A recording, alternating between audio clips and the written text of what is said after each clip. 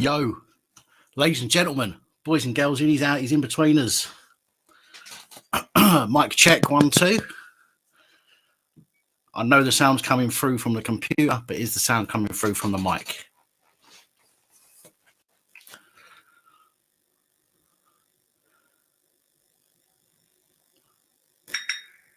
Shut up, phone. 1, 2, 3, 4. Yes, it is. Lovely. Excellent stuff. Right, ladies and gentlemen, how the hell are we?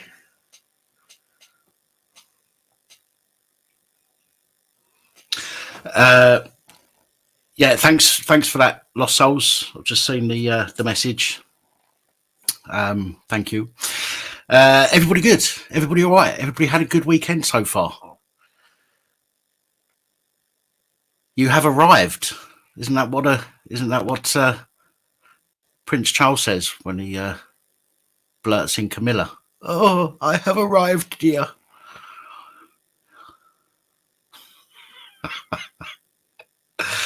Right, I really shouldn't be wearing this T-shirt because, as you can see, it's out of context, completely out of context, which is quite interesting actually, because there's been a lot of stuff that's been going around that's out of context. So let me move back a little bit. I hope you can still hear me and show you that it does actually say something else. I keep looking up at the microphone. I've changed the microphone. I've got a new boom mic, which now bolts to the wall, and the microphone is up here rather than down here, because down here I think that could be one of the causes for the microphone playing up sometimes with the noise gate. So having it up here, it seems to work a bit better, but I need to stop looking at it. I don't know why I keep looking at it. I think I'm looking at it to see if I'm in line with it. Oh, neighbour's home.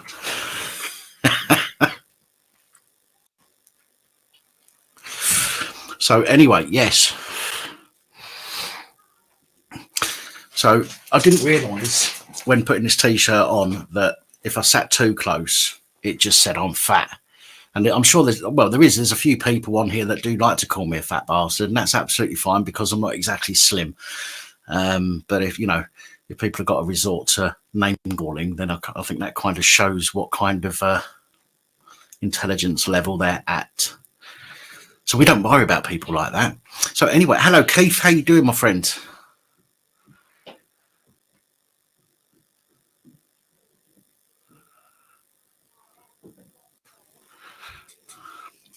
Cuddly.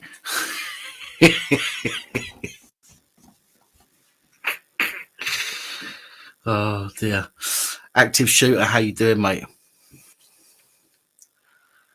Keith, that's not very nice.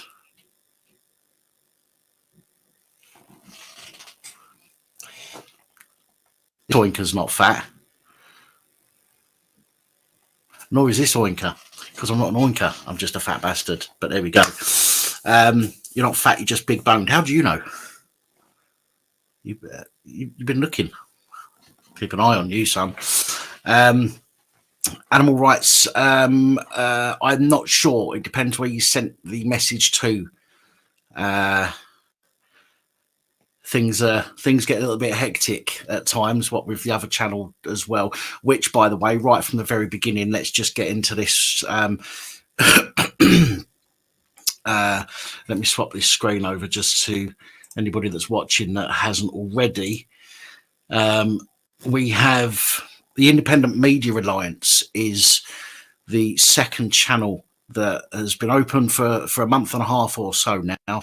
And at the moment, this is a story about a child welfare case in Dorset.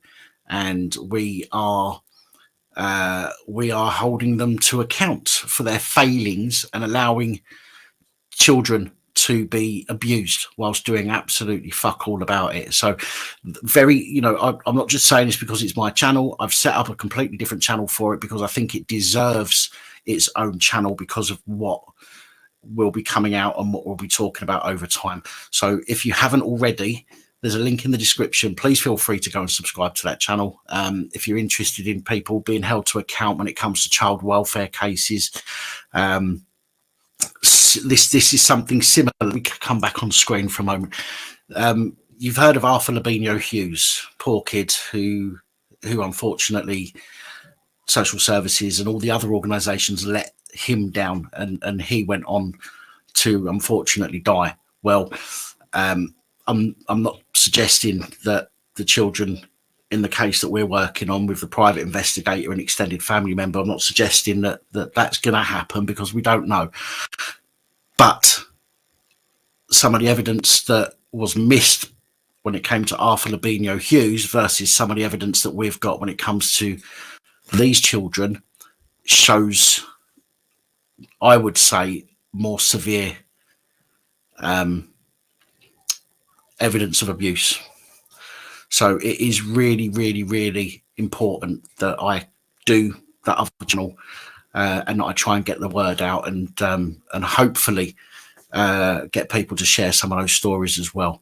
But anyway, that is that this isn't about that channel, so I just wanted to give that little shout out there to people if you're interested in that kind of thing. Anyway, what have I missed in the comments? Let me have a look. Doopy doopy doo. Smash the like button. Absolutely. On the way in, hit that button.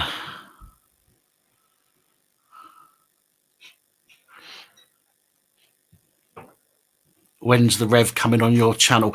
We was going to do it this week, but Rev's been painting. Rev's I know we done a live stream last night, but from I could tell it was a bit awkward because everything was just up in the air in his studio. So we will do one. I did buy a bottle of brandy in preparation for Pap and Rev's pub stream, but we will let you know when we're going to do that. Okay. And it shall, I would imagine, be quite an amusing one, as they normally are when I get pissed. So there we go. He was talking to plants. Well, I'm not sure if that surprises me or not, to be honest, Roger. Thank you, Danny.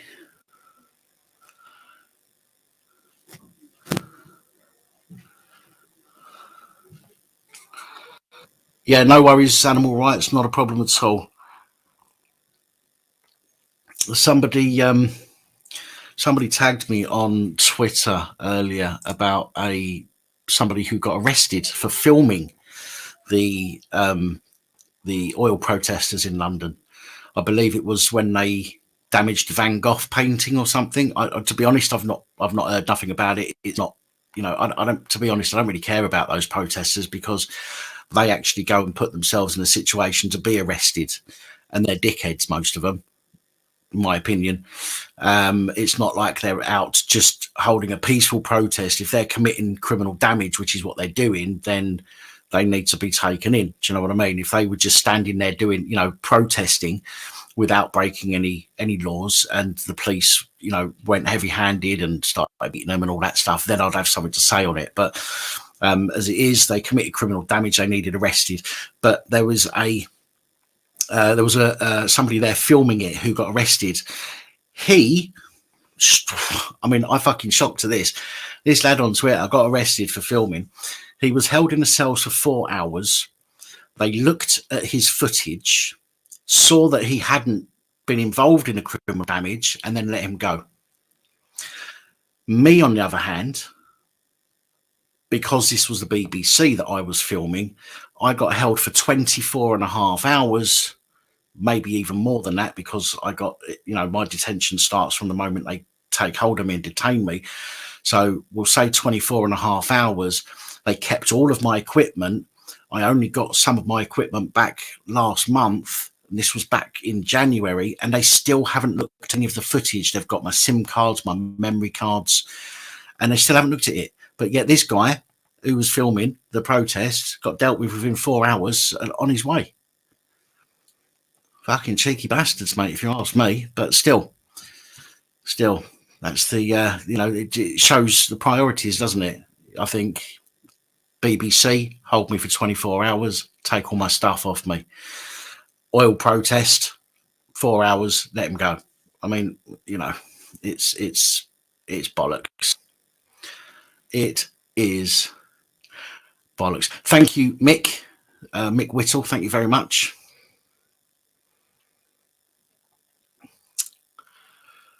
Local experimentalist. Experimentalist. I've not even been drinking. Fucking hell. Experimentalist. That's a new word. I think I've just made that up. And I might use that in the future. Experimentalist. Fucking hell. God bless the UK. Nice to see you, my pal. Nice to see you.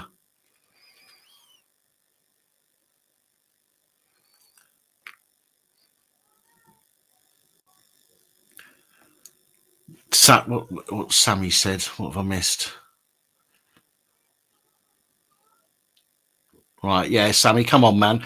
Listen, if it was you, and I know you're probably sitting there saying to yourself, "Oh, it wouldn't be me," but if it was you that was in a bad headspace and you needed somebody to talk to and you wanted to reach out to me, I wouldn't stand for people in the comments taking a mickey out of you. So, you know, let's not take digs at people. Okay, let's, you know, just take things as they can't come. If there's somebody that comes on and you don't like them or you don't want to listen to them, turn the volume down, go and make a cup of tea, whatever.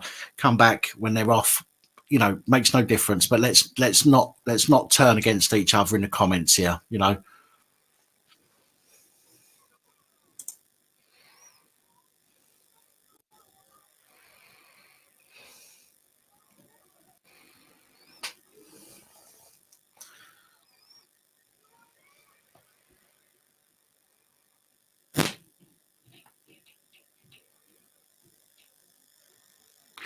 Russell, that sounds a bit. You know what? That sounds a bit like that USA First Amendment order. It sounds a bit like what happened to Audit in Wales when his camera was left running. If his camera wasn't left running when Ghetto came in, Audit in Wales might have had a bit of an issue. But thankfully, Ghetto's the thick fuck left his camera running, and we caught all that stuff on camera. I'm just waiting for his misconduct hearing now. Good evening, Psycho's missus. How the hell are you?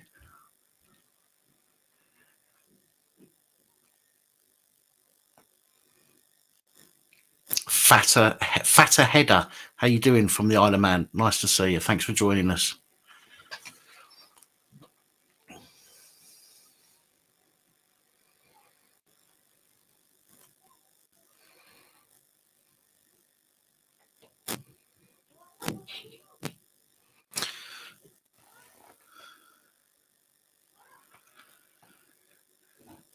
Live free. I might be wrong, but isn't he still in prison? I'm not 100% sure on that, but I think he might be. Good evening, Umbrella Grape Solutions, take 2. Fuck me, that's a mouthful. How you feeling now?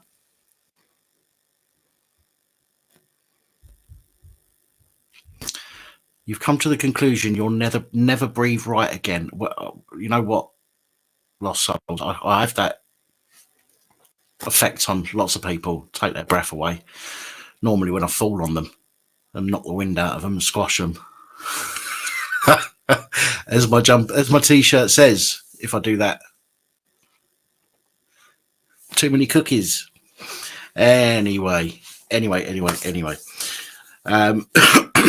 Lovely to see you all in here. 147 eyes on. Excellent. Thank you, everybody, for joining us this evening.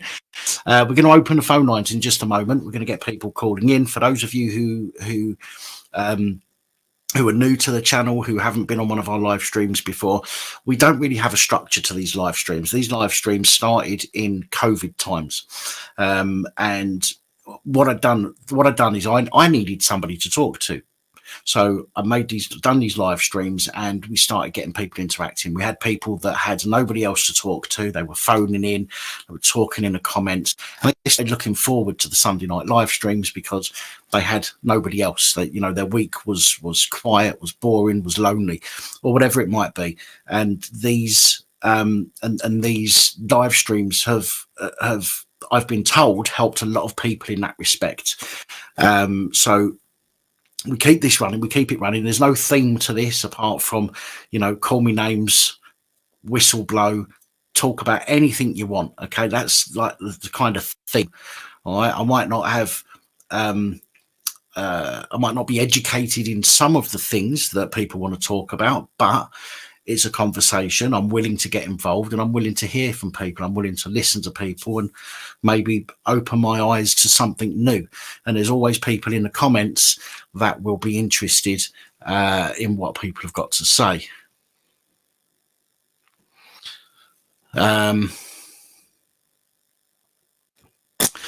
So again, if there's anything anybody wants to talk about, see it on the screen in a moment.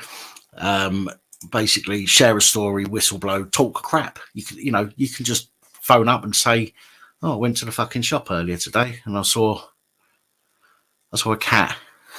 It's like rubbing up against my leg, and you know, I don't care anything. If you want to talk, we're here. We're here to listen. That's basically it. So there we go. Anyway, what we're going to do is.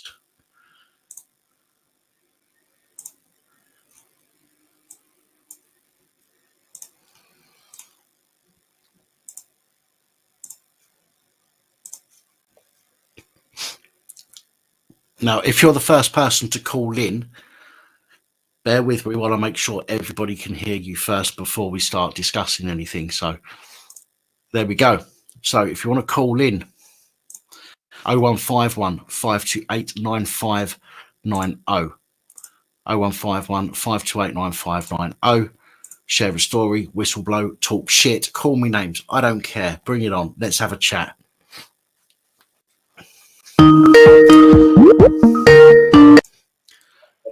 Hello, good evening and welcome. Hello. Hello. Okay, we're on the delay. I'll turn the monitor off. No worries. I just want to make sure everybody can hear you. First of all, can everybody let me know if you can hear our call? Right. I'm just sorry, Cord. I'm just waiting for a response in the No problem. comments, just so I know. Yes, they can. Brilliant. How are you? Yeah, well, don't ask that one. Oh, okay. Okay. What can I do for you, sir? I'm just wondering about this coffee situation at the moment. She's openly admitted that she's supplying drugs Right. that are illegal to supply to her friends and family. I'm just wondering, when are they not going to turn up and actually lift her? She's a self-confessed drug dealer. She is. In fact, somebody, it may even have been you, to be fair. Somebody's tagged me on Twitter earlier with that exact story. Excuse me. There are several offences that she has committed, obviously, criminal offences. But the problem is, you know as well as I do, I think, that once you reach a certain level in society, you are basically untouchable. And even if the police do come after you, what happens is you sit down with them. They don't arrest you and drag you in over something like this. They'll come around, knock on your door, invite you in for a quite a cozy little chat, and they'll discuss the best way for you to get out of it that looks good for you, but also looks like the police have done something, in the public eye. So we know nothing's going to get done about it. She should, by all rights, the police should be banging on her door by all rights and arresting her for supplying prescription drugs, really. And there is a couple of offences at least, so I can't think of them off the top of my head. But I think it just goes to show the brazenness of these people, just how they just assume they can do what the fuck they like. It just highlights the entire hypocrisy of the system. Yeah. Yeah, absolutely. Again, if it was you, if it was me. So there's people in the comments asking who we're talking about. We're talking about Teresa Coffey, who was recently admitted supplying what was it she supplied? Antibiotics. Which was prescribed for her by her doctor. Prescription drugs, basically, not over-the-counter stuff. These are prescription stuff given on a prescription by a doctor, and she's given them to somebody else.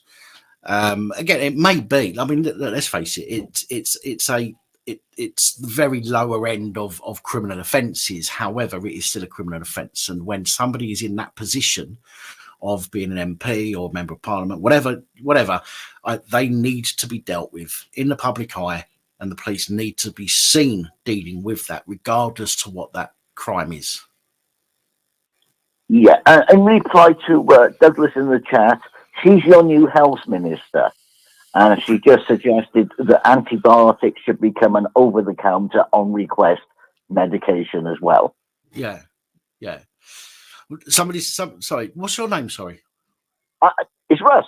Russ. Oh, fucking hell. Sorry, Russ. It's difficult to keep up with names and voices. Yeah, no worries. Forgive me. Yeah, there are people saying that, it's only antibiotics, who cares? And you're right. Antibiotics, in the grand scheme of things, are very, aren't really going to do a lot. A couple of antibiotics here. It's not like you're giving somebody codeine or something like that. But if they're giving away antibiotics that are prescription drugs, when that's an offence, could they be giving away other medication that somebody might need? Granted, they might need it, and you might say, oh, fucking hell, like painkillers. Like, there are some very strong painkillers out there that you can't get unless you're prescribed them. I'm on meds that have to be signed for at the chemist. Yeah. Every time. They have to be signed for, separate to prescription. There's another declaration, legal declaration on these drugs that I will not share them, blah, blah, blah, blah, blah. Yeah. And it's set out separately because they are, I think they call them in the chemist the Class D restricted, which means they've got to be locked inside a locked cupboard, in the chemist. Got you. You know? Now, if I give those out to anybody, my feet are not going to touch the floor. Yeah, of course. Absolutely. And this is what I mean. This is what I was saying about, although, with antibiotics being the lower end of what should we use? Class, shall we say, of prescription drug, it's still an offence. That's the thing to remember, regardless to whether you believe that we should. For example, weed. Right, let's use that. And I'm talking to everybody here as well, Russ. Weed. Many of you say, weed shouldn't be illegal.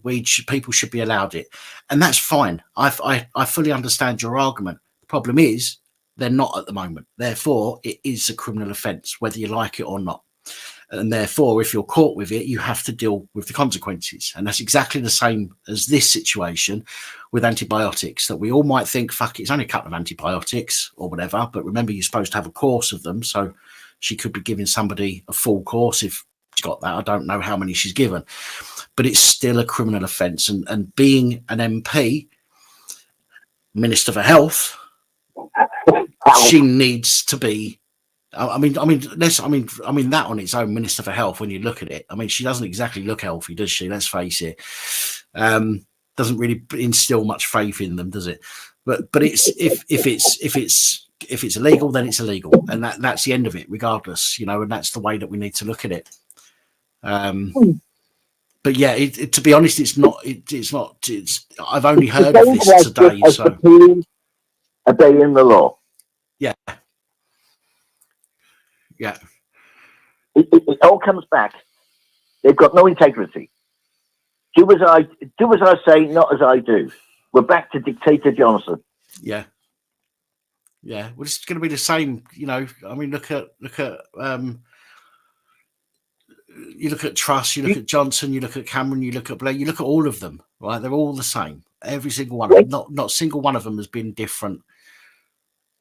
When Truss actually resigns, which we all know she's going to, Yeah. Do you know we will enter into a period that we've never been in before in history?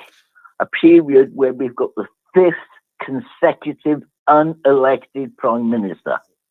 Right, I'll be honest with you. Politics isn't my thing. I don't follow it. I don't understand it, and I try not to. To be honest. But that's a bit of education for me. I didn't know that, so that's interesting to know. Just like the police, totally ineffective. Yeah. Anyway, I'll hold the caller, surely.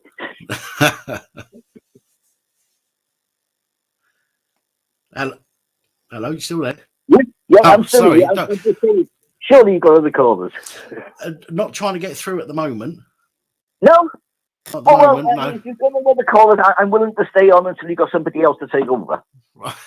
Okay, no worries, no problem at all. So, anything else you want to talk about? I mean, that's an excuse me. I'm just scratching my ankle. That's an interesting. Well, as I say, go on. As I've said to you on the DM on Twitter. Yes. I've been housebound for a number of years due to an uninsured driver. And when the police turned up to the scene, what was the first thing they did? They checked my details and threatened to arrest me. Yeah. Without talking to me, they talked to the car driver, but because I was on a motorbike, bear in mind, I'd been 35 feet in the air, 25 yards down the road, landed on my head, and I'm lying in the middle of the road in a pile, and they're threatening to arrest me. Yeah. Because I was a biker. And at that time, London police were arresting bikers just for the sake of arresting bikers. And they tell you they don't have quotas. They do. Oh, of course they do. Absolutely. Listen, they have to report to the Home Office every, I think it's every month they have to report, or every quarter they have to report to the Home Office. But then the Home Office will also turn around and give them a quota. The Home Office will be, right, we need to see a rise in XYZ crime of XYZ amount. And that's why all of a sudden the police will be doing something like speed awareness, speed cameras everywhere, or the next thing they'll be doing stop and searches all the time, and this is in order to hit their quotas, as you say. But we are the suffering fools that have to put up with rather than them just saying, look, fuck you, right? We will do our job. We will investigate crime wherever it comes from, whatever form it's in. And we're not going to make things up just for fucking, tally points on the next Home Office report. But they won't. Of course they won't. Because they're all part of the same system, although police are supposed to be independent. And like he said the other day, that top cop talking about frontline troops. Are they in a war here? Oh, I don't know. We've got I've got another call coming through, Russ. Go for it, sir. You take care. Feel free to call back anytime. Okay, you take care now. And bye-bye to all. I'll speak to you in a bit, Russ. Don't fucking hang up on me. Phone back. Phone back. There we go. On me. Hello, good evening, and welcome. Hi, mate. How are you? Hello, I'm fine. Who's this? Eddie. Hello, Eddie. How are you? Not so bad, mate. Animal rescue? Yeah. I was just going to say to you, what did you want to talk about? I think I can't remember. Is it Facebook you sent me the message? That's right, yeah. I'll basically two stories I want to run with you tonight. Okay, you're going to love this one. I'll do mine a little bit first. Anyway, as you're aware, I got a visit, we will say, and little holiday, as in a few hours to think about things, as he put it, in a lovely warm police cell. Right, over a cockamamie charge. Anyway, long story short, never read me rights, none of that crap. Solicitor sent me the initial letter. They sent some documents back, like an initial request. They sent some documents back. We sent them a letter saying that we're now looking at court proceedings. Right. Miraculously, the first lot of papers he sent back, no point during the first lot of papers, it said that the defendant, or rather the victim, had said that I had stolen anything. Yep. Right. On the second lot of paperwork, guess what? It says that the reason they arrested me was because the victim was concerned I would destroy the evidence and get rid of the stolen item. So this is, let me just clarify this. This is the chicken. That's right. Right. So the police's response is that the victim, who the chicken belongs to, you found a chicken in the street. Yeah. So let me just explain this to the viewers as well, because we've got some new viewers. Right. Eddie here found a chicken in the street. Eddie works for a animal rescue centre. Okay, so Eddie picked this chicken up. He then gets arrested for stealing said chicken, and the police put him in a cell, okay, for a couple of hours, made him, sit on the naughty step, think about what you've been doing, sort of thing. Then it goes to a solicitor. Solicitor have written to the police. Police have come back and said the reason why he was arrested was because the victim thought that Eddie was going to destroy the item that he stole, allegedly, which is the chicken. So in other words, they're trying to say that Eddie was going to have a nice Sunday roast with a chicken that he found in the street. I mean, this is absolutely comedy gold. It really is. Brilliant. Honestly, I'll send you the letter and you can read it yourself, because I've sent you it once, but I'll send you it again. But honestly, it's literally comedy gold. I thought I was reading Ronnie Barker's sketch because it was so funny. Allegedly. But what got us was, when we did the initial freedom of information request about the initial arrest, nowhere in the documentation does it say that the victim, i.e. the owner of the chicken, said that I stole anything, just that I had it in my possession. Yeah. The minute we sent a solicitor's letter saying we're looking at our legal action, because bearing in mind all the way through this, for the listeners, never bothered reading me the rights. Okay. Well, he just literally turned up and said, we want you under arrest for something, then we're not telling you what. I said, fine, let's go to the station then, because I'm not doing it in the street. So, anyway, long story short, that's what happened. I spent 4 hours in the cells, all the way pissing myself laughing about this, by the way. Then 2 weeks on remand because they had to check the evidence. So again, they referred to the evidence in this letter saying they want to check the CCTV and stuff that we have, but they never asked for it. And all the time has been gone and they never asked for it. So we know that's BS anyway. Yeah.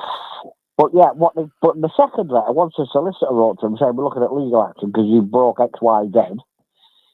Miraculously now, the victims now said he was concerned that they were concerned on behalf of the victim, and the victim was concerned that I'd get rid of the item, and destroy any video evidence. So honestly, it went like a Ronnie Barker sketch out of college. You know this already, Eddie. But I'll say this for people that are watching as well. For theft charges to stick, you have to. They have to prove that your intention was to permanently deprive somebody of their property. Okay, not pick it up out the street and take it to a police station or take it to a rehoming centre. It's just like if you find a dog in the street. Okay, what do most people do? You'll pick it up. You might take it home initially, take it to the vet, see if it's got a chip. If it hasn't, you might take it to a rehoming centre local. Now that isn't taking something with the intention of permanently depriving somebody of it. And this is the same as a fucking chicken. This has been picked up because it was in the street. The guy works for a rehoming, for a animal sanctuary, animal shelter, and took the animal there. And they've, it's clucking ridiculous. This is company police for you, right? Now this is the icing on the cake. This is the bit that really cracks me up with all this, right? It actually, you got 99% of it right. I was actually there at the centre. It was actually caught by the centre. And it was another member of the public who actually picked it up and handed it to me. Right. And then I took it into the centre, which was about 4 feet away. Right. Oh, right, I'm mistaken. 2 weeks. Yeah. To ring the person that picked it up and handed it to me. Yeah. So I was confused myself there for a moment. So you was actually pretty much at the animal shelter at the time the chicken was put into your possession. Yeah. Right. Okay. Because it was being chased by a cat, Right. And the individual member of the public thought, if I don't pick it up and bring it to do something with it, the cat's going to kill it. Right. Okay. So he picked it up and then brought it straight to us, which is literally 5-6 feet away. Okay. Well, in the first scenario that I thought it was, where you found the chicken, you picked it up and you took it in that scenario, you're not guilty of anything anyway. But this, knowing that past, just makes it even worse that the police have arrested you for it. Honestly, it's like a comedy sketch, because I spent 2 months officially. I'll be honest, I didn't. I thought it was a complete joke, to be fair. But I spent 2 months on bail while they looked into it. In the response we've had back from the solicitors, because I'm going all the way with this. I've told them that now. I'm going all the way. Just to expose how comical this lot are, because they're happy to sit back and watch the rescue centre and stuff get smashed up, which has happened just for the listeners we've got. But the minute the rescue centre do something that anybody in this world would do, they come down hard on it. Now, the interesting bit about it, about the whole lot is, as I say, this is the bit I find absolutely hilarious about it, is it took them 2 weeks to contact the guy who handed it into us, even though I supplied them the day they arrested me with his phone number. Right. So 2 weeks for a phone call. Jesus. And this is supposed to be, and this is the icing on the cake for me. This is why I say, I'll send you the letter, mate. You can do a comedy sketch on the whole lot. As the RSPCA guy, because we get visited, just so people know, we're legitimate, we're a proper rescue. We get visited the RSPCA probably once a year. We get death for down probably once or twice a year. And they just do what they do, which is to do on all the farms and that sort of stuff. Yeah. So it's nothing out of the ordinary for us. We're used to it. It's just like, come in, check everything, fine, where you go. And we always pass with flying colours. But what really got me with the whole scenario this is, which is, as I say, it makes me chuckle at hell, to be fair, is even the officers that arrested me were laughing at the interview because they could not believe they'd been sent out by somebody further up the chain to do an arrest. Yeah, the thing is, they send the thing, as you say, the people further up the chain. They do it. They'd never do it themselves. They wouldn't go and do it. I'm sure they do this just to have a laugh at the lower ranks. I'm sure the inspector will go, "Oh, we're going to send. We've got PC such and such. Let's send him out to deal with this one fucking wanker." I'm sure they sit there and do that, slagging off the subordinates. Oh yeah, I can totally believe it, to be honest. It's just so funny because they came out. This is also, by the way, I've got to remember this. In the paperwork, he said the reason he also arrested me is because I've got an antisocial behaviour against the police. Right? They wonder why when you get pulled for shit like this. Right? But what really got me is, I'm not going to lie, I've got a police record. I've been arrested when I was a lot younger. Not now. I'm a good little boy now, as the wife says. I've grown up a lot. But what got me was he sent 4 coppers out. Never used the handcuffs on me because I'm not that sort of way out. Yeah. And yet they have the balls to turn around and say in the response to the solicitors like, "Oh, we arrest him for our safety," and they stop him destroying evidence. I'm like, hello. Fucking mental, isn't it? Let me just point something out as well, because I do get occasionally comments on some of the videos saying, and I've had some recently from people saying, the people that watch this channel were all fucking criminals, blah blah blah. Now, for you saying that you do have a criminal record, you was a bit naughty when you was younger. Now, I've got a criminal record. I was naughty when I was younger, but the thing is, right, and I just want to make this clear to people that are watching. Criminal record does not mean you're an arsehole. It does not mean you're a scumbag. It does not mean that you're a danger to anybody. A criminal record could be from something like leaning on a wall and the wall falling over. You could get a criminal record for criminal damage for doing that. Okay. You could get criminal record for a driving offence. You might not realise you was committed. So there's lots of reasons why people might have a criminal record for having dealings with the police for something that is so pathetic or unreasonable. Yeah, mine was telling a copper exactly what he could do with himself and offering to go on the picture. Yeah. You know what I mean? That's what mine was. So, you know, it's not like, as I said to him, Christ almighty, you know, what they're going to do if they ever nick the crown jewels, and this crown's got to deal with it.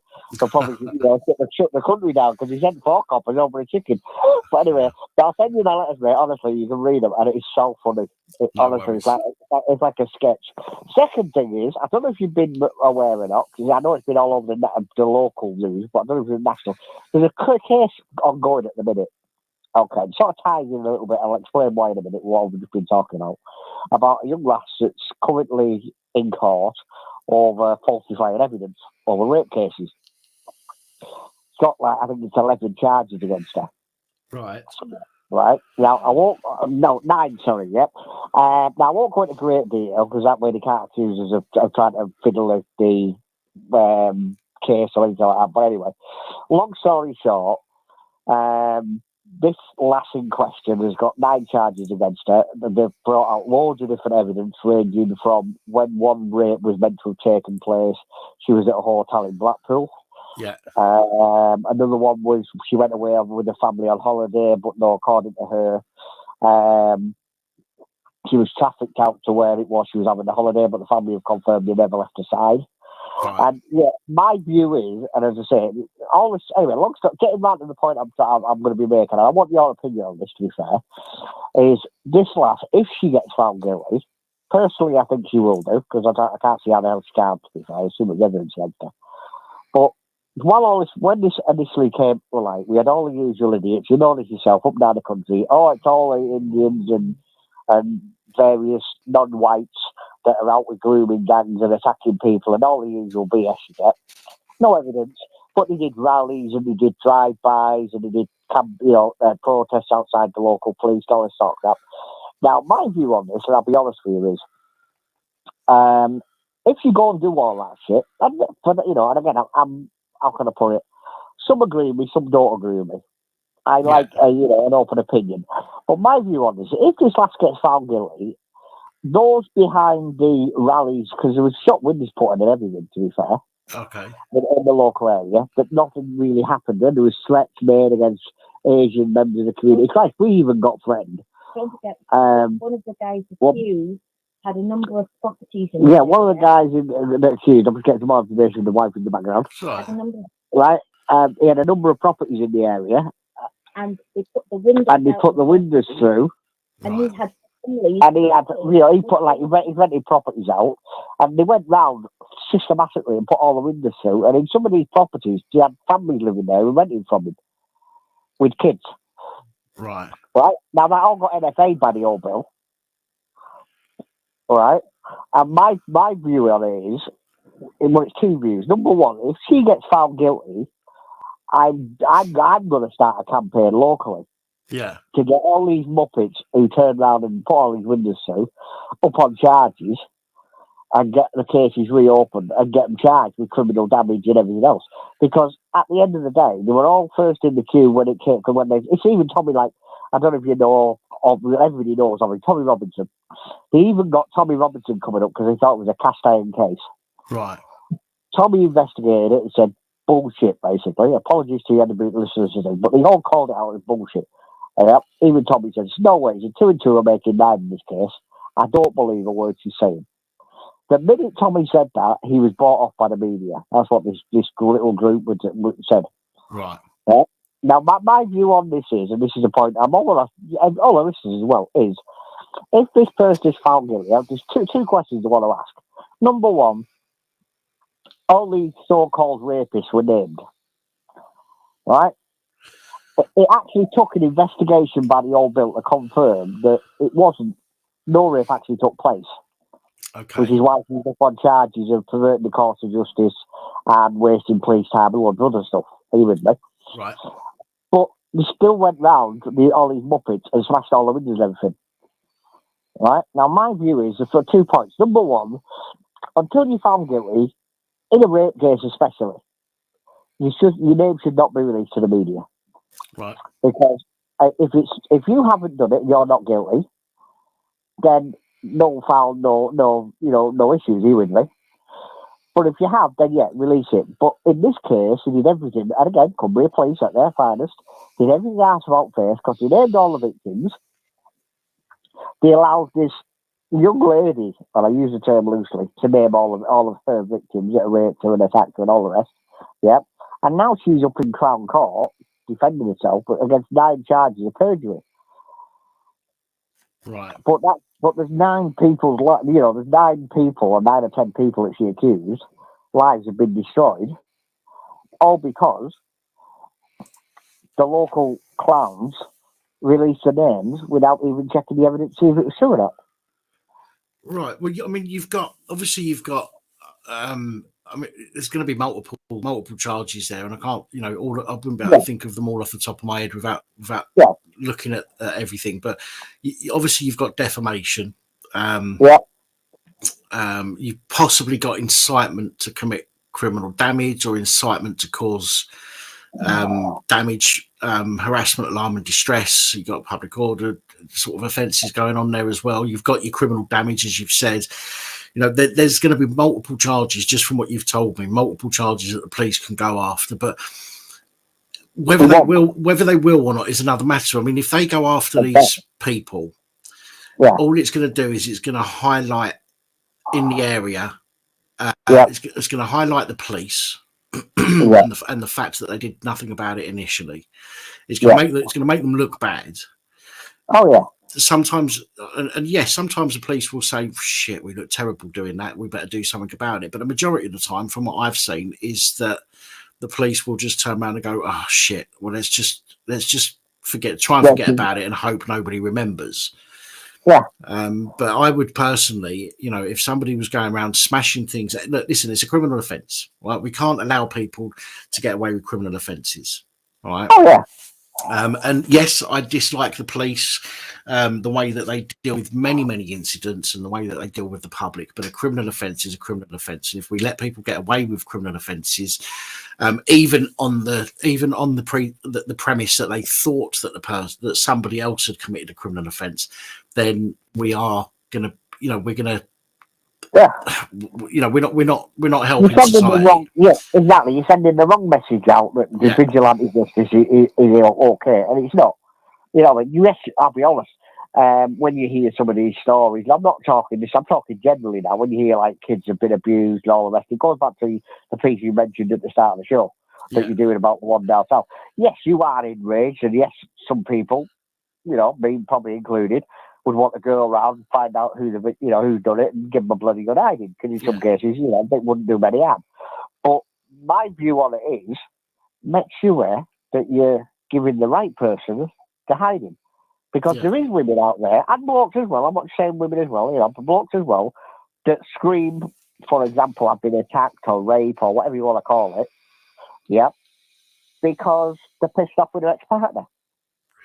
Yeah. And, it happens. And then but rather than do the damn job properly, which is investigate, which I always thought what a copper used to do, in the old days they used to anyway, they released all these information on these individuals, and then all the numpties all the vigilantes got together and thought, right, we'll deal with this on our own, and went down and smashed places up left, right, and centre. Yeah. And all the police did was go around and watch them do it. Well, Eddie, I'm going to have to wrap this call up, I'm afraid. But before you go, I was going to say something then. What was it? Oh, fucking hell, what was it? Yes, before I let you go, what you'll say, it's like when I do the reports. Now, I do find pictures. There's a lot of reports that I put up, no image available. Now, there are a lot of those reports where I can find an image, but I can't verify 100% whether the person is the person who we're talking about. Now, I think on 2 videos, I got a notification that I've put 2,000 videos out a few days ago on the channel now, which is a bloody lot of videos.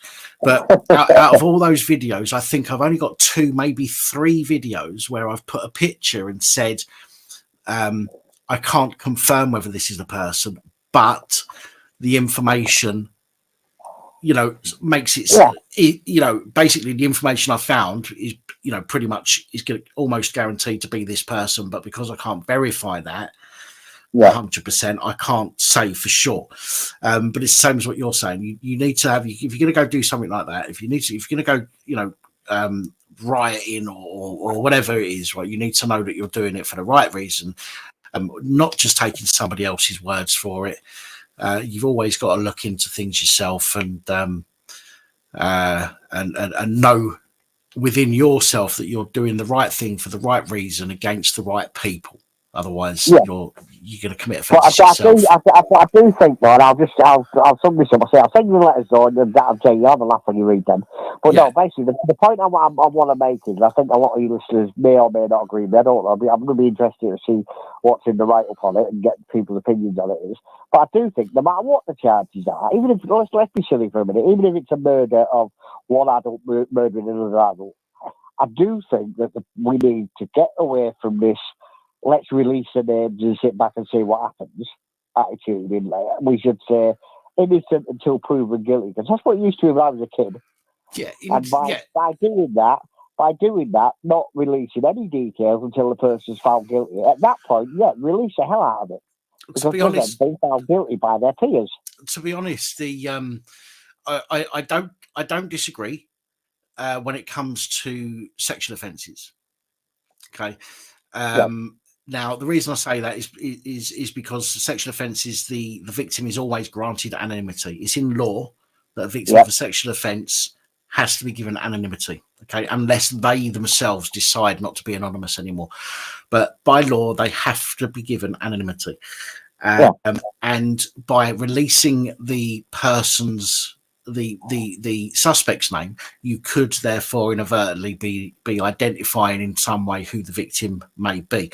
So I don't disagree in that respect. Other crimes, not so much. I think other crimes that we need to know about, if somebody's been charged with something, there's enough evidence to suggest that they may have done it.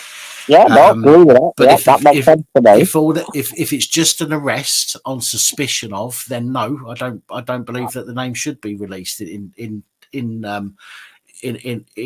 certain circumstances. But once they're charged, I think at that point, I think it shows that there is enough evidence. Well, this is the whole point. Well, that's it. This is the whole point. It's the last bit. I will let others get on, trust me. But no, this is the whole point I'm getting at. 8 or 9 blokes, to be fair, have had their lives destroyed because they've been accused of something they haven't done. The proven, or rather, it's going through court at the moment. This individual is upon various charges, as I said. If she's found guilty of all these charges, it basically boils down to lying her ass off, basically. Then that's great and fine. She's been found guilty, but that still doesn't repair the 9 lives that have been destroyed, plus all the other lives that have been destroyed when the businesses were smashed up and all the rest.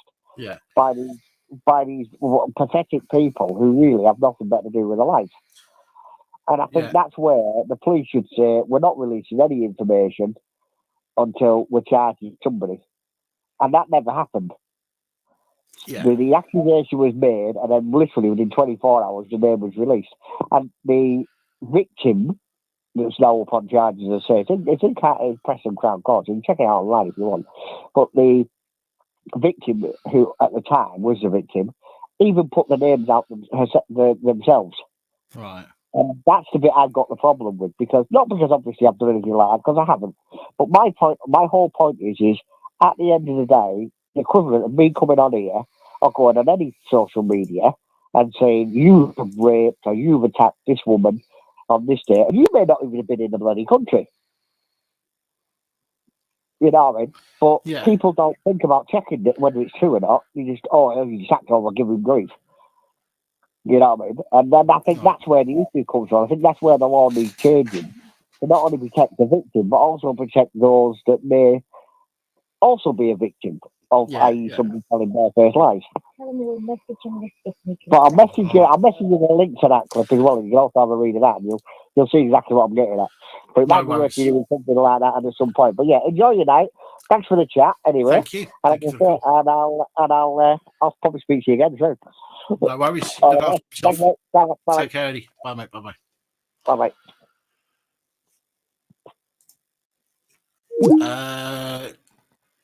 Jay Smudge got run over. got one over, what, 2 months ago now, I think. Hello, good evening and welcome. Turn the sound down, please. Done it. Sorry, mate.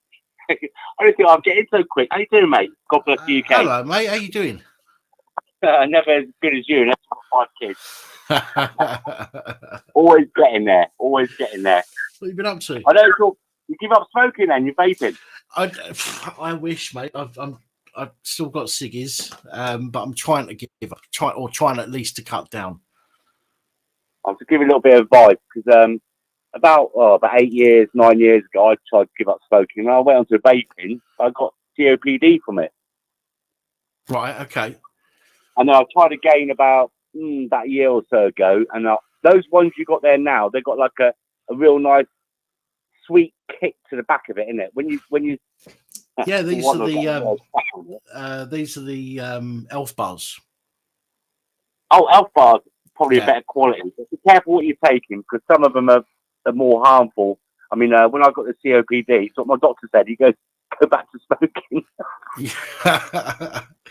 Well, I smoke tobacco.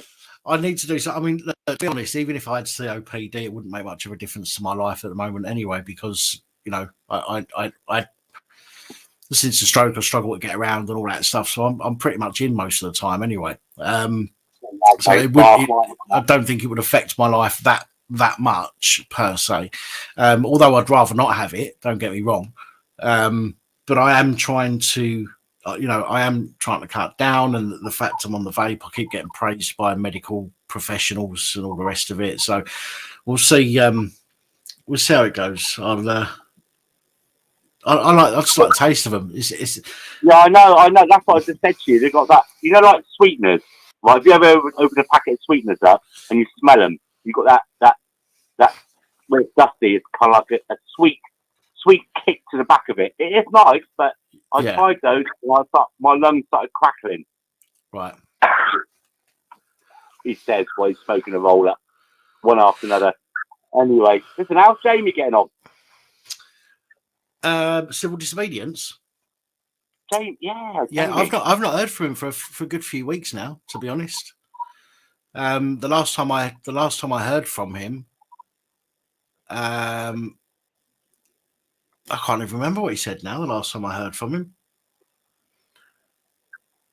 no, I can't remember. In fact, I'll tell you what, I'm going to jot that down. I'm going to jot down to give him a ring and see how it is. I'll do it slowly. I missed your shows when you used to pair up together. Right. Not that I'm saying you're shit on your own. Right, here we go. Written that down, so I'll give him a shout tomorrow and see how he is. But no, it's been a while since I've spoken to him, to be honest.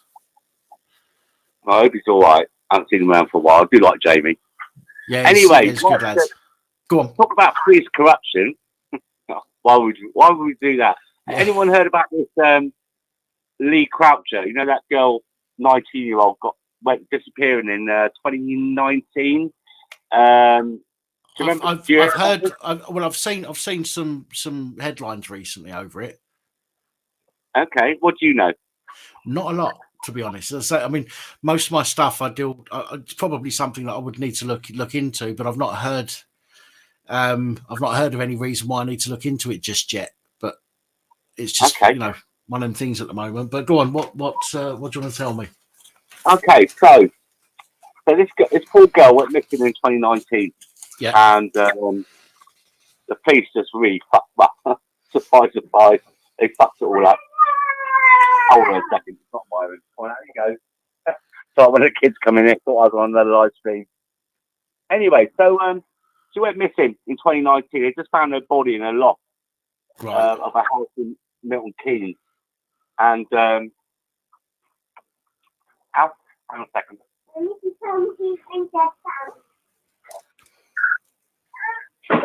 Sorry about that. I don't really want my little 9-year-old man know about this kind of stuff.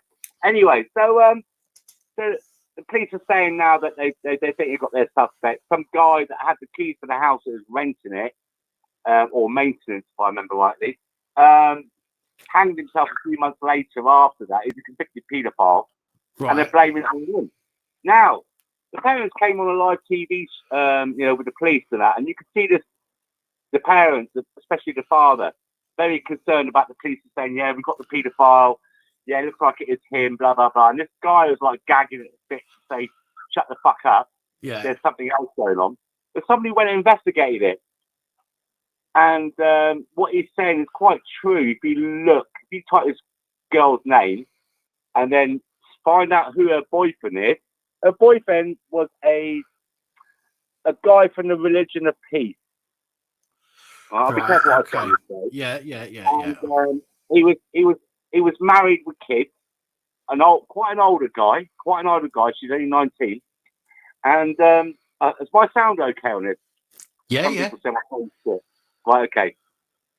Anyway, so this guy, she started saying, "Look, after a while, I want more. I'm going to tell you wife and kids and family." Right. He apparently messaged to one of his mates, allegedly, that this kafar, you know what that word means, don't you? Yeah. Is going to get buried if she does anything. Anyway, so, hang on a minute.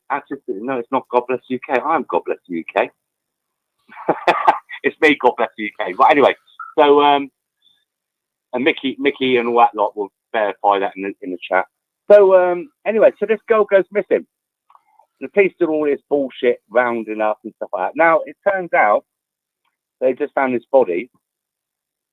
The parents, their son, he knew what was going on. The girl's brother, and he tried to tell the police, blah blah blah. And there was a court order put upon him not to name the girl's, the little girl, Leah's boyfriend's name. Right. And he got so frustrated about this, he committed suicide. Can you imagine what those poor parents? Yes. Thank you, Ricky PW. I don't want to dox too much, but Tommy did do a video, and I followed it up and looked around, and there's loads of evidence about it. And so after all this, right, and now they've named the person as being a paedophile that hanged himself. The body, guess where the body was found? Go on. The guy that she was seeing, this religion of peace guy who married with kids and that, at his parents' house that he rented out. His parents, fucking hell. How can you? Do you know what I mean? Does that not send shivers down your spine and make your hairs go up on your arm? How can that not? It's sickening. It is. It's fucking sickening. How? I mean, even just the fact that not forgetting the fact that somebody's died, but even if you just put that aside, the fact he committed an offence at his parents' house, something like that, or somebody committed, if he committed, I've got to be careful what I say here, haven't I? Yeah. Allegedly. If he had committed that offence and had done it at his parents' house, that is in itself absolutely disgusting, and I mean, it's disrespectful, but that's not a harsh enough word for what I think doing something like that is. But again, somebody's died, so we can't take away from that fact. It's absolutely fucking heartbreaking for the family. But I will look into it. I mean, to be honest, as I say, it's not something really that's come up on my radar recently. But it is something that I will, now you've mentioned it to me, it's something that I will look into a bit more. Can I just say, there's people asking whether you're TF UK. It's not Tyrant Finder. It's not Tyrant Finder. He's got Bristol. I know, Chris. He's all right. Gert this and Gert that. He's Bristolian. Do I sound Bristolian? Oh my word. That's okay. But yeah, it just goes to show all this violence we get in this country, all this corruption, especially with the police, with all the Bradford stuff and things like that. It is never ending. No, never ending. I mean, that's terrible what's going on. His parents are very frustrated about this as well. Not only did they have their daughter murdered, their son, through frustration, has gone and topped himself because they've had a court order on him from banning him from naming this guy that she was seeing. Yeah. And it turns out to be the parents. I mean, what more do you need to understand all this? Anyway, that's one of my things off my chest. No worries. I have to bring that up because, you know, no one's just talking about it really. It's all being hushed up and put away. And we've got to start somewhere. And it could be a show like this, or it could be something else on a Facebook. And we've got to let it out, you know, because it's hard. It's got to come to an end, doesn't it? All this bollocks that we're having to put up with. Look, these live streams on this channel are for people to come and talk about anything they want to talk about. Okay, if you've got like this, a story about something that other people may not be aware of that you've looked into, then by all means come and share it on the channel. It's just about interacting with other people, interacting with people, building a community of people that can talk about stuff and learn stuff from each other and share information and all that stuff, all that kind of stuff. That, on these live streams. Obviously, the live streams are completely different to my content, but I think that's why. Personally, I think that's why we do so well on the and I say well, I mean 155 people looking at the moment, which is good for me. So yeah, but only 107 likes. Come on, guys, get a thumbs up here. What's the matter with you? But it's all about sharing the information, isn't it, and opening people's eyes to different kind of stuff. So yeah, I'm glad you called in with that. It's interesting. It's something that I'll look into. Well, I know. I don't need to put her down on the show because I'm quite light-hearted and I like to have a bit of a giggle and a laugh. But your police abuse empowered.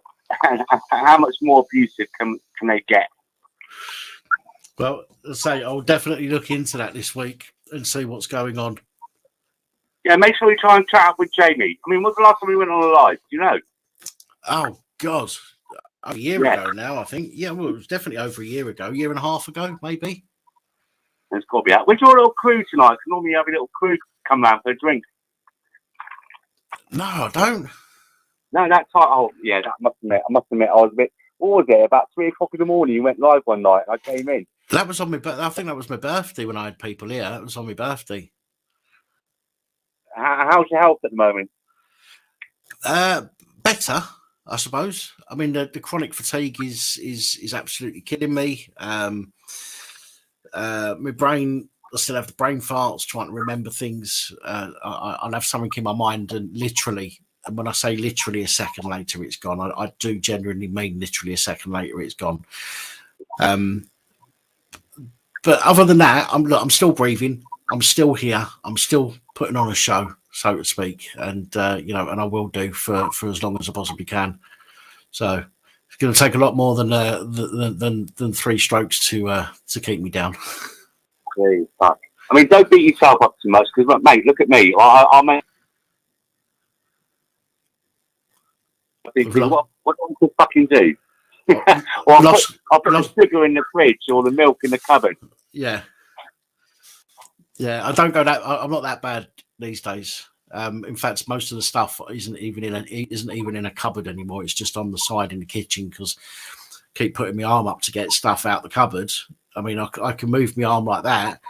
I can. Fit, it's already starting to wake on the sort of underneath my arm. But when I put my arm up to try and get something out of the cupboard, like the sugar or the coffee, it's almost like it's beyond. Probably starting to wake now.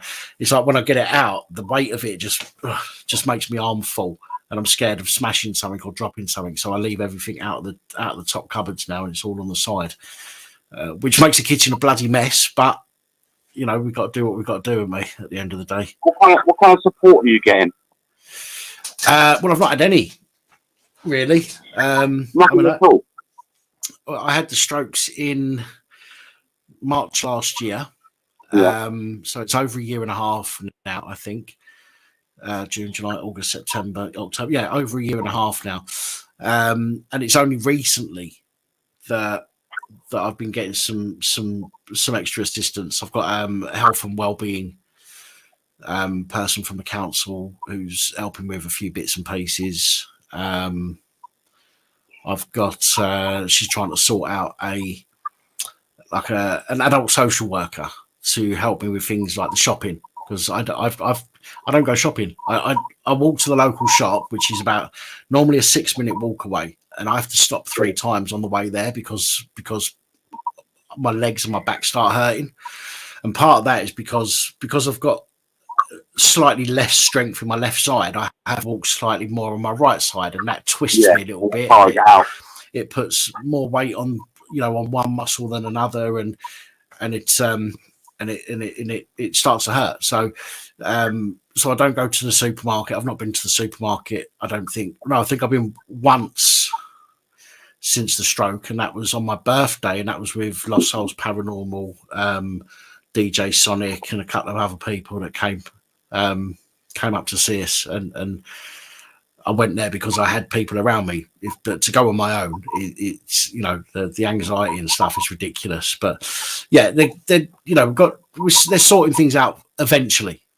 So we'll put it that way. Did you ever have COVID? No. Pardon? No, not at all. So I'm just wondering if you might have a long COVID going on as well. Not so much as a sniffle. Lethargic and all that kind of stuff. No, the lethargy is 100% down to having a stroke. I've definitely not. I've not even had the flu this year, or last year. Funnily enough, and normally I get I get 2 or 3 colds a year, which turn into flu-like symptoms and sometimes turns into a chest infection. But I've had, I think now you've mentioned it, I've had none of that for about 2 years. Oh, fair play. Strange. All right, mate. I'm going to let you go because no worries. Gagging at the bit to get back in. But it's lovely to speak to you again, Jamie. Jamie. What's that mean? So I get my kids. Listen, don't take that personally. I've got 5 kids, and I get their I can't even remember their names. Oh, don't listen to me. I know. I've got 2 brothers and 3 sisters, and when I phone my mum up, she runs through everybody's names before she gets to mine. So I know what it's like. Don't worry. Yeah, I know. Well, listen, and I've been on the wagon for about 3 weeks. I've had a drink tonight, and you would fucking go and do a live, wouldn't you? Well, I've had a drink.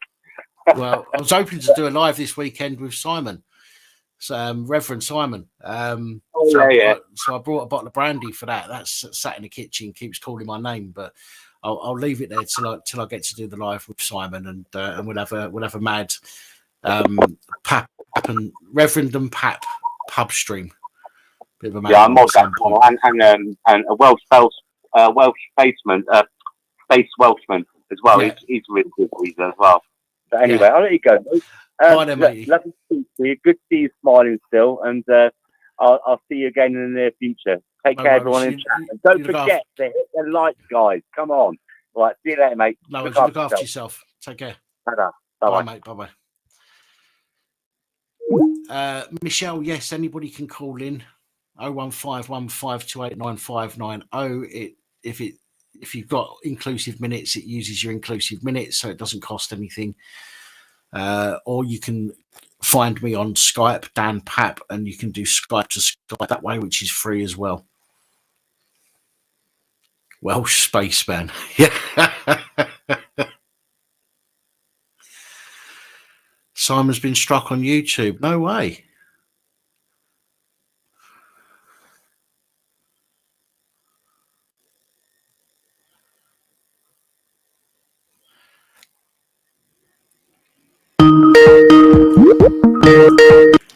Hello, good evening and welcome. Hiya. Hello. Hello. Hello.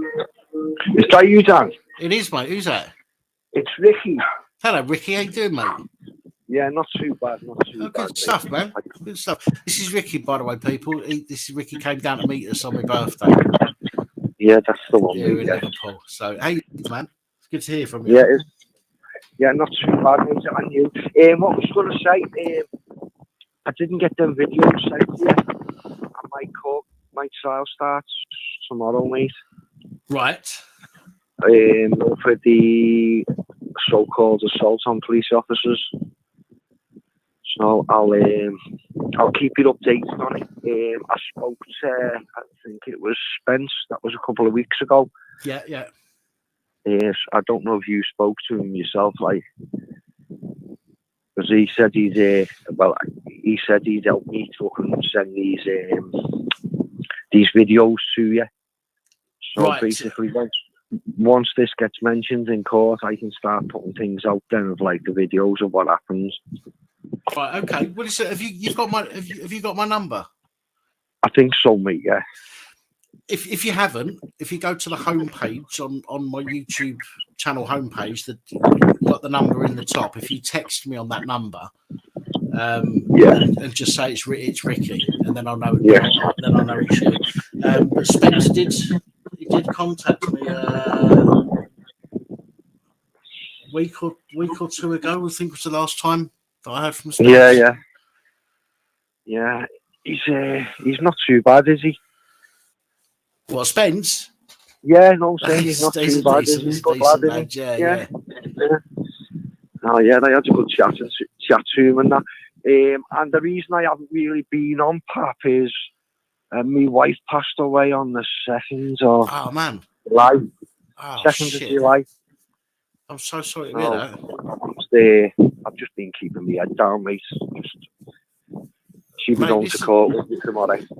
listen, you know what, me and the channel, right? If somebody's in the shit, if somebody needs to talk, you can reach out to me and we can try and sort out a time to speak and whatnot. Do you know what I mean? Yeah, no problem, mate. I'll do that. I'm so sorry to hear that, brother. Yeah, it's hard, like, but it's life, mate, isn't it? It is, but it doesn't doesn't make it easier. Yeah, of course, exactly. So, oh man. But I've had to come and take over the house, because my address was over the water, wasn't it? Yes, that's right. Yeah. Yeah, if you remember, like, so I've had to give the house up over the water and move in with my 2 daughters. Right. Into the house that I was mostly staying at because she were well in Bootle. Oh man, I'm fucking stuck for words now, which doesn't often happen, but I'm stuck for words. I know, I'm fucking gutted for you. Yeah, 40 years, fella, didn't it? 40 years? Yeah, that's how long we were together. Fuck you, now, man. That's a long fucking time, 7 that kids. is. Yeah. It's got to stay strong for the kids, haven't I? Yeah, of course. Right, listen, I just thought I'd ring up, mate, and I'll get back in touch with you. I'll most probably, because I've got Spencer's number as well. Yeah. So I'll see if I can get one of the girls to get these videos sent over.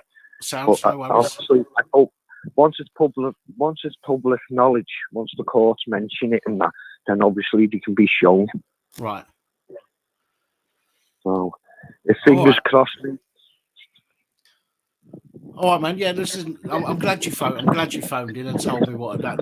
I'm not glad what's happened. Obviously, don't. Of course, yeah. That, but I'm glad you've told me that's happened. Otherwise, I wouldn't have known. And if you need to talk, man, just reach out and we'll arrange a time and we can have a chat.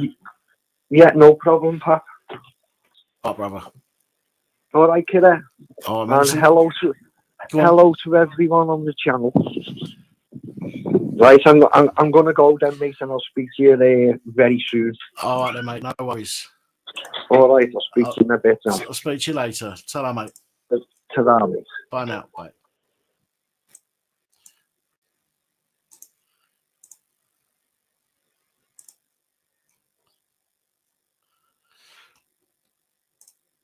Right, just for a moment, guys. I'm turning the lines off just for a minute. I need to go and make myself another quick drink. When I come back, we'll do another 45 minutes or so on the phone lines, and then we'll open up the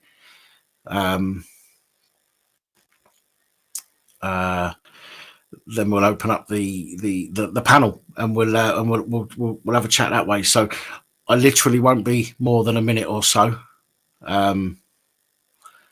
So bear with me. Go for a piss, go make yourself a drink, whatever.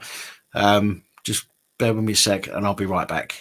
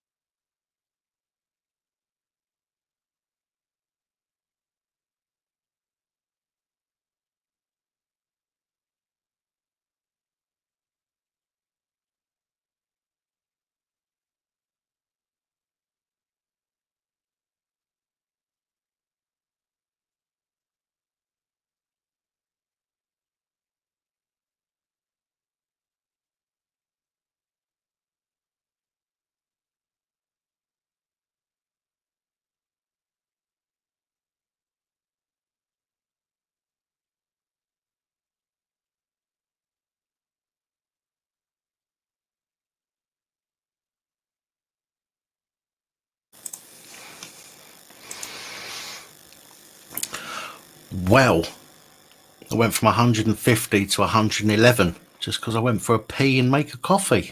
What's all that about? What's all that about?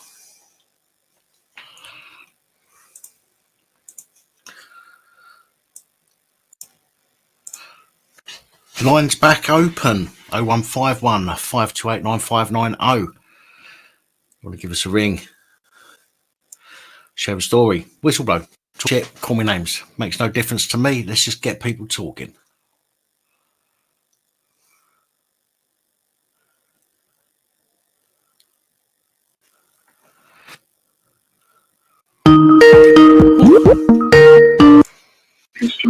Hello, good evening and welcome. Hello. Hello. Hello. Hello. How you doing? All right. Not so bad. Who's this? It's Aaron. I'm new to your channel. Not too long ago. I've signed up. Yeah, I'm not too bad. Not too bad. Good stuff. What can I do for you, my friend? No, I just wanted to ring up and just ask you a couple of questions because I like watching your stuff. So just wondered how you got into it all and that.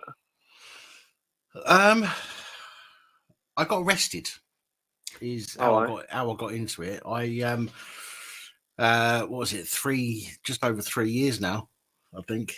I was learning to build website templates, and I wanted to do a website template with an emergency services theme. So just literally up the road from me, there's a police station, fire station, ambulance station. So I wanted to go and get a few seconds worth of footage of a vehicle with its lights on. So I went up, sat up outside the fire station, ambulance station, nothing came out. So I went round to the back of the police station on public pavement, set up, no issues, until a copper stopped me and asking me questions. I told him what I was doing, but I stopped short of telling him who I was. Long story short, I got arrested for being a nuisance. Failing to provide detail to the police. Yeah, basically. They called me, and Section 50 of the Police Reform Act actually says in it, if you are a nuisance, you are required to give your details under that act, which is ridiculous because being a nuisance is such a broad term that I can use it for practically anything. Isn't it? Yeah, exactly. So I got nicked anyway. I put the video onto social media after I got let out and all the rest of it, got the video back, put it on social media, and it just blew up. I was thought to myself, fucking hell, this is, this is quite cool. So I then started going through other people's videos, and I was teaching myself the laws, the legislations, and all that stuff, reading it all up, going on the CPS website, looking at all their definitions and what the CPS used to come to a determination, going through people's videos online, and then just explaining what was going on in the video and where the police might have got it wrong and where the person who was involved might have got it wrong. Then we went from that on to doing the reports, which is what I do now. So it's a bit of a change from what the channel started from, but we've kept on the same sort of theme, highlighting the bullshittery that come from the police forces. Sorry, go on. I know firsthand the bullshittery of our police force from the Met right up to Merseyside Police and a few in between, mate. Trust me, there's no fucking... yeah, I could go on about it forever, but yeah. No, it's interesting because some of the stuff that you've covered recently, you covered a prison officer, I think it was in Hull, who got sent to jail for assaulting an inmate. I actually experienced that myself a couple of years ago in Walton Prison in Liverpool. Which is just not far from you, actually, I suppose. Yeah. You're up in Merseyside, yeah. So that kind of struck me interest. Like, I thought, I should have gone about it back then, but I was in during the COVID and stuff, so all the stuff like that's all coming out and that about it.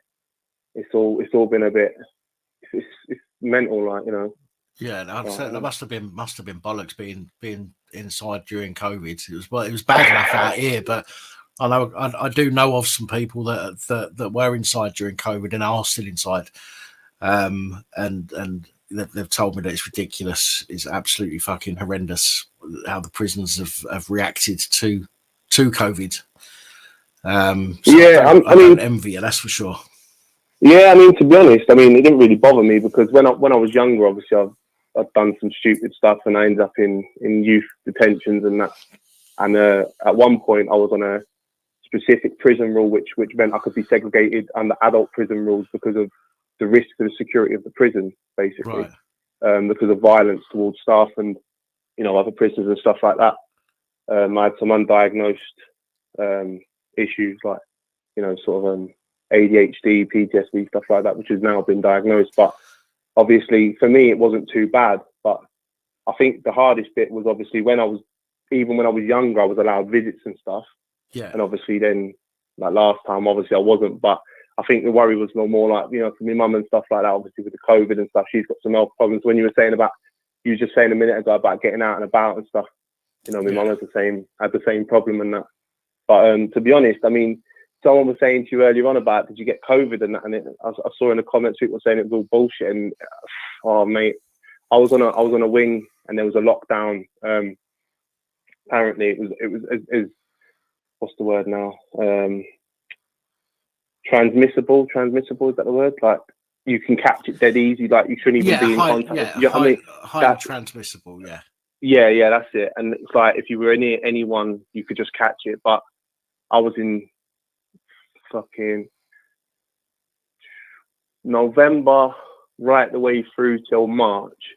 I had about 6 different COVID tests, and I'd come into contact with people, obviously doing my job as a server, serving food themselves and that. Yeah. And I never caught nothing. And I thought to myself, you know, it's mental because you have people getting picked off. You know, like the weakest in the antelope herd, you know, like getting picked off by the lion, so to speak. Yeah. And it was mental. But yeah, I see some of the stuff that you do and it's interesting. I've been trying a couple of weeks now to ring up and just sort of find out how you got into it and find out more about it. But it's a busy line, isn't it? You know what I mean? So well, I'm never going to run out of content on the channel, that's for sure.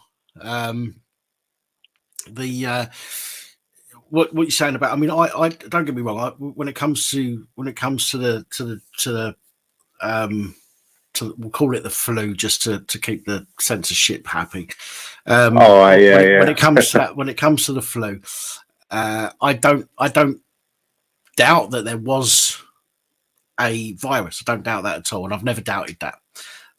As for the virility of it, as for the transmissibility of it, as for the potency of it, I said right from the very beginning, and you know, I'm no expert by any means. You know, I don't even, you know, I didn't even really do science at school. I bunked off most of the time, but it was obvious to me, it was clear to me at the time that it was being over exaggerated. And the problem is people like yourself who, you know, who were in prison. And don't get me wrong, I don't mean to be horrible, but let's face it, nearly everybody in prison is in there because they've done something wrong. So you know, so I've got, you know, so I'm not saying poor prisoners because they're in there for a reason, but when you're in a situation like that, it's very much like being housebound.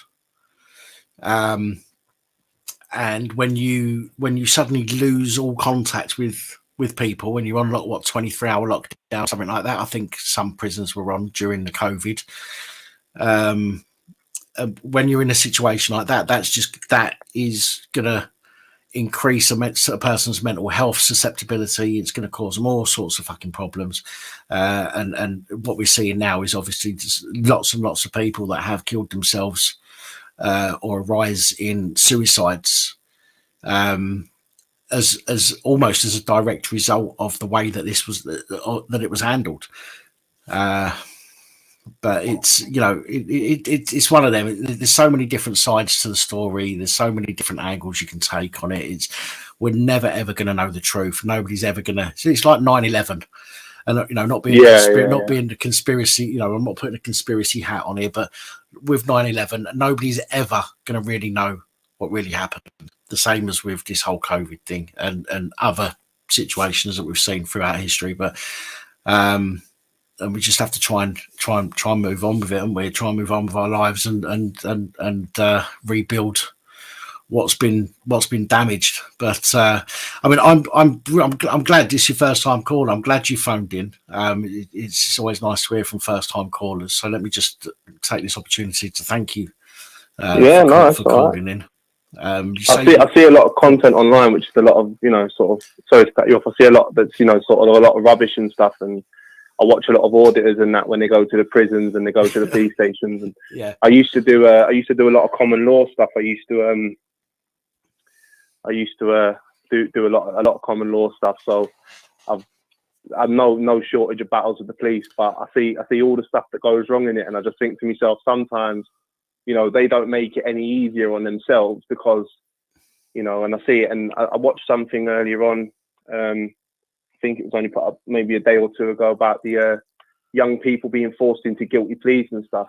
Yes, and that's what made me want to ring up, obviously, this evening, because a couple of times when I was younger, I'd come into conflict with the police. It could be, like a stop and search or something like that. And because I didn't want to be touched by somebody in a uniform who had no, reasonable cause to touch me other than a search or something like that.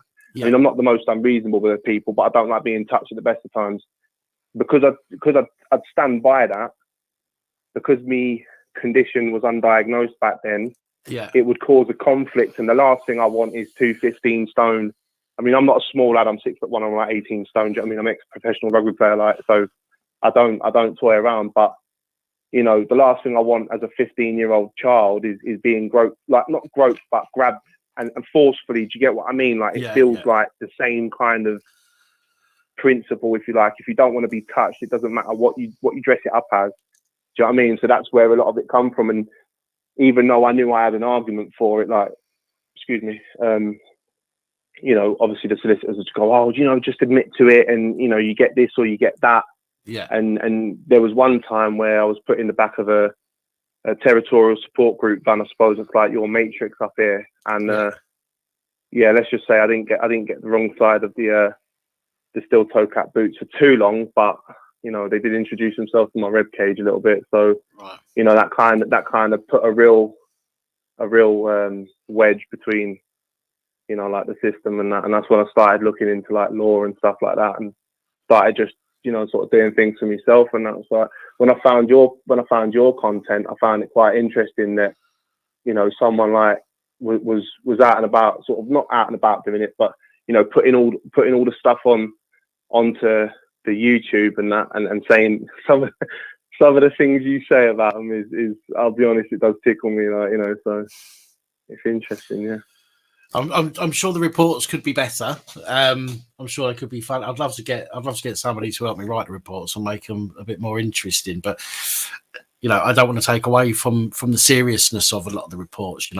Some of these channels they've got they put a bit of flair into them and a bit of comedy and that kind of stuff. And unfortunately, because of the path that I've chosen to do, it's very awkward to fluff up a report, so to speak, because most of the stuff we're talking about is people being abused in some way or another. And obviously there's no way I'm going to make fun of the victims. So I just have to kind of, where I can, take the piss out of the system. Oh yeah. No, don't get me wrong. I mean, nothing you said on your channel has ever caused me any kind of offence. Like, I'm just, I mean, I think it's funny. I mean, I think more people need to actually come out and say the things that, what you're saying on your channel, and highlight the issues that we've got within the police forces and stuff like that. And it's just people don't. I mean, no. It's just common sense, though. Well, sorry, what was your name again? Sorry, Aaron. Sorry, Aaron. Yeah. No, it's all right. Yeah, it's just common sense to me. I do too much. I do too many videos to have the time to sit here and think about what to say. Yeah. I do. I've got to phone places and clarify information, search for images, search for more, clarifying information or corroborating information. I don't have the time to sit here and write a script, then, first draft, go through it, change it, write a second draft. I don't have that time. So all I do is I basically talk what I think is common sense. It's my common sense anyway. And I just think that more people need to do the same. They just need to be honest with themselves. No point in trying to say what you think other people want to hear from you.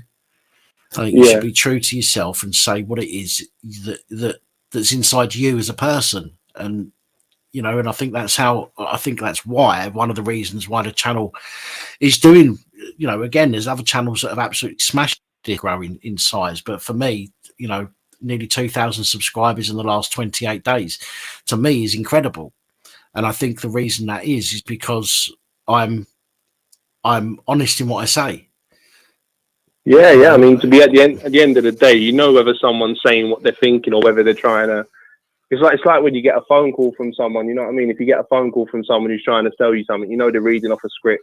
Yeah. Do you know what I mean? So it's like if you're reporting on, like a few of your stories recently have been like about police officers engaging in domestic violence or you know having possessions of images of children. There was one from Hertfordshire that was I think he assaulted his baby and he said that it might have got trampled by the dog or something. Yeah. You know, people like that, they don't deserve kind words. Do you get what I mean? Like, you know, the way you put it when you say to them, like, you know, fucking like basically a piece of shit. It's exactly what it is. Do you know what I mean? There's no point in, they get enough smoke blown up their asses and they're getting suspended sentences. Yeah. If it was me or you, you know, not necessarily doing that kind of stuff, but doing anything, fucking hell, do you know what I mean? You know, fucking park on a double yellow line or, you know, fucking accidentally jump a red light, you fucking, do you know what I mean? You're looking at fucking a lot more than what them fucking idiots get, do you know what I mean? For a lot worse, do you know what I mean? Yeah. But that's, you know, that's because we're the people that, you know what I mean? So go on. You try to excuse an offence as an accident or a mistake. Excuse me, I just dropped something on the floor.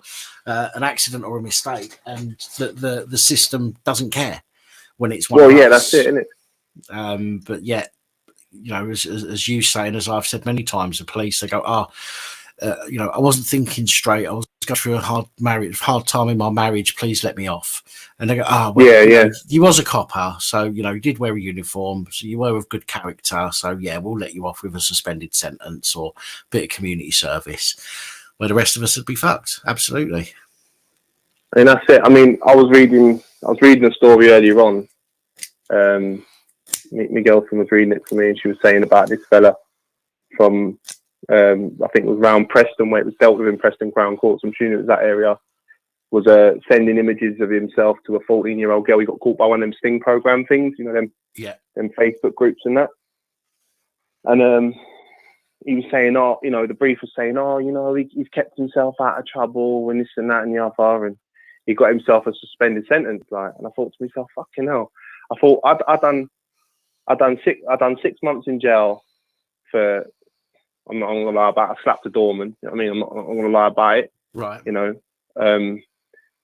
But I was out of jail like nearly 8 years when it actually got to court. It took the police 9 months to get it to court. It took them 5 months to charge me for what reason I don't know. But you know, we're talking about the police here. They couldn't organise a fucking piss up in a brewery. But yeah, you know. But by the time it comes to court, I could have done my sentence even at the fullest. You know what I mean? I could have got 18 months to do 9. I could have done that sentence already, but they fucked me over. And I thought to myself, I keep thinking to myself, all these suspended sentences people are getting, and I feel like an injustice has still been done. If that makes sense, you know what I mean? You hear about it all over the news and that, you know. But I think to myself, I was out of jail for 8 years. I felt that, me personally, I felt that I was justified in some degree. You know, in the moment, I was justified. Looking back now, I've probably maybe have moved away from the camera and slapped him, but. Yeah. You know, what he called me was a racial slur, and I don't take it off nobody. Right. But, you know, at the end of the day, it's like, I hear about all this stuff, you know, fucking Gathers here getting suspended, you know, Predators there getting suspended, you know, Misfits here getting suspended. I just think to myself, what the fuck? Do you know what I mean? And it's like, I come out of jail and I had to deal with the probation service, which is, oh my God, I'm not saying anyone is on this channel, but if anybody's on probation on this channel, get the fuck off it. Run as fast as you fucking can. They're the most useless gang of clowns I've ever seen in my fucking life. They couldn't. I swear to God. I'll tell you what, Aaron, one of the things that I do in my videos now and again is when I read out what somebody's had as a sentence, and you might not have seen the videos with it in, but I'll sit there sometimes and I will say, fucking, you know, I got more as a sentence than some of the paedophiles that I've spoken about on the channel. I got done for growing weed, right? Nothing wrong with that. It's a plant. God give it us. Basically 100 grand's worth of weed. Got to make a living somehow, mate. You know what I mean? And I got, what did I get? I got 12 months suspended, 18 months suspended for 2 years with I think it was a year's probation or something, and 12 months on tag.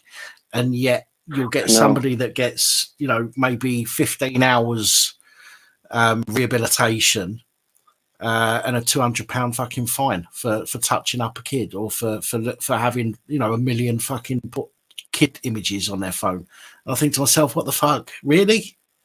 So I get where you're coming from. It does feel like an injustice, and it's fucking horrible when you read that specifically coppers getting let off lightly for offences that they've committed, when to be fair, they should all get done under section fucking, what's it called? Section 26 of the Criminal Justice and Courts Act. Because they're using their position for their own personal gain. Well, that's it. I mean, most cases, but they never get done for it. Sorry, go on, Aaron. No, I've seen another video on your channel recently as well. I think it's been in the last 2 weeks or so, about a trans. And I'm not politically correct when it comes to that kind of stuff. I'm just going to use the word trans prison officer who was smuggling into prison. I don't know what prison it was exactly, but she got a suspended sentence. He or she got a suspended sentence. Yeah. And I thought to myself, if you're a prison officer and you're smuggling into prison, shouldn't they throw the book at you to make an example? Because let's face it, if a police officer assaults a member of the public in any kind of description, whether it be of there's a lot of it at the moment, sexual nature, they're using their position against domestic violence victims, to try and, if you don't do this, we won't get a prosecution. I mean, not being funny, but they couldn't prosecute them fucking selves. I could prosecute more cases than they fucking could, and I'm not even fucking, I'm not even educated. Do you know what I mean? I know how to get things done. Do you know what I mean? A short rope and a long drop. Yeah. But some things, I think to myself, they should make an example out of these people, because at the end of the day, they're the ones who are there. 1 week they're upholding the law, because you can't enforce something that's a policy. It makes no sense. But they're enforcing their own law, if you like, their own justice. And then the next week they're doing something that's 10 times fucking worse. I mean, I'm not being funny. I don't have any niceties to say about like drug dealers and stuff. But at the end of the day, everyone's got to make a living in life and stuff like that.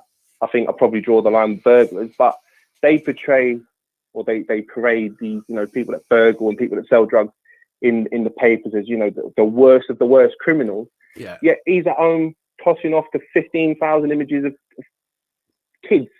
Yeah. And it's like, what fucking possesses you to, excuse my language, sorry, by the way, but what fucking possesses you to act like an absolute creature, and then the next day put on the uniform and expect the trust of the public, and think that you can walk around like the biggest cock in the pen and not get nothing done about it? But then it's these fucking judges that are sat there tossing off over their statistics about how many people they've sent to jail and how many people they haven't.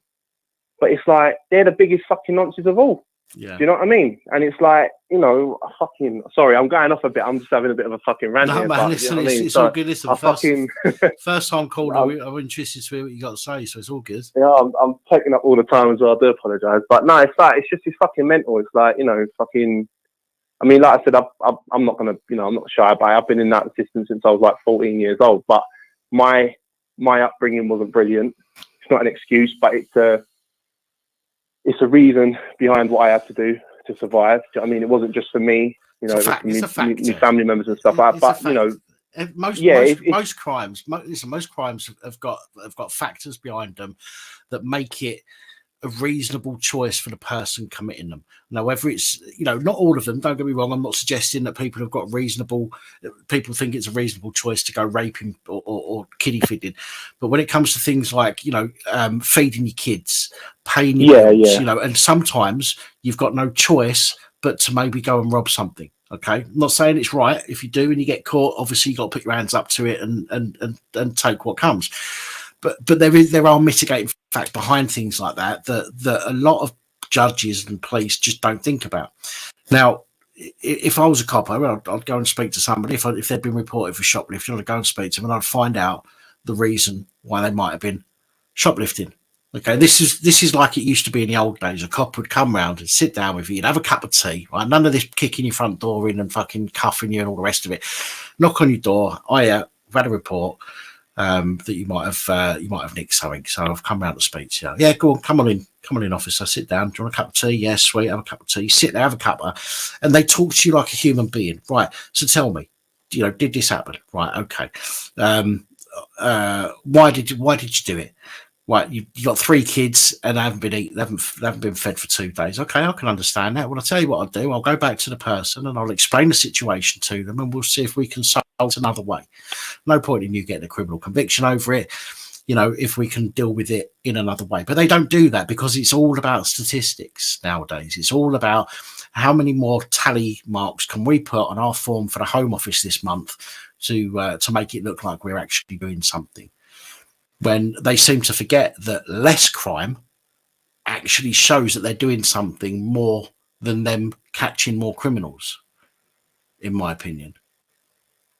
Yeah, I think I know you covered this in one of your videos as well, and I do think you're right on it, because I've noticed myself about like London and stuff like that, because I think you put a video on a couple of weeks ago as well about like flash mobs in London, like sort of smashing shops up and attacking people and stuff like that.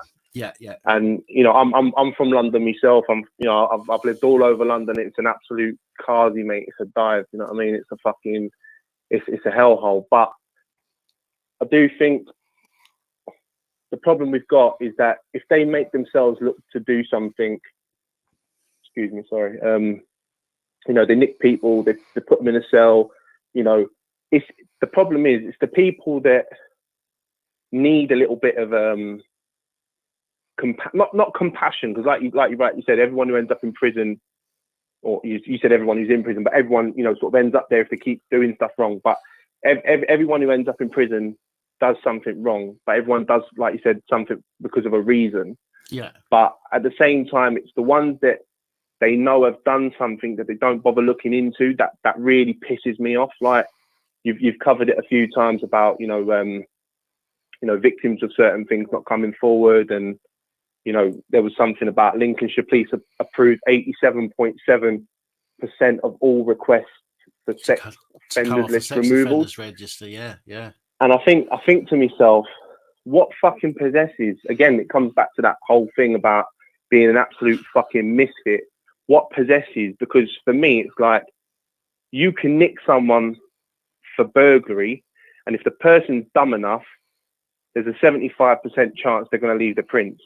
Yeah. Fair enough. You can nick someone for assault, either, say, for example, outside the nightclub or sometimes during a robbery. And if the person's dumb enough, they won't do the research and find out where the cameras are. Chances are you're going to get them on CCTV. If the quality is good enough, you can argue it in court. Yeah. But with something like the other stuff that, people aren't coming forward about, they don't even take, do you get what I mean? I think that they're the things that, obviously I'm a member of society, I'm a male, but they're the things that I care about, because, I've got children, and I would want my children to feel, if ever anything, God forbid, happened like that. It wouldn't even get to the police. I'm a one-man wrecking machine.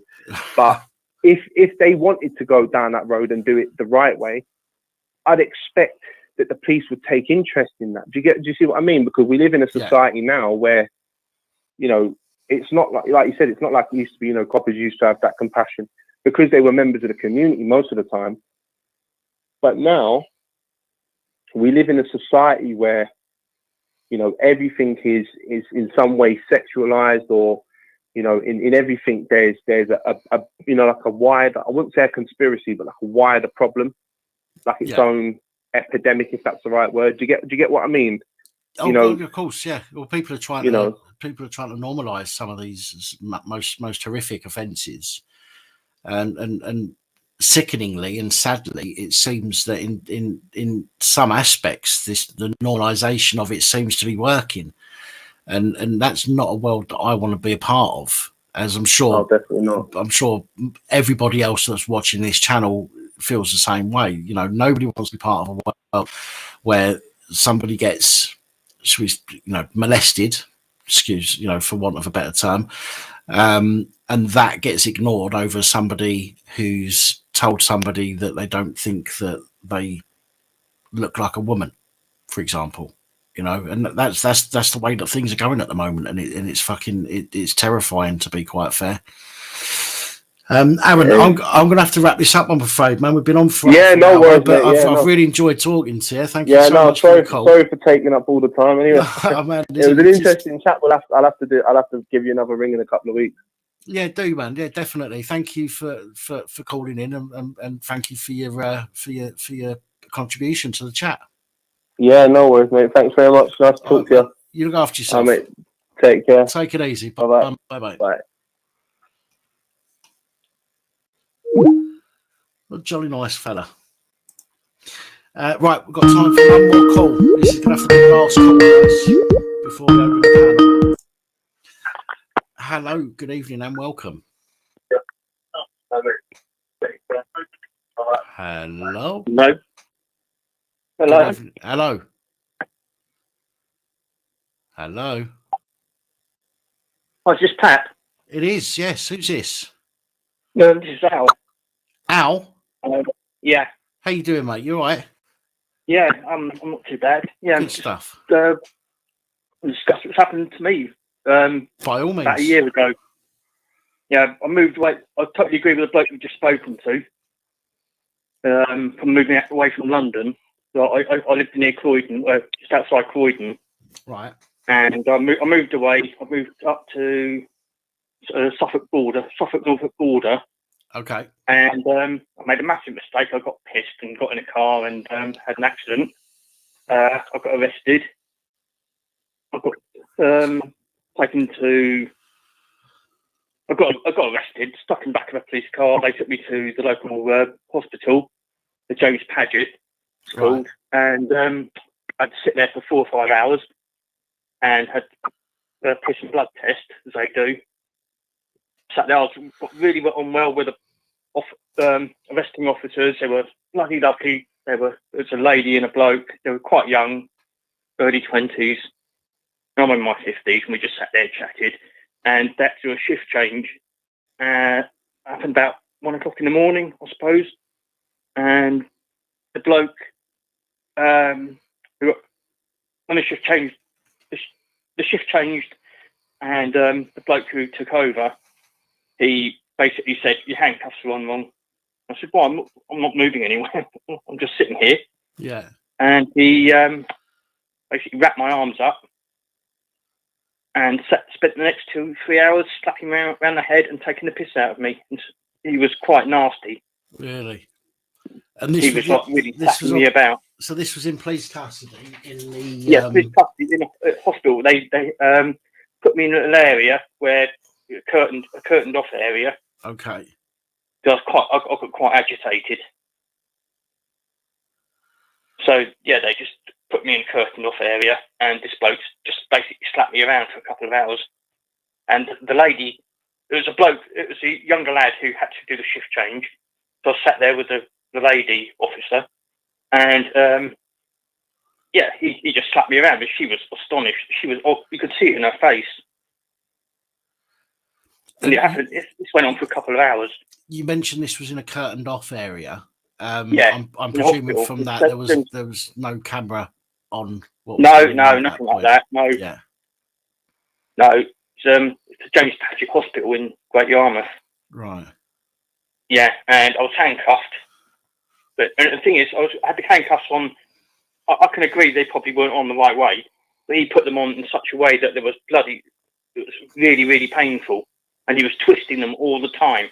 Right. And looking at me. He was staring at me and twisting them. And it was psychotic. It was psychotic. Yeah, looking for a response from you. As soon as you'd have turned around and sort of jerked back or tried to tell him to get the fuck off, he would have used that as an opportunity to then lay the boot in, so to speak. Yeah, he knew. Yeah, and then he started. He just slapped me down the head, and it's really affected me since, obviously. What an arsehole. Yeah, and apparently he's quite well known in the area. I don't know his name, or don't know his collar number or anything like that. But I've spoken to a couple of people over the last year or so, and they said, yeah, he's known for it. But nothing happened. What fucking happened? What happens to him? Nothing.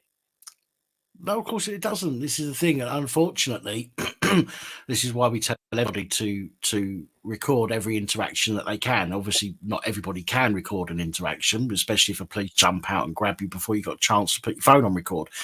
But this is why, as other members of society, we see something happening, we need to get our cameras out. We need to film it. We need to make sure that we're keeping our fellow members of the public safe. It doesn't matter who they are, what colour they are, where they're from, what religion they believe in. That makes no difference when it comes. The police have got this thin blue line, right? They call it a charity badge, right? But we know we know that it's the thin blue line between them and us, okay?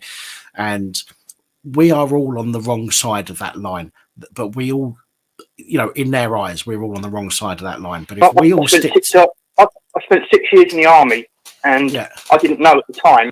I could have requested straight away that there's some charity, I don't know who it is, if anyone served in the armed forces gets immediate help. Right. And I didn't know that at the time. They didn't tell me. Is that SAFA? It's not SAFA, I don't know. No, it's not SAFA. Right.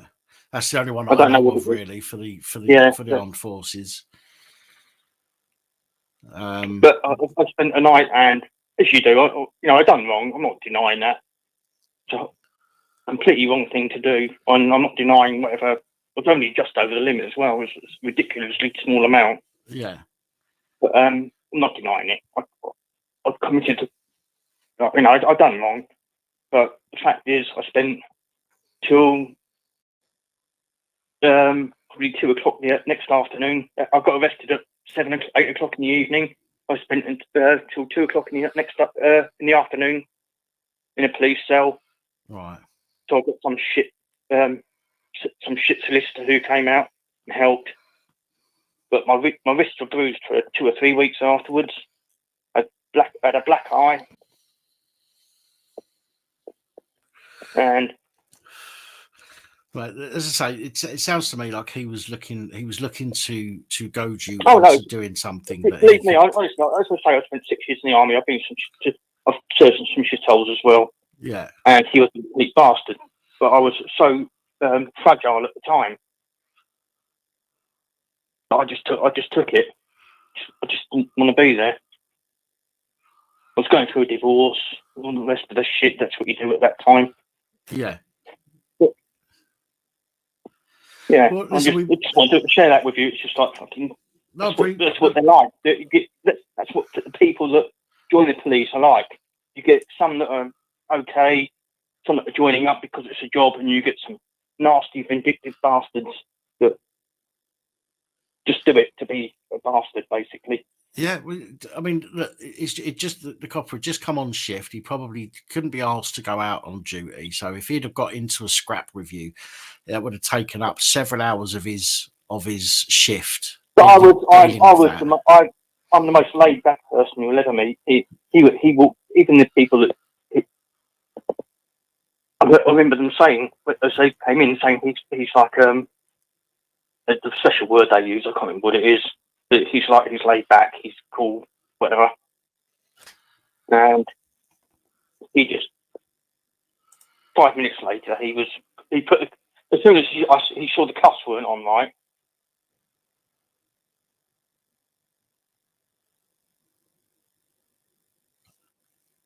We've lost. Hello. I had them on straight.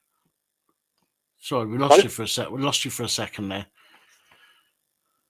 Yeah, they put the cuffs on a certain way, don't they? Where they have to cross your arms. My arms weren't crossed.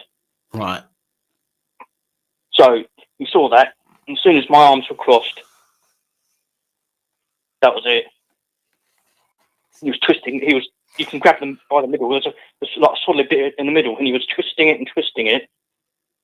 You could see it in his eyes. And the lady who was with him, she could see. She was like turning away. He was staring at me all the time as well. Yeah. Well, as I say, he was definitely looking for you to react so he could do something about it. I'm glad you didn't. I know there's some people in the comments that are saying that they're sort of balls their piss when they hear about drink driving and stuff like that. And to be fair, I kind of agree in a way, but we do make mistakes sometimes. You know, I'm not suggesting that. Oh, I know. I'm not denying a thing. I was only slightly. I've had 2 pints of Stella or whatever. I've been down the pub. I'm going through a divorce. I've made a big mistake. Okay, I've made. I'm not denying it. I not smacked a cart. I pulled out and hit a cart at the back, and then I missed everything from start to finish. Yeah.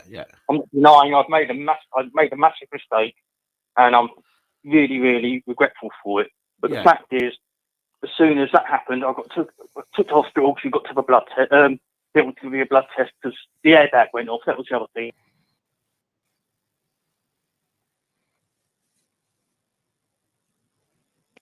And got sat in this a cubicle where they put the curtains round. I told you everything else, but yeah. Well, I'm sorry you had those issues, and I'm sorry you found yourself in that situation. Like I say, we people do make mistakes. There are some, in my opinion, there are some offences that can't ever be looked at as a mistake. There are some that we can easily be caught up in. I mean, if somebody goes out and purposely gets drunk to drive home, that to me is a no-no, and they need exposing. And can I just say something else about that? I had to go on a drink. Obviously, you go on a courses and you do all the shit afterwards. Right. And I can probably guarantee that 9 out of 10 people that are listening to you at the moment, or 9 out of 10 people in life go out in the morning and they're over the limit, but you don't realise it. Yeah, but you drink a bottle of wine and you finish. You drink a bottle of wine and you finish at 11 o'clock at night. You get in the car in the morning. There's a good chance you're over the limit. Yeah, but that's what I'm getting at. We can make a genuine mistake if you go out and you purposely get pissed. You're going to get drunk and you drive. Those kind of people got absolutely no fucking. I've got nothing good to say about them. But you can go out and have a single pint, which is which is allowed, and people can still show as being over the limit depending on their metabolism and their body and all the rest of the millions of other factors. 100% agree with you, mate. 100%, honestly. And so I try and look at when it comes to things like that, I try and look at the cases individually on the merit of that particular situation. But as I say, somebody that goes out knowing they're going to get drunk, or even just going out not knowing they're going to get drunk but gets drunk and then drives, knowing that they shouldn't be driving. As you said yourself, you go out and you get a bit screwed up on a bit of weed. Yeah. Overnight. Who's saying you're sober enough to drive in the morning because you've had a few joints the night before, but it won't register. You're still probably on the same scale of sobriety as someone who's had a couple of pints. Yeah. It's I suppose it's one of them very weird situations, isn't it? That you just don't know, which is why they say, and which is why I would never. I wouldn't go out and drink at all if I was going to be driving. Exactly. I've learned my lesson, mate. I've learned my lesson. Yeah, I'm sure you have. I'm sure you have. I think lots of people will learn their lesson. After realizing how easy it can be to be over the limit. And again, I'm not trying to lighten the offence, especially if somebody said that they lost a girlfriend because of a drink driver. And I get that totally and utterly. And I'm not trying to suggest that drink driving is not a serious thing, because it is. But I just totally agree.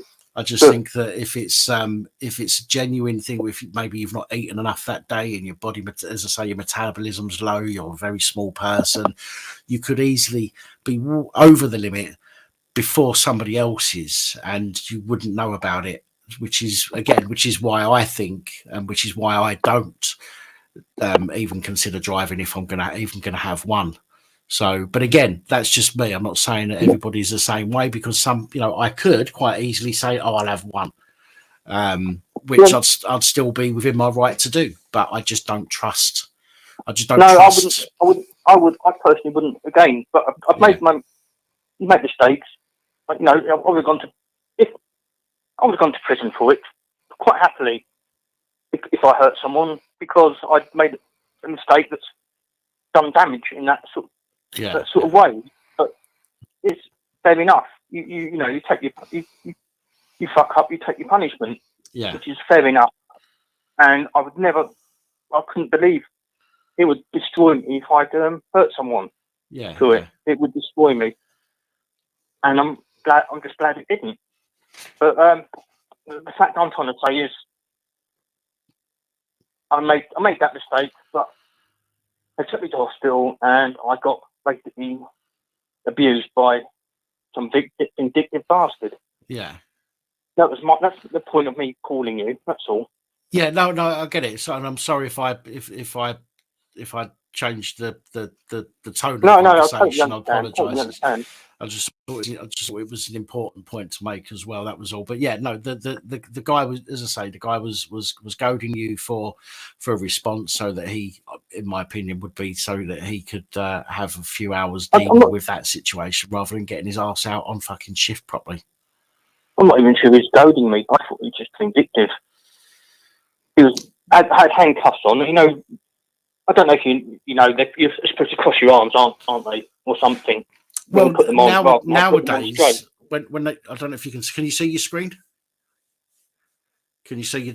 I don't know if you've got a time lapse on it. I don't know. Right. Well, you'll see it in a second anyway. Normally they put they used to put the handcuffs on so you was palm to palm in front of you. Yeah, they don't do that now, do they? Now, obviously, what they do now is they do it so it's one arm above the other. Yeah, that's it. Yeah. Because that's what they do now. Yeah. People used to be able to put their hands over the copper's neck and use it to try and garrote them. So they do it now, one on top of the other, side by side, but on top of each other, and that way you can't. It's very difficult to do anything with that. What you've just shown me is exactly the description of what I was told. Yeah. But because he put my arms crossed, he could go hold of the middle bit. There's like a solid middle bit of it now. Yeah. I don't know how it looked. And he was twisting it, and he kept twisting it, and it made my arms bleed. Yeah. Just it's just narcissistic personality disorder. Yeah. And he was slapping me around the back of the head. Wanted to cause somebody some pain and embarrassment. Fucking. But it's more humiliation. That's what it was. Yeah. It was just humiliation. It didn't really. It wasn't really. Like, my arms hurt. My arms started bleeding a bit. Right. But it was the fact that he was slapping me around the back of the head. Fucking arseholes. A lot of them. Fucking lots of them. Arseholes. And that's the Great Yarmouth. I don't know what it's called. There's a big holding centre there. I can't believe what it's called now. They have a big holding centre there. It's not like it's like a regional holding centre where they've got cells for you training, all the rest of it. It's not like a little police station. It's a fucking massive place. Great Yarmouth. Right. And I'd only been, moved up there to get away from the shithole in London. I've been living in London for so long, and thought, right, start a new life with my family. Yeah, that's what you get. I know. It's just not round there. They're all wankers. Unfortunately, they're everywhere. Unfortunately. So, all right, my man. Listen, I'm going to have to go because I need to get the panel open. Yeah, and get some people on. But keep doing the brilliant work, mate. Honestly, I look at your work all the time. I appreciate that. Thank you. You look after Yeah, yourself. thank you very much, mate. And you, mate. Cheers. Thanks and for the call. you keep well as well. You look I'll do after my yourself, best. too, mate. I'll do my best. Right. Take care. Yeah, cheers, mate. Bye Bye. now. Bye-bye.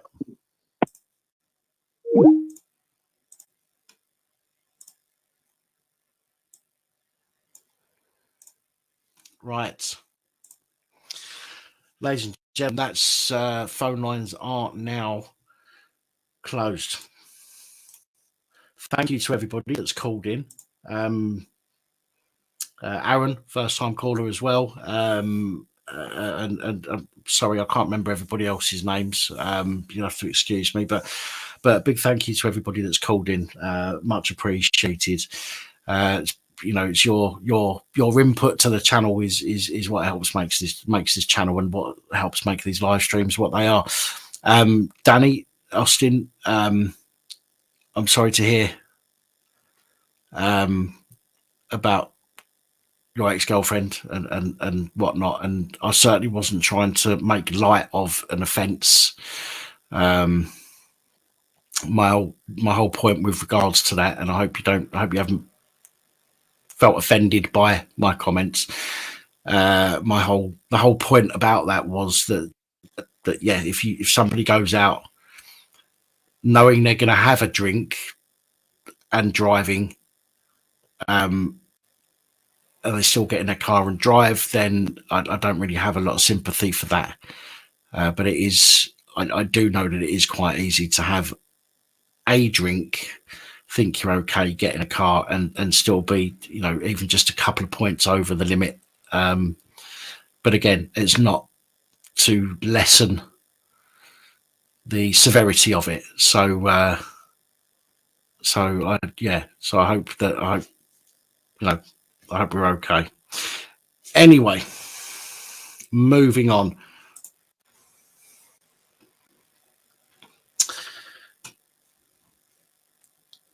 Let me close that. Let me close that. Let me click that. Let me copy that. Let me close that.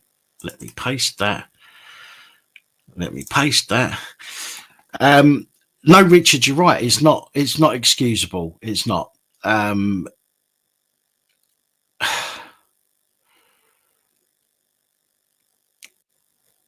trying to think of an example.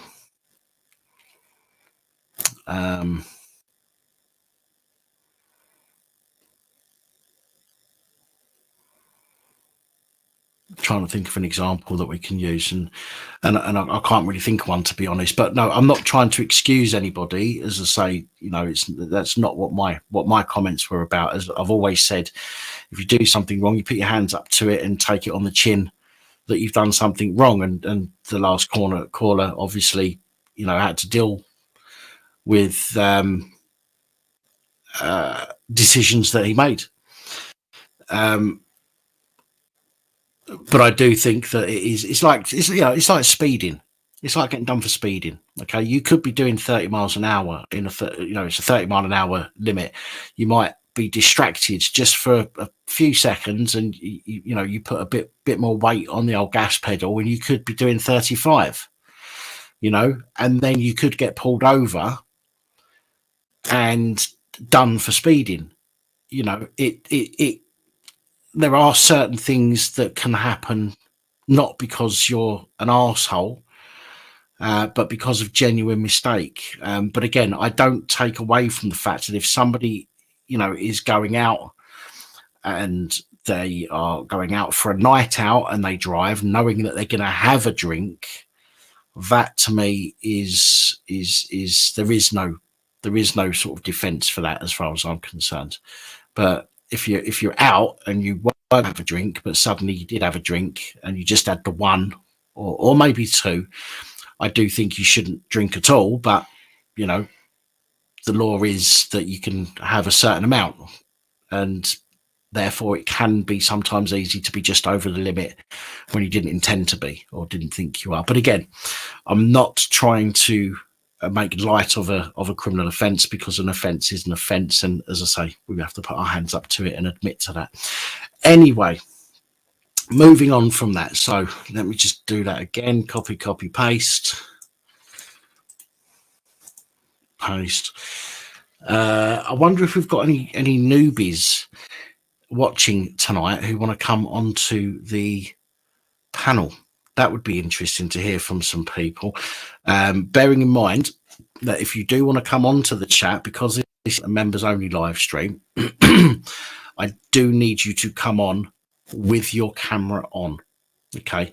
In the background. You won't, if you don't want to be on camera on screen for everybody to see, that's absolutely fine. Okay. But when you log in to StreamYard, I need your camera on. You won't get on screen until I approve you to go on screen, at which point I'll give you a few seconds to turn your camera off. But I will ask you to do something whilst you're sitting in the back room, in the green room, shall we say, of StreamYard. Touch your nose, wave with your left hand, give me the 2-finger salute, something like that, so that I know that you're a genuine live person, and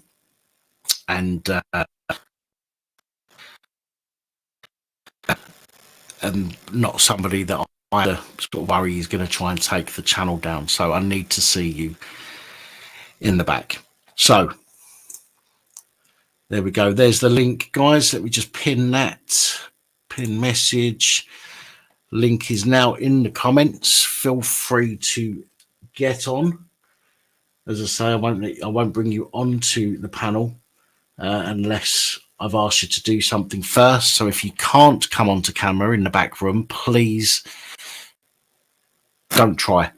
And I mean that in the nicest possible way, but it will clog up the waiting room, shall we say, for people that can come on and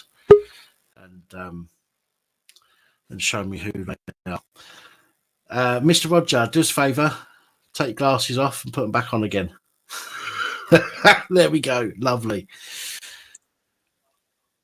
During the war,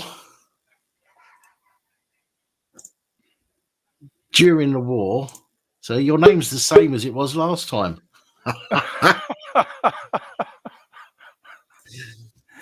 So I'm just trying to sort out my streams again here now. I've got it on there. No worries. Hello, Psychos, Mrs. Give us a wave. I know you're watching. Don't look away. Look at me. Yeah, there we go.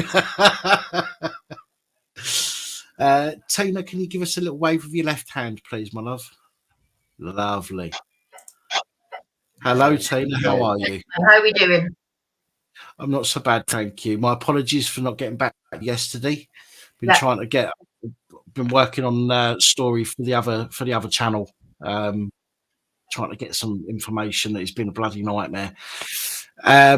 We've got Clammy Dodger and DJ Sonic in the back. So Clammy Dodger and DJ Sonic, right hand on your head.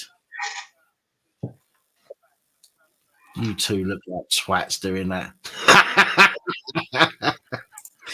Oh Lord. Hello, boys. How you doing?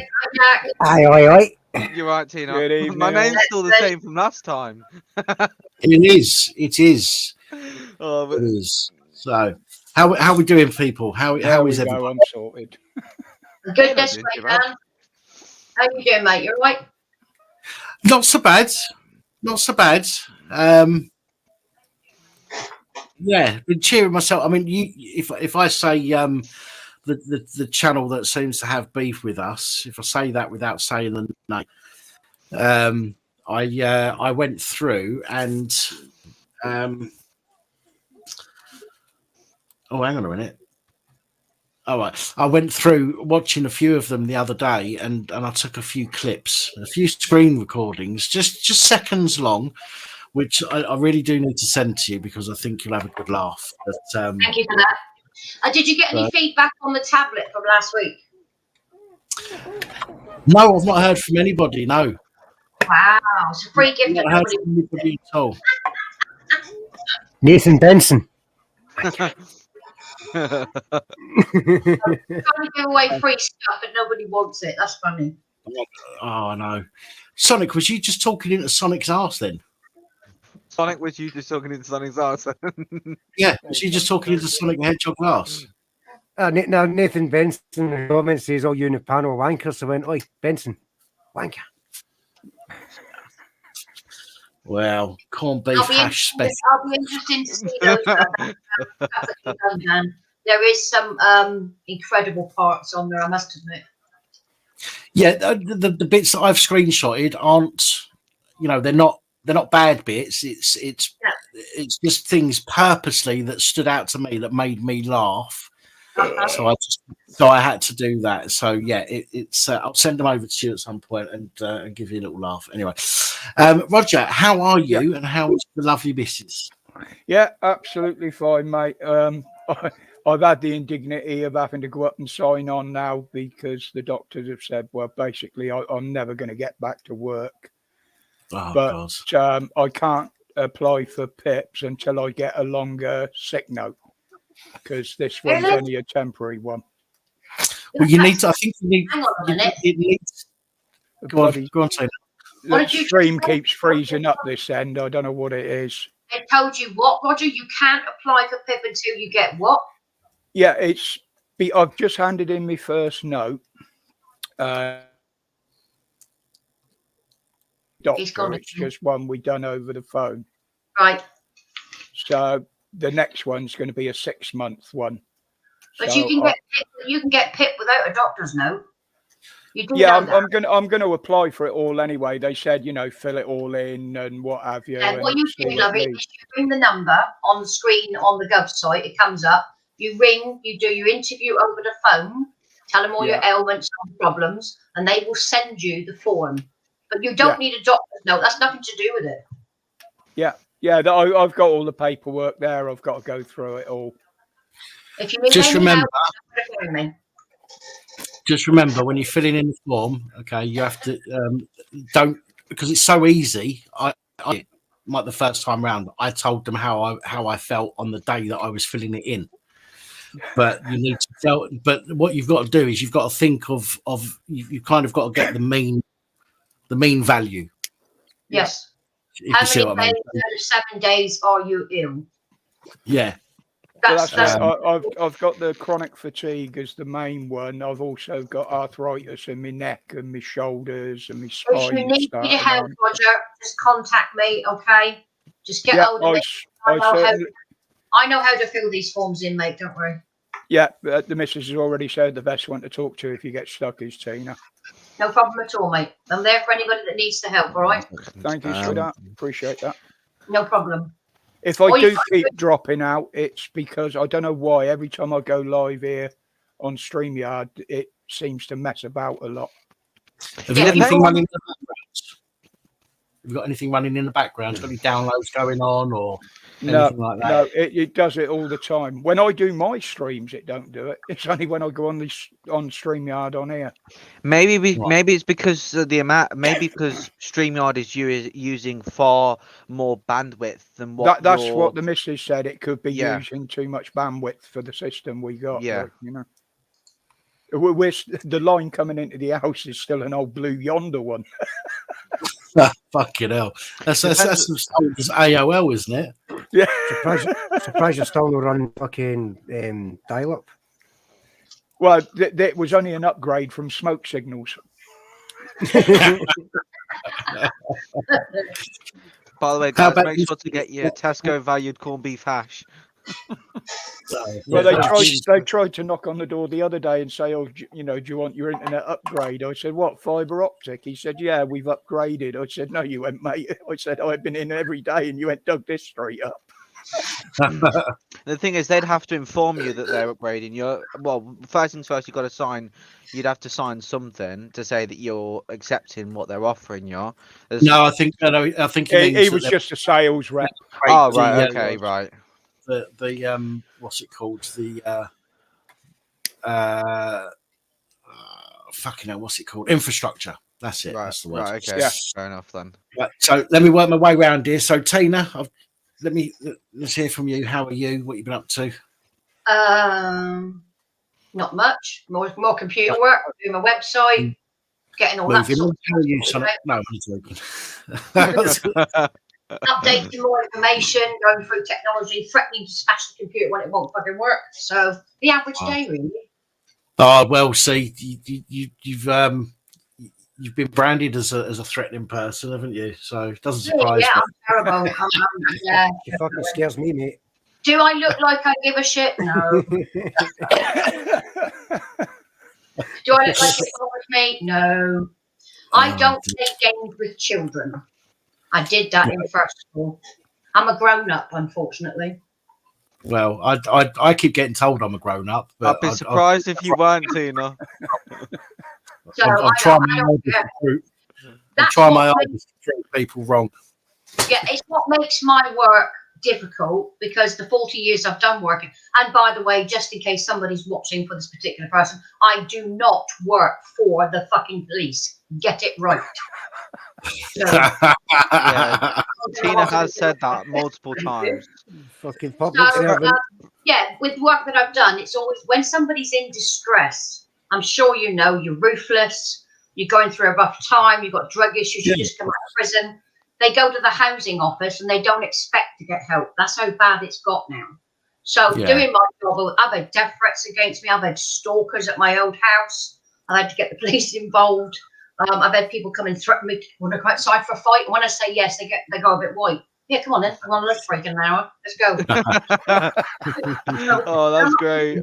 So, but yeah, I had one at 5 o'clock, just about to finish and lock up. Said, you've got to hurry up and say what you've got to say. I've already given you the advice.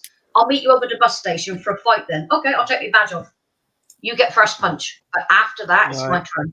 He ran away. Good night, Graphs. So, good night, Janine. Good night, Janine. Take care of that. I hope you feel better tomorrow. So I understand people's pressures, mental health. I've gone through the whole system, but I can't help everyone. The law dictates what I can do.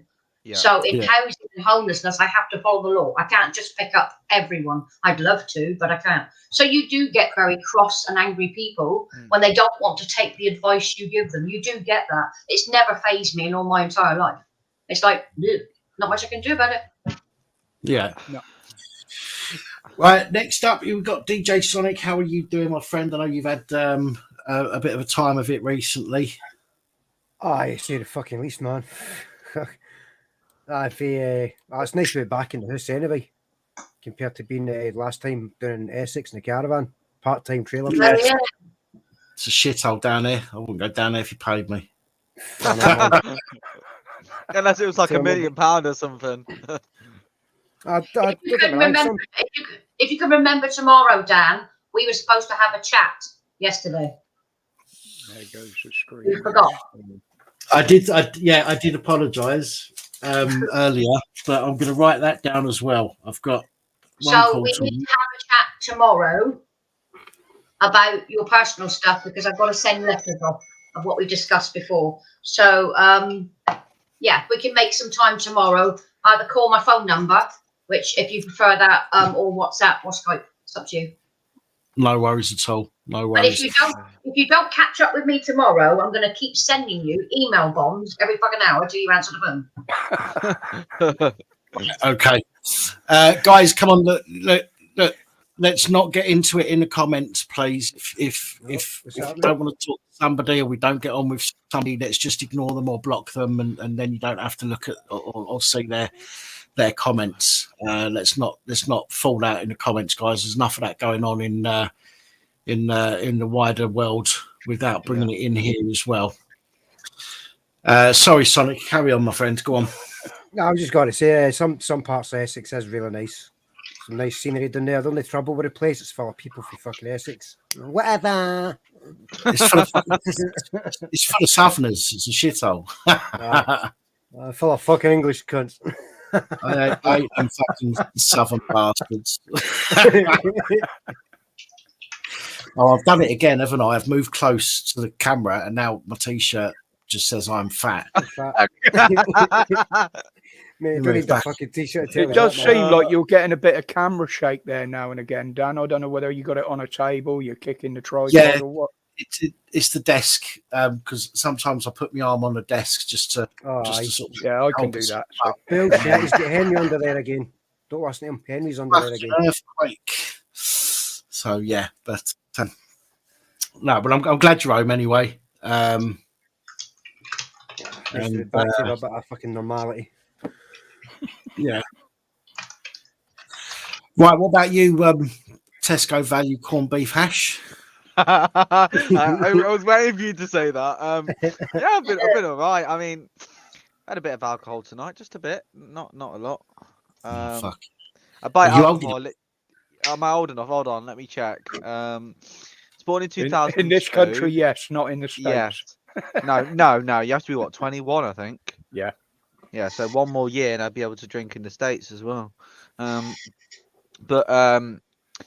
yeah, I've been all right. Not been too bad, I guess.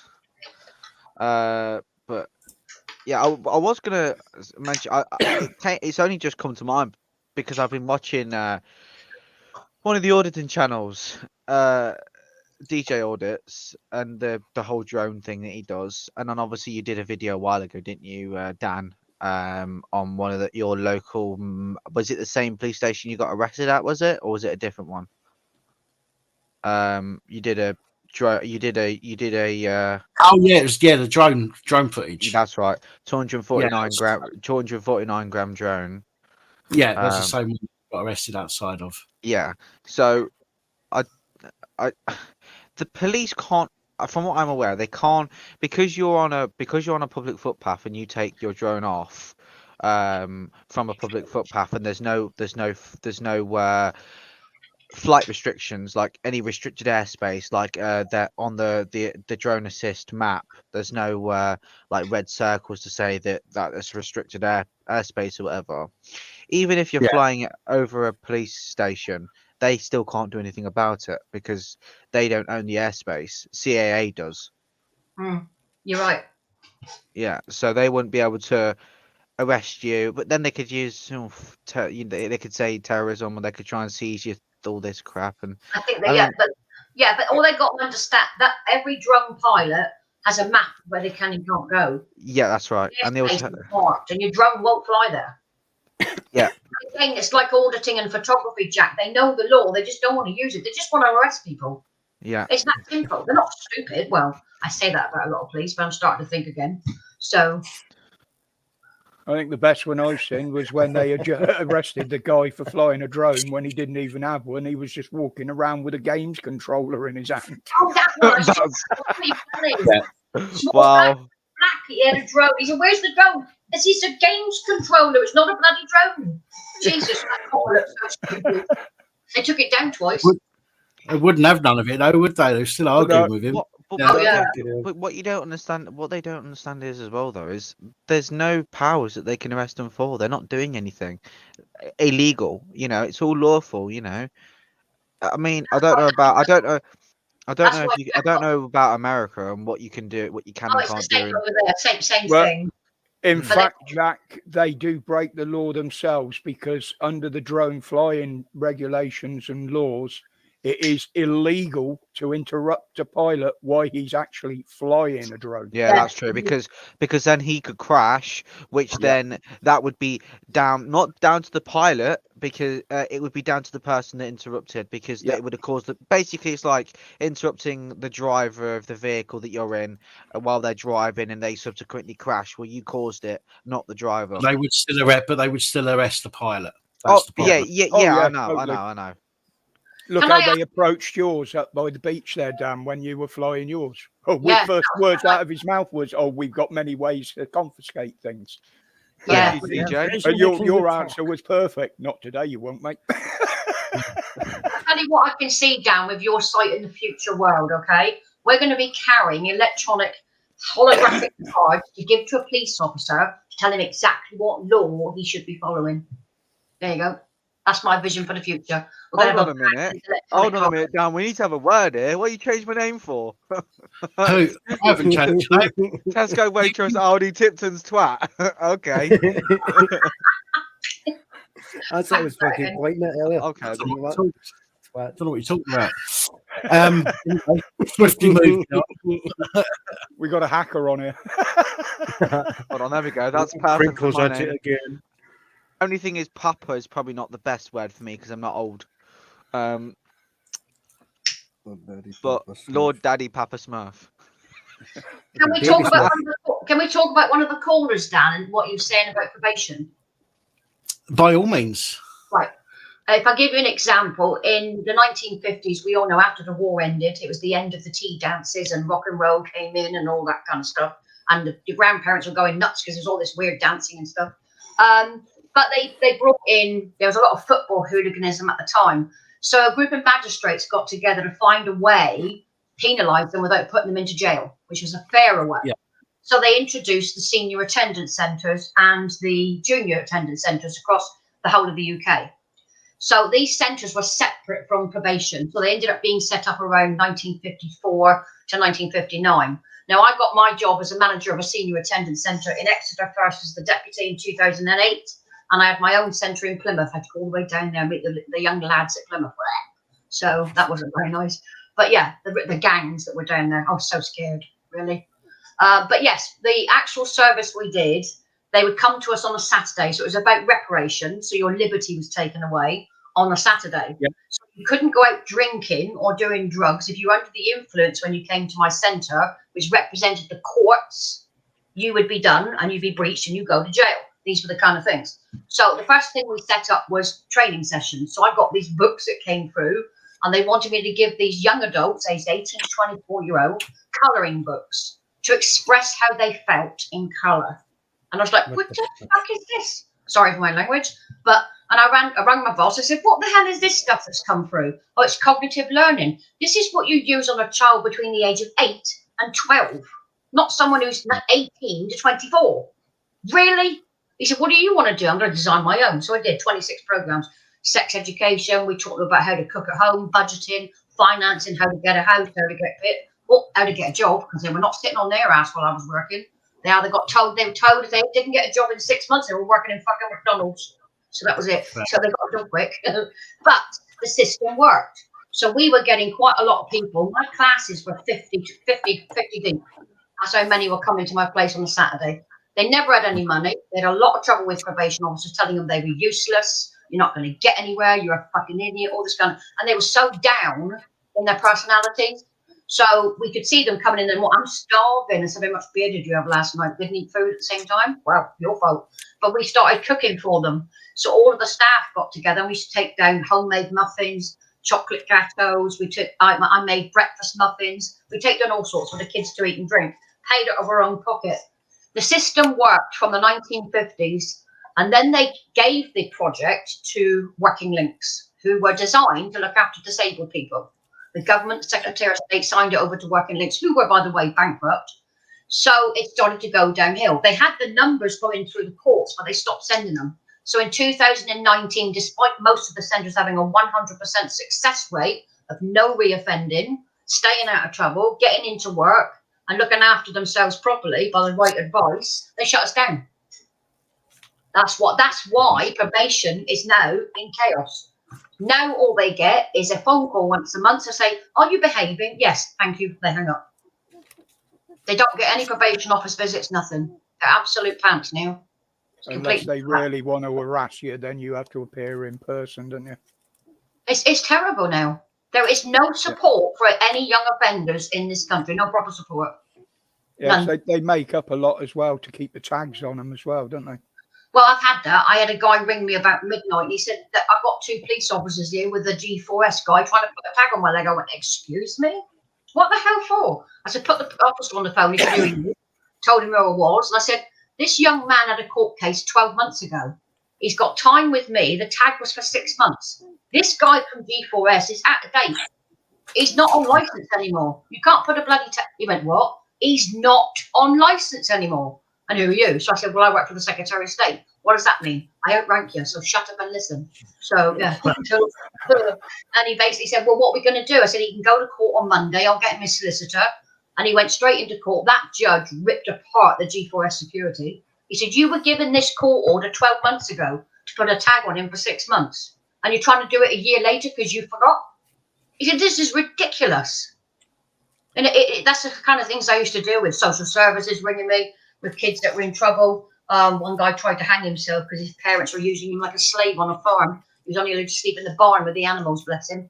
So we got him a place in the YMCA as an emergency down in Plymouth. So we got him sorted out. But it was just great work. But no one does anything anymore. There's no support. Did anybody else see Jacoblaze disappear? No, he just went I off. see him disappear. Yeah, I saw him go, but I wonder where he's gone. Oh well, maybe his internet or some shit. I'm sure he'll come. Back. That's the state now of probation. There's so little being done, and that's why the crimes keep occurring, because there's nobody there trying to get these people to the right services. That's all it is. And our centres worked really well.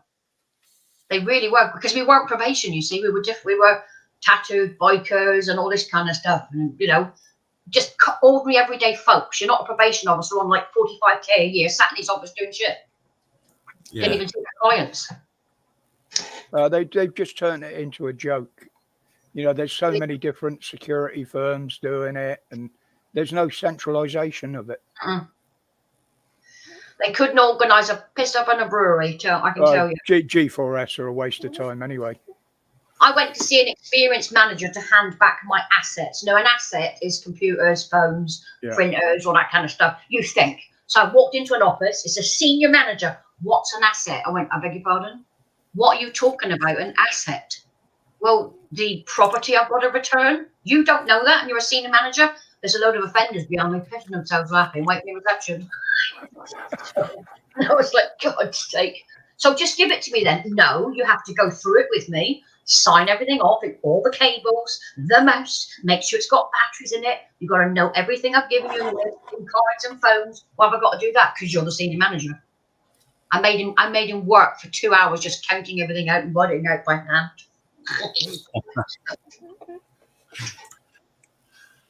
All right, I'll just bear with me for a moment, folks. Talk amongst yourself. But don't mention the war. No. You in the war. Yeah, when you do need help, Roger, just let me know, because I've got the actual Bible here, which challenges the DWP. So. Yeah, I'm not too bad with them, but if I come unstuck with it, and it is how you work it out, and I know all the tricks. I mean, the daughter's partner, well, they're getting married next year, I think it is. He applies for it, he gets it. So he said if I get stuck, he'd help me as well. So. Right, I'm not ignoring you, by the way, guys. I'm just ignoring you. Right, okay, that's fine. Yeah, playing with the tech. DJ, I'm starting to go through that music that I've got, and I should be able to get you 40 tracks through quite shortly. All right, so brilliant. We're on another thing, Discord or whatever, and I'll get an email. I'll send some stuff through. I'll send it in a file. So if it doesn't work that way, I'll put it on a USB key and send it up. That's cool, brilliant. Thank you. Yeah, I've got to get rid of these CDs. It's doing my nutting. My loft is full of them. 20,000 CDs with 40 albums on each. Christ. I used to have loads of vinyl when I used to do the mobile disco. Bloody hell. I got gramophone records, and I got a gramophone player. Yeah, I used to have the old 78s. I got one of those. I even had a car 8-track player, would you believe? Oh my God. Fuck. Yeah, my record player's over there in the corner. The gramophone is up in the loft, and I got the big funnel gramophone as well. That sounds really. I've got very old music from Caruso, Mario Lanza, quite a few people. So, and it's the original. I used to set up the sound systems in custom cars. I mean, I was running nearly 4,000 watts in a Ford Focus. The one thing I did get rid of from my loft, you know, the old cine players with the film. Yeah, the Cine 8s, 16mm. Yeah. So I was basically sorting out the loft about 5 years ago. It was my father-in-law's, trust me, people. And there was these brown envelopes with these films. And basically I thought I'll just test one. It was a fucking sex film of a nun. And I was like, what the Oh, Jesus Christ. Not the one with the donkey, was it?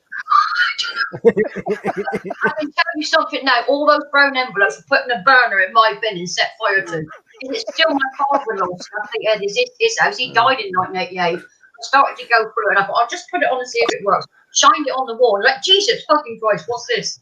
And it was sex films. They were marked Amsterdam. So the one that Roger mentioned, I think he made that one. That's how he knows it so well. Well, my mate down in Cornwall used to have a load of old porn on the 16mm, and he used to point the camera out the wall and show it on the wall on the other side of the road. But finding porn was not good. Get it out. That one you found, Tina, it wasn't nude nuns with big guns, was it? It was an old one. I think it was from the 60s or 70s. But it was very, very rude what they were doing. Have you actually watched that on Horror Channel, Dan? Granddad Donkey in the Yeah, there was a film on there a few weeks back called The Nude Nuns with Big Guns. That's me, mate. That's all the It's one of 20 boxes I've got to go through, and I'm now shitting myself in what I'm going to find in the other box. So, crapping myself. Well, if you ever fucking find any more of them, just send them Rogers by. Okay. No, I wouldn't send anything of that to anybody, but yes. I'm sure they'll appreciate them. Either that or get my YouTube channel taken down. Oh, right. I'm gonna. Sorry, you probably just heard something there that you. I did. Yeah. Oh. I'm gonna. Yeah, it was absolutely crazy to find it, and I thought, Jesus. So I've now decided I've given an old friend a call, saying, "Do you want a projector? Because I don't want it in my house." And when I told him why, he burst out laughing on the phone. I said, "That's not funny. It's really not funny. Didn't expect it." But the other thing I did find, do you remember when Billy Graham, the evangelist, came to the UK? Remember him? Yeah. I think he was at Wembley, wasn't he? Yeah. When he gave his first show. I got a recording of that, the whole thing. That's a weird one to watch. I know. But I've also got on some reels as well, which I'm going to get transferred digitally. It's music from Dolly Parton that I've not heard before, and a lot of country and western singers. And that was from the 60s and 70s. I used to have a lot of country stuff and Irish. But he had a hand singing one that he used to use, a small one, and he used to go filming with the sound on it. So I got quite a few of those. There's nothing there of it rude on those. I checked those. Yeah. Right, guys, just for a giggle, I probably shouldn't do this. Some of you will probably think I'm a bit out of order for doing this, but do you know what? We've all got to have a laugh at now and again, haven't we? At the end of the day. Come on, so, gentlemen, that's not my fucking remix, is it? No. No. This is something else. So, let me just. If I think it's what I think it is, you might get yourself in trouble. You know, you're going to get told off for this. You know, don't you? Oh God, I know. But still, I might as well give somebody a reason to tell me off, hey? Yep. Right. What the fuck? Okay. Can you see that? Yep. Yeah.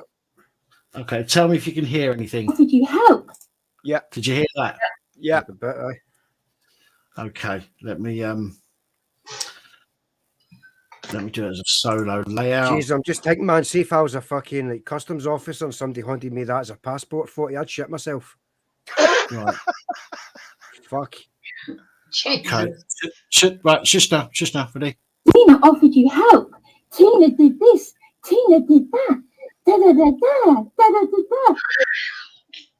I won't tolerate bullying, Bryony, on my channel. I won't tolerate bullying. Is that Bryony? Straight to fucking hell. Whoa. So you can play, get little games with each other. Yes,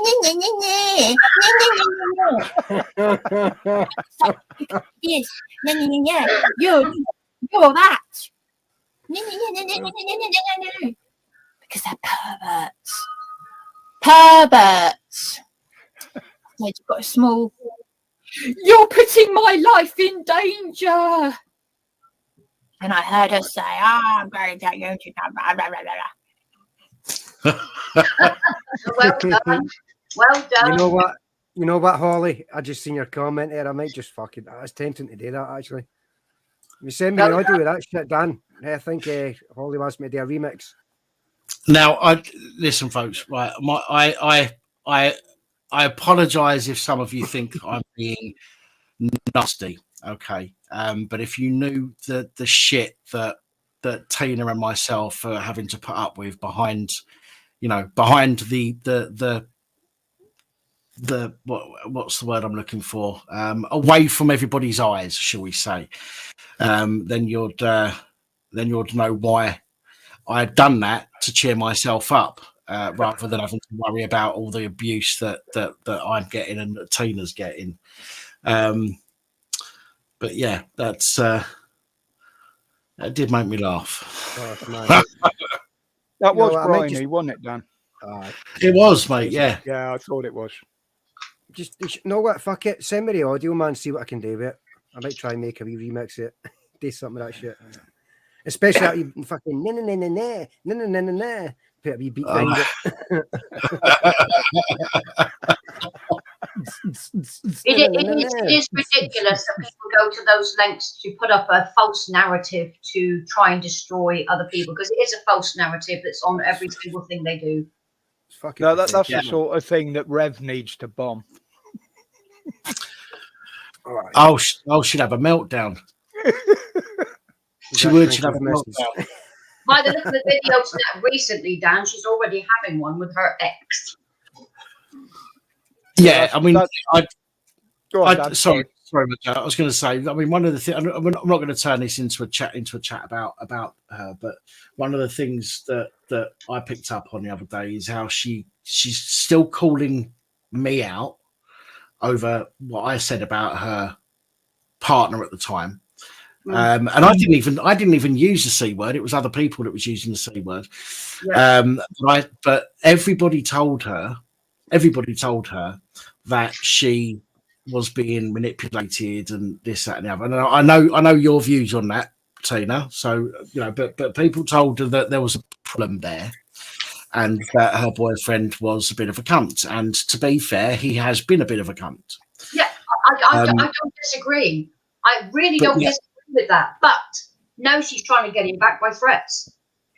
Yeah. No, well, my point is with that is that even though she is now in one breath, she's saying, "Oh, PAP community said my boyfriend's a C word and this, that, and the other," and in the next breath, she's saying exactly that, and she can't see that what she is saying is exactly what we all said 8 months ago, 9 months ago, 10 months ago. She is angry. She's angry he's not there because he can't be there. He's had a caution, okay, and he's been told to stay away. And that's why all this is coming about, because he can't go near her. Yeah. Well, coercive and emotional abuse is just as bad as physical, because it can be more damaging to the mental health. I've got domestic violence training in level 1 and level 2, and it is very dangerous. Very dangerous. It can turn people crazy. Apparently, they've even been talking about me behind me back. Why they want to bother with a little channel like mine, I don't know. But who's been carry on. Who's been talking about you? Oh, someone was saying they heard things. I think it's because of what it's gone to this channel. Signals went. We lost you for a moment there. Yeah, it's my stream here. I just let it go over my head. I don't bother with them. That's what you have to do, because those of us that have worked with these people know the truth. Evidence is the truth. And that's what's been presented is evidence. It's just about people pick out certain words to create a narrative. You said this before, Dan. They can pick out a certain narrative to make it look like something that happened 6 years ago is happening now. That's what they do. They use a very like my letter was read out, the one I gave as a warning, but she only took certain sentences from it to speak about. She didn't read the whole letter. And then accused me of having poor grammar and blah, blah, blah. And blah, blah, blah. I'll do the same. But no.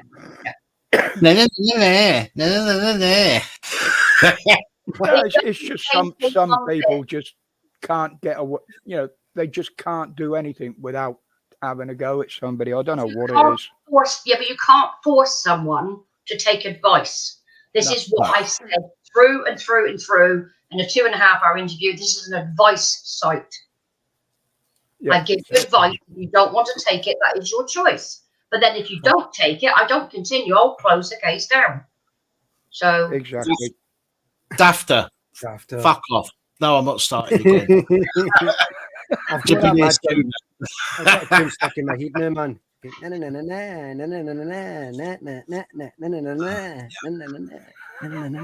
is getting a worry. There are threats being made, not to us, but to the police and everything else on there. So they're monitoring her anyway. So yeah, of course, yeah. But But I'm half expecting to get either a phone call or a knock on the door soon. I wish I would. Then we could deal with this. Mm.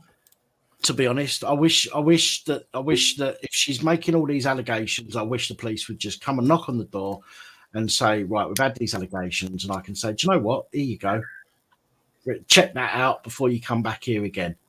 And I probably wouldn't see him again after that. Nope. No. So, but you know, it's one of them things, and it's silly, but yeah, it's what was I going to say?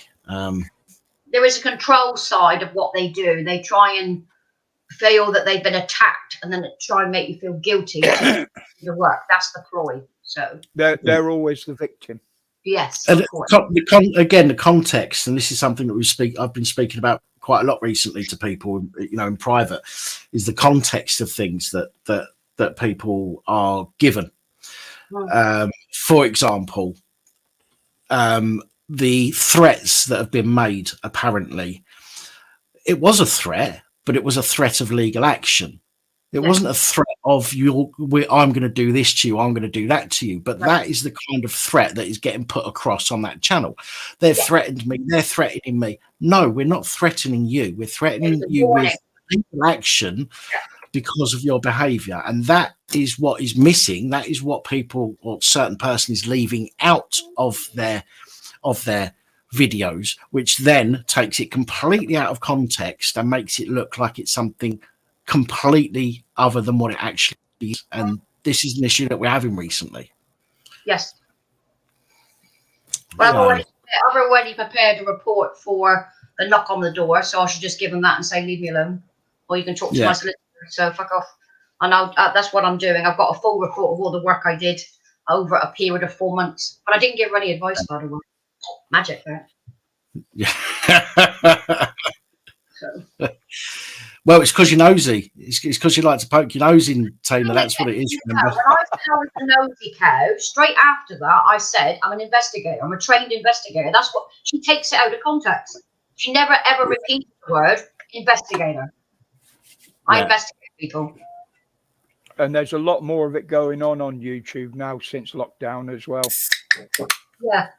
Yeah, it's getting out of hand. I mean, I mean, I just showed those videos, and do you know what? The reason I showed those videos, I genuinely could. You look at all these other channels, right? They have beef. What do they make a video about the person they got beef about? Then that person makes a video about them. Then they make a video about them, and it completely takes away from what the channel's about. I could have done that every single week, several times a week. I could do a video defending myself, and then having a go at the other person for what they've said about me. I don't do that. I don't come on here 3 times a week to slag somebody off and tell them, you know, what I think of what they've said about me. I've shown that video. That's probably the one and only time that I'm ever going to do that. And that's only because it genuinely made me piss myself when I saw those bits in the recent live streams. But other than that, you know what I mean? I don't even pay attention to it other than that, you know? The only ones I slag off are the shit shower in the House of Power, and I do that every day. Right. Aaron Hickley. Tina does have an email address. I'll let Tina read it out. Well, Lost has just put it up. Oh shit! Yeah, Lost Souls. Yeah, Lost Souls is doing the round of the links. Yeah, you go, Aaron. Lost Souls Paranormal's just put a link into Tina's website. You can go and contact Tina through the website. I'll make a response to that as well. If you can't read and write very well, if you go down to ask for advisors, request for an advisor, if you can't write into the box, just click to the box on the right, and we put a voice recorder up. And if you send me rude messages, I will find you. Okay. Yeah, so don't listen to them first. So please just put your messages on there. What it does, it sends the message to you for your own records. And if you let me know you struggle with reading and writing, I will do all of the work with you by voice message through that site. All right. It's a new thing we've put up.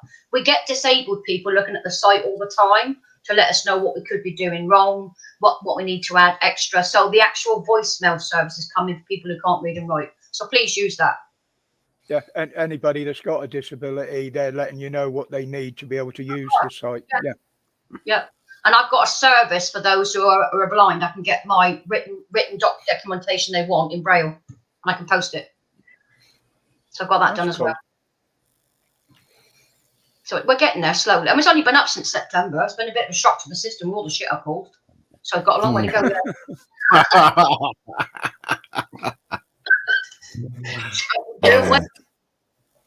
If Tina can't help you, she'll fight for you. Of course I do.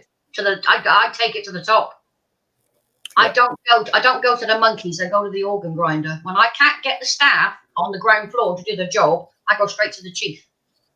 I don't mess about. Whenever I used to make an official phone call, I always used to say, as soon as they answer the phone, can you put me through to a supervisor or team leader, please? Yes, don't ever speak to the minions. They're no good. No. I'm concerned that Jack Blaze just disappeared the way he did. Yeah, what's up, Jack? Is he there? I'm just wondering if it's his internet. He doesn't normally just disappear. Not like that. Unless mums might have pulled the plug. in the thick Jack Blaze here, 1024. How you doing, BBA? Unless he's having a power cut. I don't know. Maybe his mum called or something. There could be something that's going on. So bless. I used to get all this confrontation in my work. I'm used to this. I've had people threaten my life. I've had people threaten my kids' lives. I've had all sorts chucked at me. I've had nasty letters put through my letterbox. I don't give a shit. Doesn't faze me at all. I have a job to do. And if you want me to do the job, I'll do it to the best of my ability. Sometimes I make mistakes. If I make a mistake, I will apologise. We all make mistakes. Same here. My biggest one was leaving the test tube. I can't believe that nobody wanted a free tablet. My biggest mistake was filling the test tube. She was crawling at that fucking cum soak. Yeah, I was going to ask you that, Tina. Did anybody send any details to get it? Nope. No, none at all. Nope, not heard anything. I'll just check my emails to make sure because the emails come through the website. Let me just check. I'll bring that up. Let's go into that one. So I remember somebody saying they knew somebody that would could do with it. Nope, I've had nothing. Question for you there, Tina, on screen. Where? What? I can't see the screen. Richard Upton asking where you worked. Where did you work? Richard Upton. Okay, let me see. Let's start. Wimpy Bar when I was 15 and a half. Cleaning toilets as well. And I was at the university trained to be a chef. No, sorry, I'm being silly. Civil service work was for the Senior Attendance Centre. And that was for 16 years. Then I was the Housing Homeless Officer for 14 years. I'm a trained benefits advisor, trained in mental health, domestic violence. I'm trained in investigative skills by the police. And I don't work for the police. I just got the training. I've got certificates from the Chartered Institute of Housing. I've got over, I think, 40 certificates, maybe more. I've actually got a certificate that says I'm sane. So they can't use Section 136 on me, the fucking twats. So yeah. But that's I've done a lot of public service for 40 years.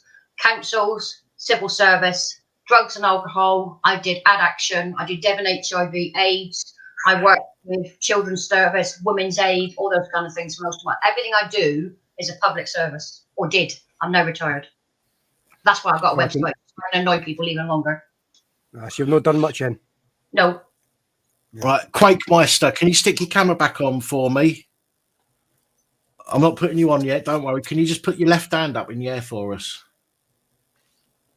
Right, wicked. Okay, if you want to come off camera, you can come off camera and I'll bring you on.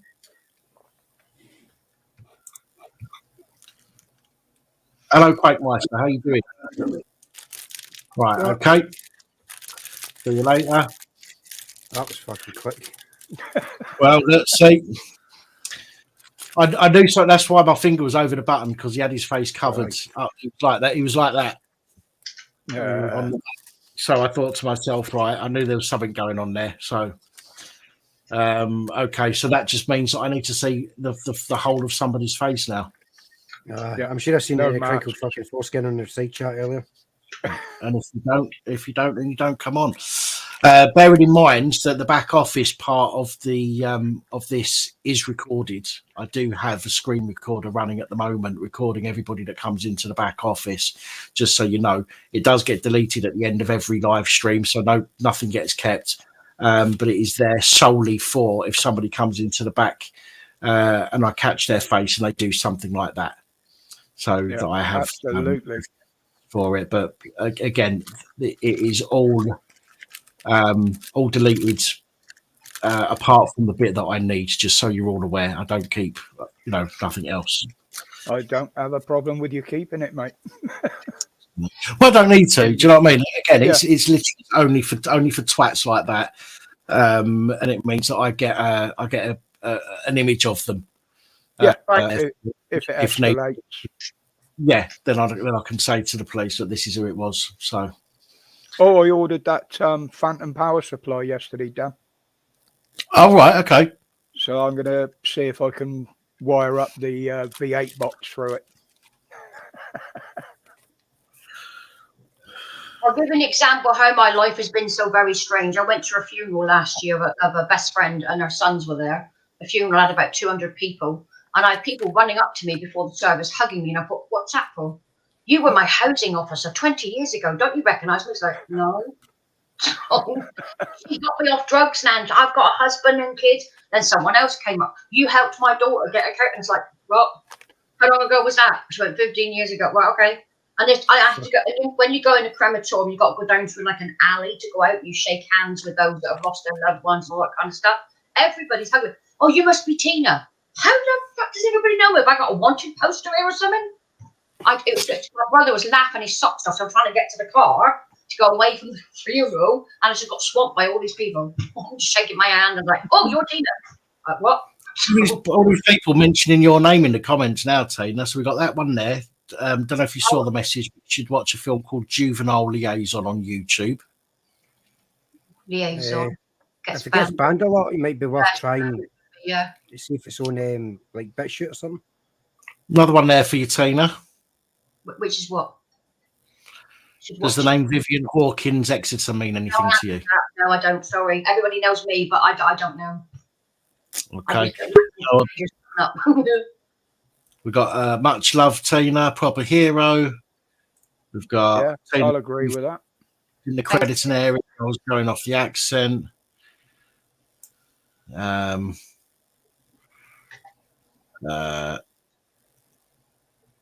that's it.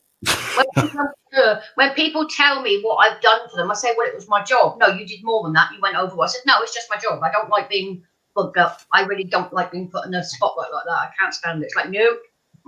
Like you trying to do things for me, Dan. It's like, no, fuck off. The word's no. I never stopped doing that. So there is an award in the crediting area. I don't know what that means. I don't know what that means. Have you ever heard of Carol Woods? No. Well, Joe Black, I can't let you on because you've got your face covered, mate.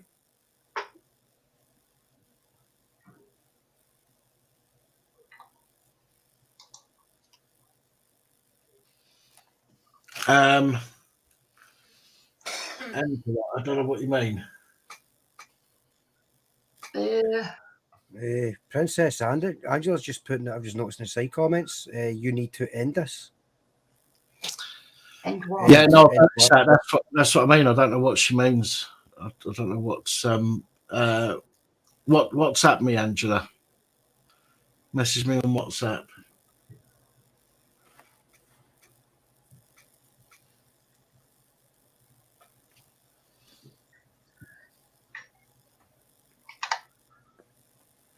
All right, I'm not sure what's going on there.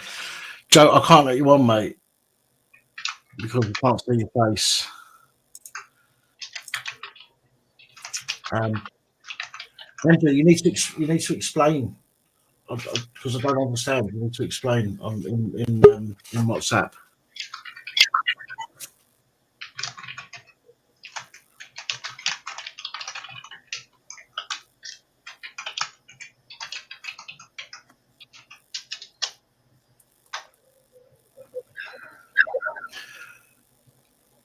Oh, right. I see what you mean.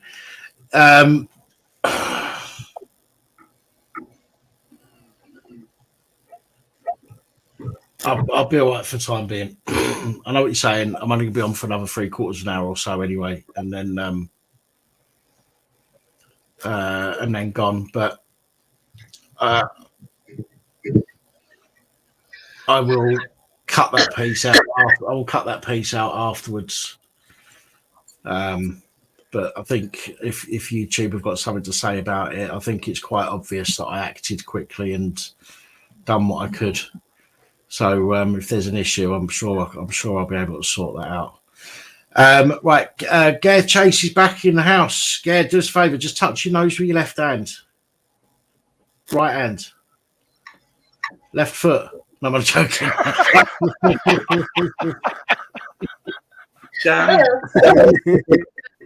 Hello, my friends. What I want to do, Tina, I know we've been in different sorts of work, and yet, right? But I've seen online now, right? I'm in the Caerphilly Borough Council in Wales, right? Right, there's a sheltered houses and housing accommodation that houses 41 people. It's due for closure because it was built in 1988, which I don't think is. That's an old building as far as I'm concerned. Not really. It has lifts in it. It has everything else in it. But what they found, they've got a massive water leak underneath it, and people, residents there, the only 10 that are left, right, have been without eating for a month. Oh, not good. The council has supplied, well, temporary eating, as in a little fan eater. Yeah. Right? Right, they've got a duty of care, haven't they, right, to them people there, right? Because this water leak doesn't affect one supply of the building, there's a communal shower area. Right, yeah, got you. But the time they get down there, people, then there's some people there that the one is 90 years of age. Wow, they're still going up and downstairs. So by the time they make it down there to have a shower, and they're cold, and they got to get then out in the cold. That's now not this good. can't be. It's not how normal. Right. How they get away with it is, I don't know. If you go onto my website, mate, all right, you'll see there's a list of documents in the document section. So if you go onto the independent website, you'll see there's a thing called Fitness for Human Habitation. Okay, this law came in 2019. Every private landlord, every council, every housing where'd he go? Every housing association has to have all of their properties looked at. If they're substandard or they've got issues, they have to move the tenants out to a suitable accommodation. They have to either renovate it, knock it down, or rebuild it. If it doesn't meet by 2025, they can face fines of up to £10 million. Well, their thing is they are going to allocate these people. Like these people have probably lived there for 15, 20, maybe 30 years, right? Don't know any other area, right? And there's only 10 left out of 41 places now. But what it is, these people are, how can I put it then? The council, it will cost too much to fix the problem. Yep. So they're leaving these people now to deal with that situation, right? Because they feel about I can't see how they can say it's legal. For the simple reason is because they've got the council got a duty of care. Like you can't just give someone in a residential thing a fan eater and say, well, there's your eating, right? No, every tenant should have electric heaters, and the council should bear part of the cost. If the solution is, or if the problem is caused by the building, they must move them out immediately, given at least a 14 days notice. They have to pay for removal and find them suitable accommodation somewhere else. if they're elderly, they should be prioritising those 10 people for disabled bungalows. Yeah, I said, like, I only caught a little bit of a glimpse of it, and it's not appealing. No, it's appealing nowhere in my area about what the council are doing to these people, right? And yeah, okay, they get them to somewhere else, but this it doesn't feel.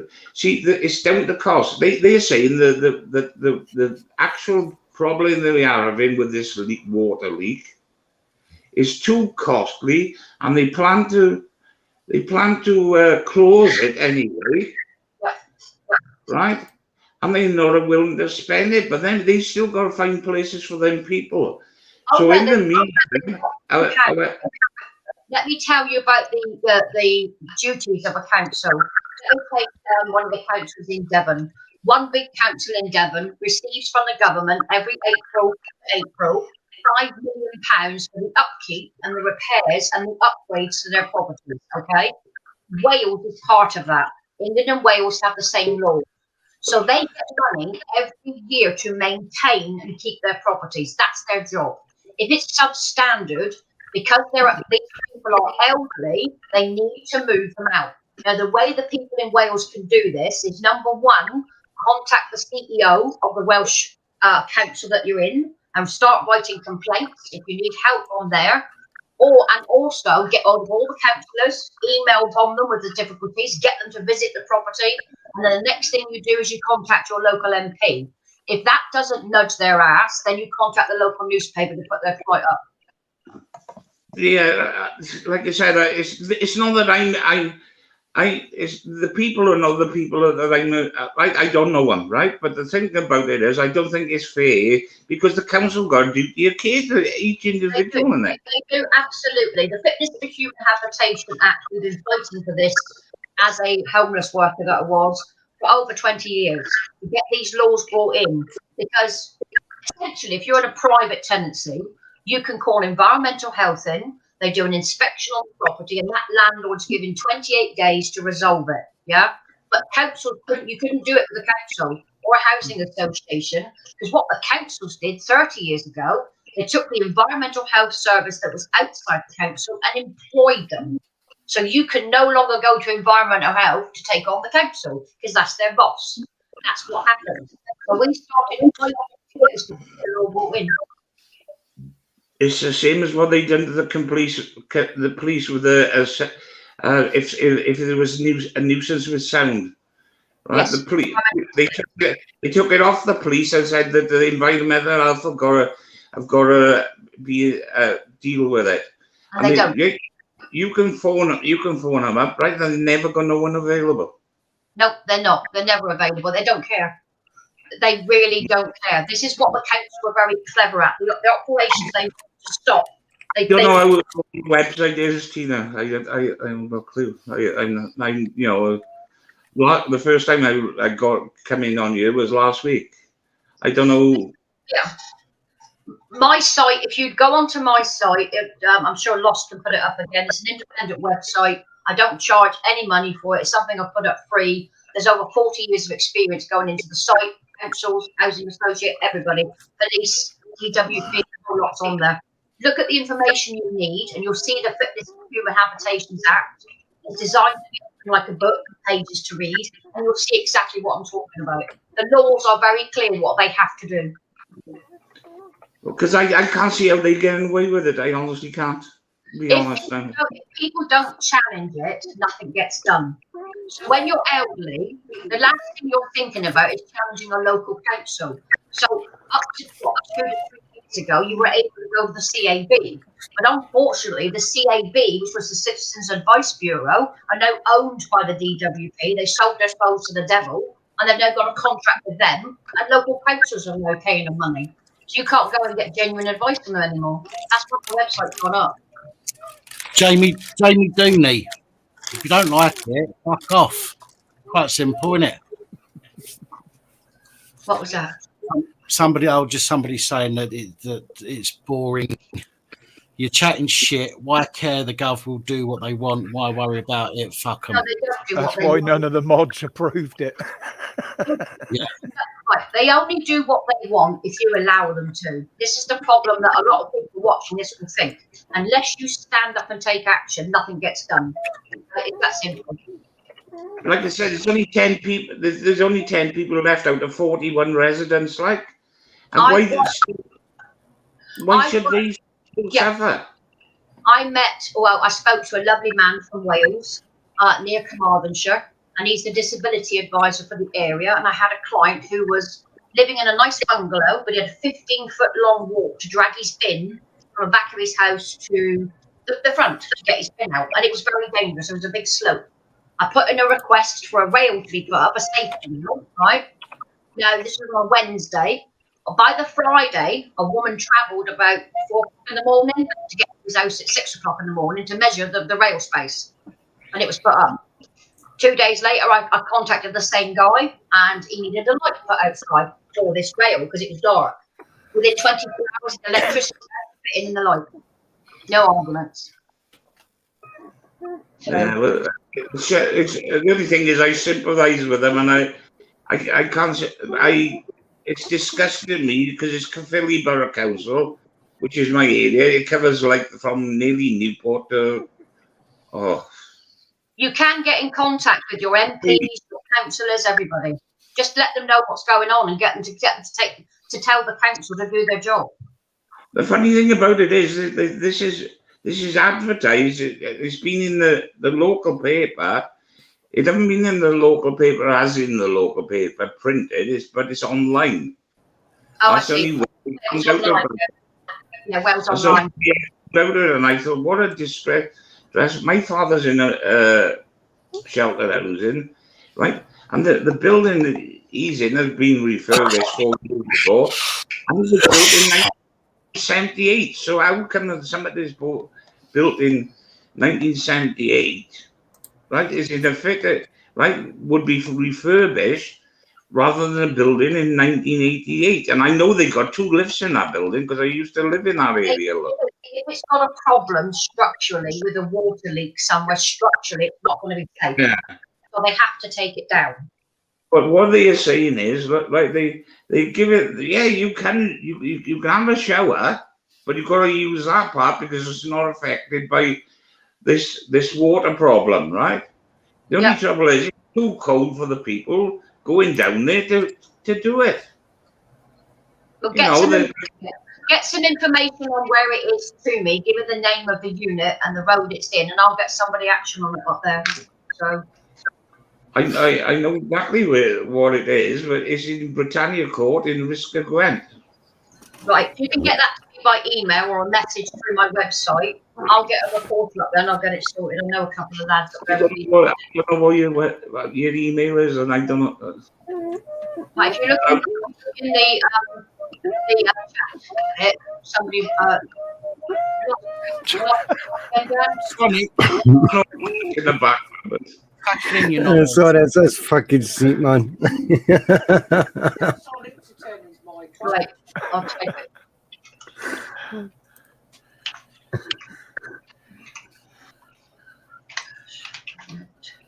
Right. What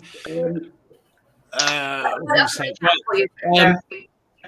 Oh, fucking hell, what's your name? Fucking hell. Right, Joe Black. I've just seen your message on Discord if you want to come back on. And Jamie Dooney. If you want to come on, you can come on. But I need to, as I've said, I need to see your face in the back. When you first log into StreamYard, I need to see that you are a real person. And I need to see your full face. I won't put you on. I won't put you on the channel until I've seen your face and I've told you that I've seen your face, and then you can turn your camera off if need be. But unless I can see the full face of people wanting to come on, I cannot let them on.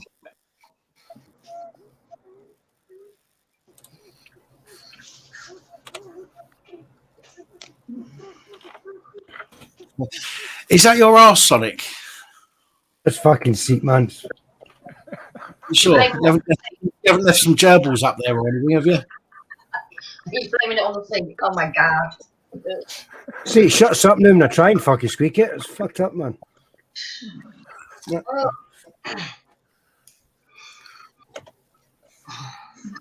Nobody's coming in. Not at the moment. Oh, the other thing I did do yesterday, Dan, you asked what I was getting up to. I dislocated my right shoulder. You dislocated your shoulder? Yeah, I just. How did you manage that? Well, I just propped myself up against the wall and just put the shoulder in, just leaned on it, and it went crack. I went straight back in. Oh, Jesus. And I sat there going, shit, ow, shit. Yesterday, hello, can you hear me? Yeah, I can hear you. Yeah, how you doing? Yeah, I'm good. It is me. Hello. All right, I didn't mean to be rude earlier. You just, I know. I thought we had a thing about, messaging you in Discord, but do you know how to use the overlays part of StreamYards? You probably want to look into that. Well, I can. I know I can fit an overlay or put an overlay on, but I can just use the overlays on my Discord, OBS, and do it that way. Yeah, because that's another way, when you bring someone up you're not sure of as well, because there's, people use bits of video and stuff.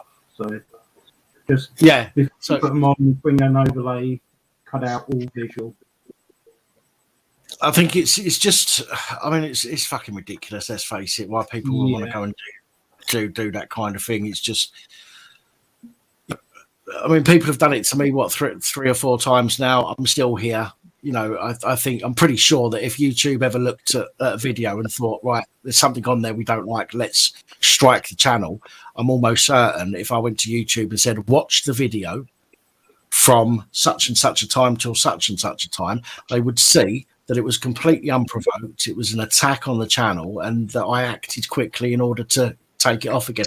And I think I'll get my channel back. I can't see any reason why they wouldn't. From seeing that we're trying our best to limit. Well, yes and no. You don't want to take the risk, though. No, I understand YouTube can be tossers. Don't get me wrong. There are a few people who have lost their channel because of it. So, yeah.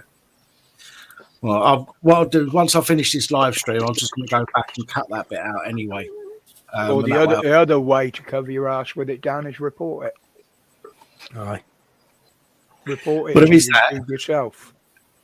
But I'll go back and cut out the bit, because to be fair, if I report it to YouTube, then I've got to leave it as is for them to go and then see it. And if I do get some blue-haired left wing type fucking person, then they're just gonna fucking do it anyway, aren't they? So I'll just go through at the end of the stream, I'll just go back and I'll just cut that bit out.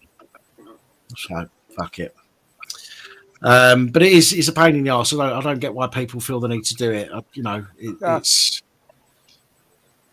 It's just pathetic. I mean, imagine that, going and making up a new channel just so you can then go and download something, disgusting like that onto your computer in order to then go onto somebody else's live stream. I mean, get a fucking life. I mean, surely you've got family to be spending some time with rather than sitting on people's live streams that you don't even like, hoping for. They've only got to step out the bedroom door and Nana's there, isn't she? With what? Like that? Are you thirsty? It's dinner time. On a happier note, how is everyone? Good here, Joe. All good here, mate. All good here.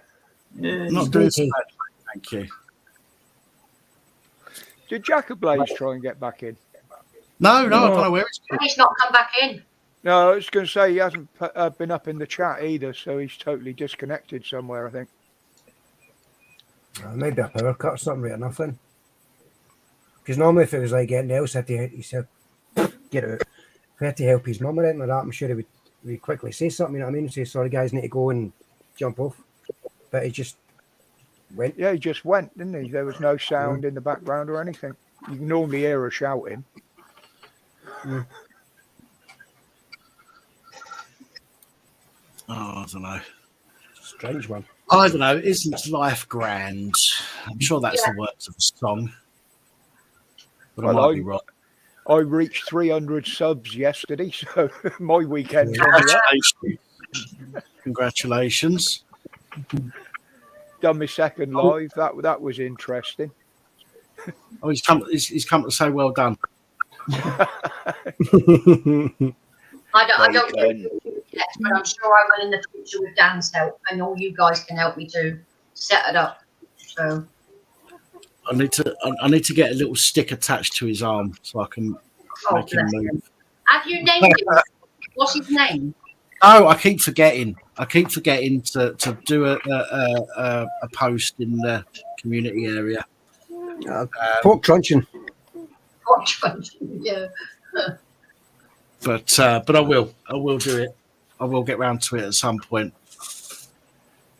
Mrs. Pat, how you doing? I think that name's going to stick. You're lucky Mrs. you're a Pat. regular, Lisa. If you weren't a regular on the channel, Lisa, then we'd be having words. So Jack's on Discord, Tiffany. How comes he's on Discord and not on here? What's up with him? He may have lost his power or something. Oh, they might have done. Oh well. Sergeant Spur.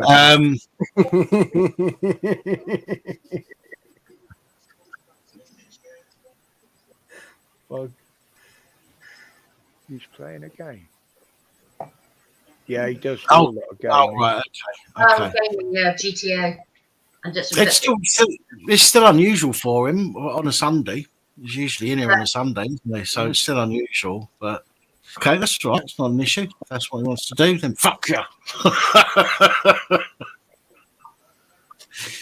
Oh dear. No, I will this week. I'll put a picture up of the co-host, and we'll see if we can get a name for him at some point this week. I really do need to. He's been sat here for fucking 3 weeks. Well, if I could show you what I can see, he's gaping at me. Let's just put it that way. And it's really not nice. Really not nice to look at. No, this is jealousy, seeing something much fucking smaller than his. So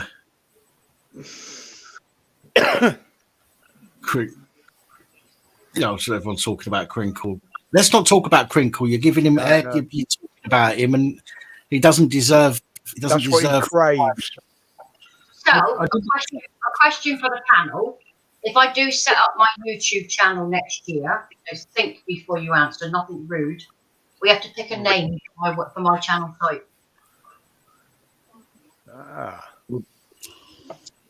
Be careful. Well, it would also depend on the content that you're putting on. The content will be the same as the website. It's going to be an advice site, but I'm going to go through in layman's terms what each part of the documentation I have and what you can do as a person. It'll be an educational. It would make sense to call it the same name, Independent Advice Network. That would make sense to call it the same. I was just thinking though, but if you're going to be doing your YouTube channel, is it going to be like a similar setup to this, where people come on the side chat?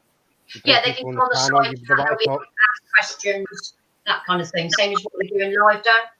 So there's going to be a topic on a particular law, and then people can come and ask questions on that particular topic, and they can join in and put an ask question as well. So, what about something simple then? Talk with Tina. What? Yeah. Say that again. Talk with Tina. That's too nice. That's Tina. We're talking. Talk with Tina. Pictures here. I was thinking, Tina taking names and kicking ass. That's good one. Like that one. By the way, Lost Souls Paranormal was going to say that she come up with that name and she didn't, so just ignore her because she didn't come up with that name. Don't pay any attention to her whatsoever. Okay, I get it. I was going to think of a really good one with basically the FUCK, the government, all government. So it's part of my header. So yeah, but it'd be nice if you could get interest from outside YouTube as well coming into it. I've got lots of interest from many parties. I've got others. That's what I mean. So the name's got to reach out beyond YouTube.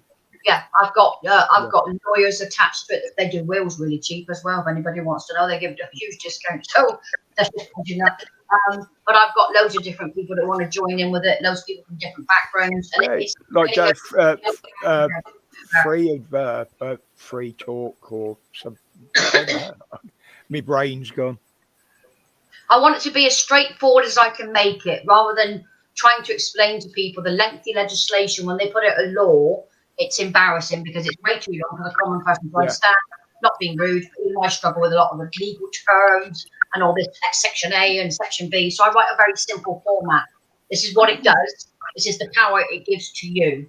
And that's what I want to do. Is right, we're going to talk about this topic tonight. And that's what I want to do. How about Take Your Power Back with Tina? Well, the one I like is the pen is mightier than the sword. And it's so very true when you write emails and letters. Where's my kiss? I've got one. How about Tina Navigating Tyranny? Oh, I like that. That's good. And then the acronym TNT. TNT. Oh, that's good. I like that one. Yeah. Yes. Yeah. They say dynamite comes. TNT in the big letters, and then. Yep. I like that one. Yeah. I like that. Tina Navigating Tyranny. Yeah, quite like that. I don't like it. I don't like it at all. I didn't come up with it. I don't like it. All opinions welcome. Only because it's better than Pat. Oh my god! At least Tina's one doesn't sound like a fart. Oh, no. Basically, I just want to get started and try to get more public interest in doing things for themselves. The website for me, I can give the advice, but I'm trying to get people to get their, what's the right word I thought, their soul back, their spirit back, their fight. So when they realise they can do one job, they've got the confidence to do another. I gave one woman some help, I think, that country, she had a house full of mould. I gave her the instructions, I gave her the letter to the Fitness Becoming Habitation Act. She took it on herself with 2 kids, and she beat the council. They moved her out to new property or reasonable property. They had to do her property up. They had to spend thousands of pounds on modernising it and put her back in a brand new house. But she did that herself. So I've just seen a good one in the comments there. Howard Laird. Tyranny is not accepted. TINA. Tina. Tyranny is not accepted. Oh, that's good. Get another one. That's a good one. I could scroll through it, couldn't I? The TNT one I like that. That's quite cool because dynamite comes in small packages. And I'm 5'6", so work it out for yourself. So does poison. That's actually a good one though, because remember you were talking about that wee plate thing we'd have on your scooter, bitch. Being control of herself. So if you use your name as an acronym, TINA, tyranny is not accepted. You've got to put the dots in between the letters, otherwise the policemen don't like the word bitch. And I said, well, I'm sorry, whatever section you want to be, don't bother me. I don't care. So Tina Investigating Tyranny or TIT.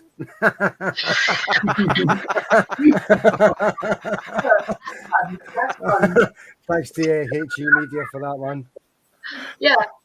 It's about fighting back. It's about taking control. You have to understand there's 68 million people living in the United Kingdom. There's only 400,000 troops, maybe a few more in a few years. There's only 167 police officers governing England and Wales. So who's got the power? The people does. You've got to fight back.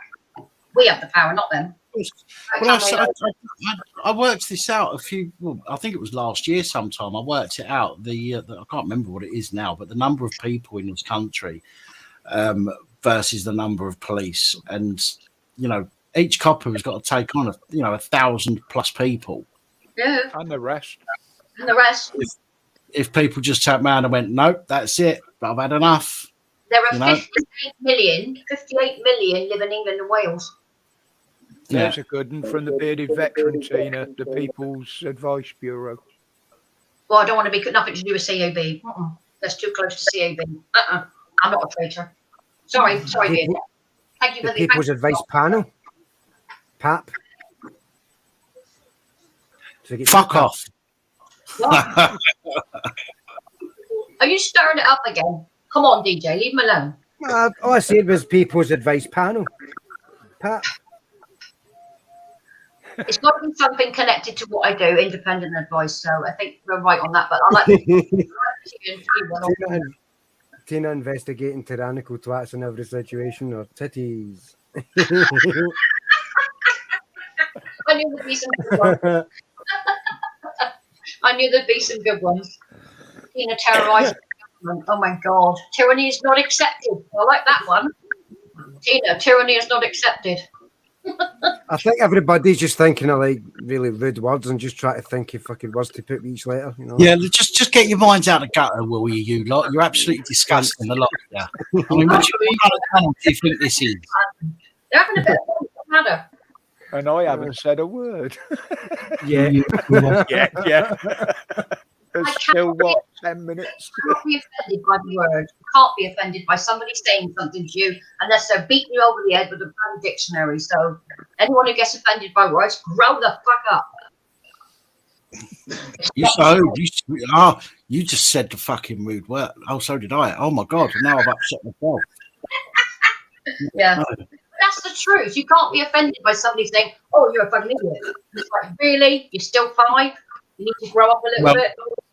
Well, we should. Well, I think the phrase should be: we shouldn't be. But unfortunately, because of our government, people can and now be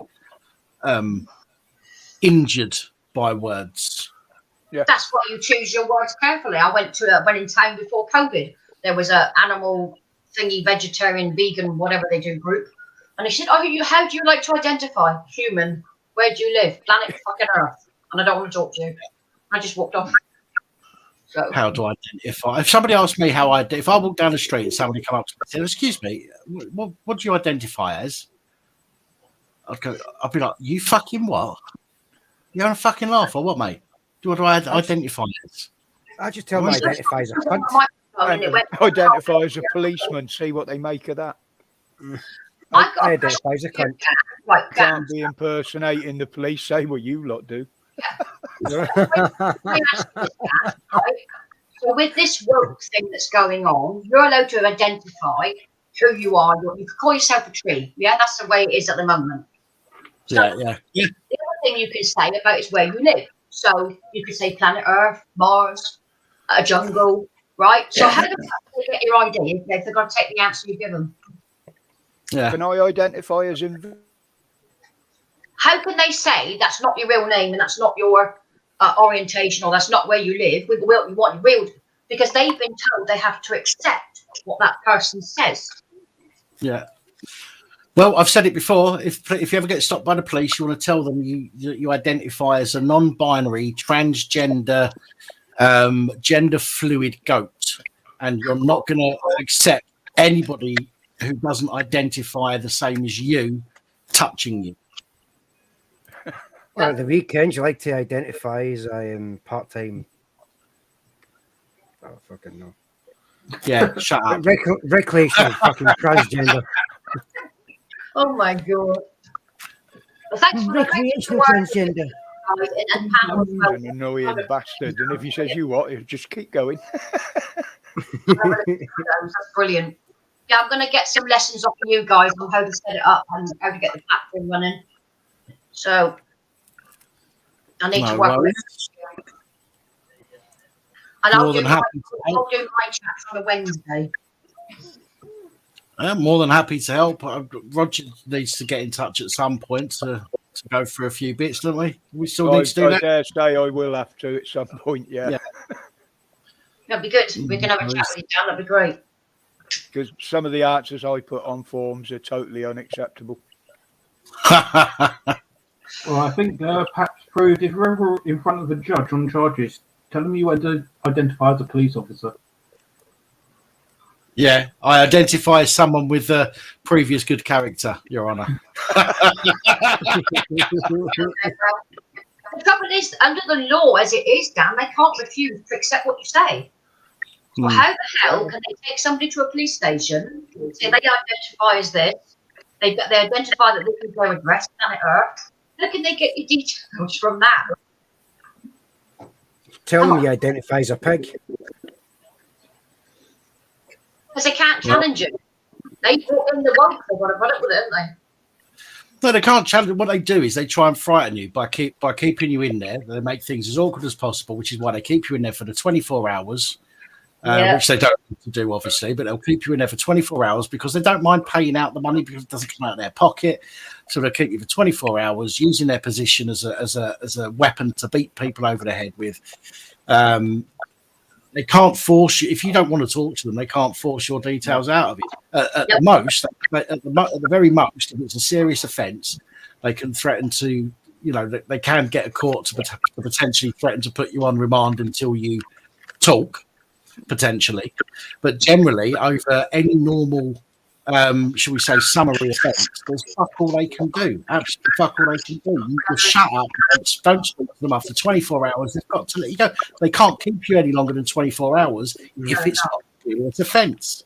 And I don't think they can even fingerprint you or take biological samples without your permission or a court order either to try and identify you. Yeah, they do it. They'd need to get a court if you refuse. Yeah. If again, it depends what the offence is, because obviously some offences don't allow them to take DNA and some don't allow them to take fingerprints. Sometimes it's just a photo. But if you refuse all of that stuff, I mean, they've got cameras in the police station anyway, everywhere, so they can get your picture anyway. To be fair, it's just not you sitting there looking directly at a camera, but they can use a CCTV in the station to get a picture of you. At the very least. AB, how you doing, Mr. Auditing Britain? Good evening, AB. AB. I say, but if they're putting you in that fucking in that cell just to try and fucking. Yeah, they can if they do terrorism. Yeah, they can, AB, but they have got to have a bit more than reasonable suspicion before they can do it officially. Anyway, there was a guy arrested last year who had all of his fingers broken because he refused to give his fingerprints.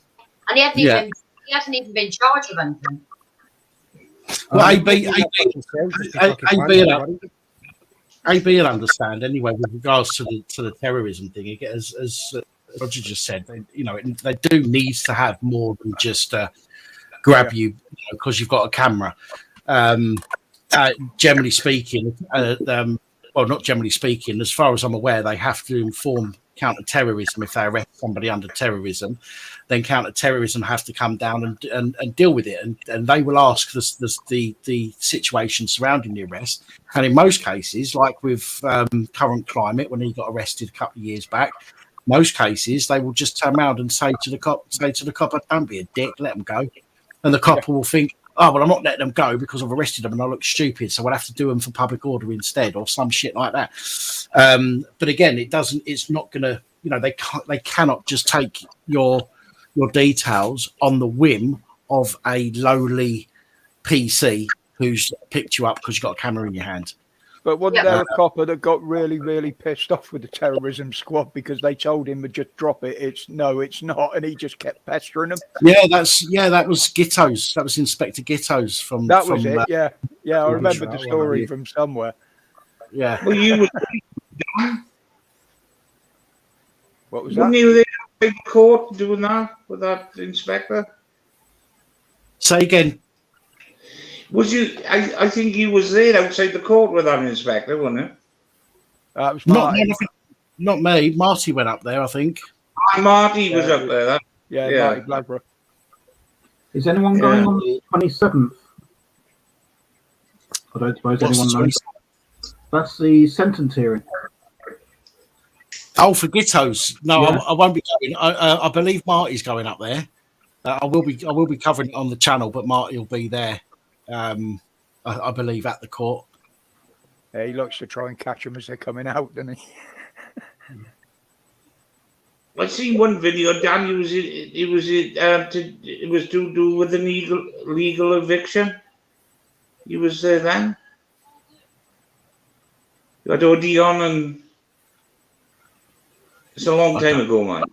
Don't know who that was. Was this Martin you're talking about? No, you yourself was there. It's the first time I've seen you in a doing an eviction.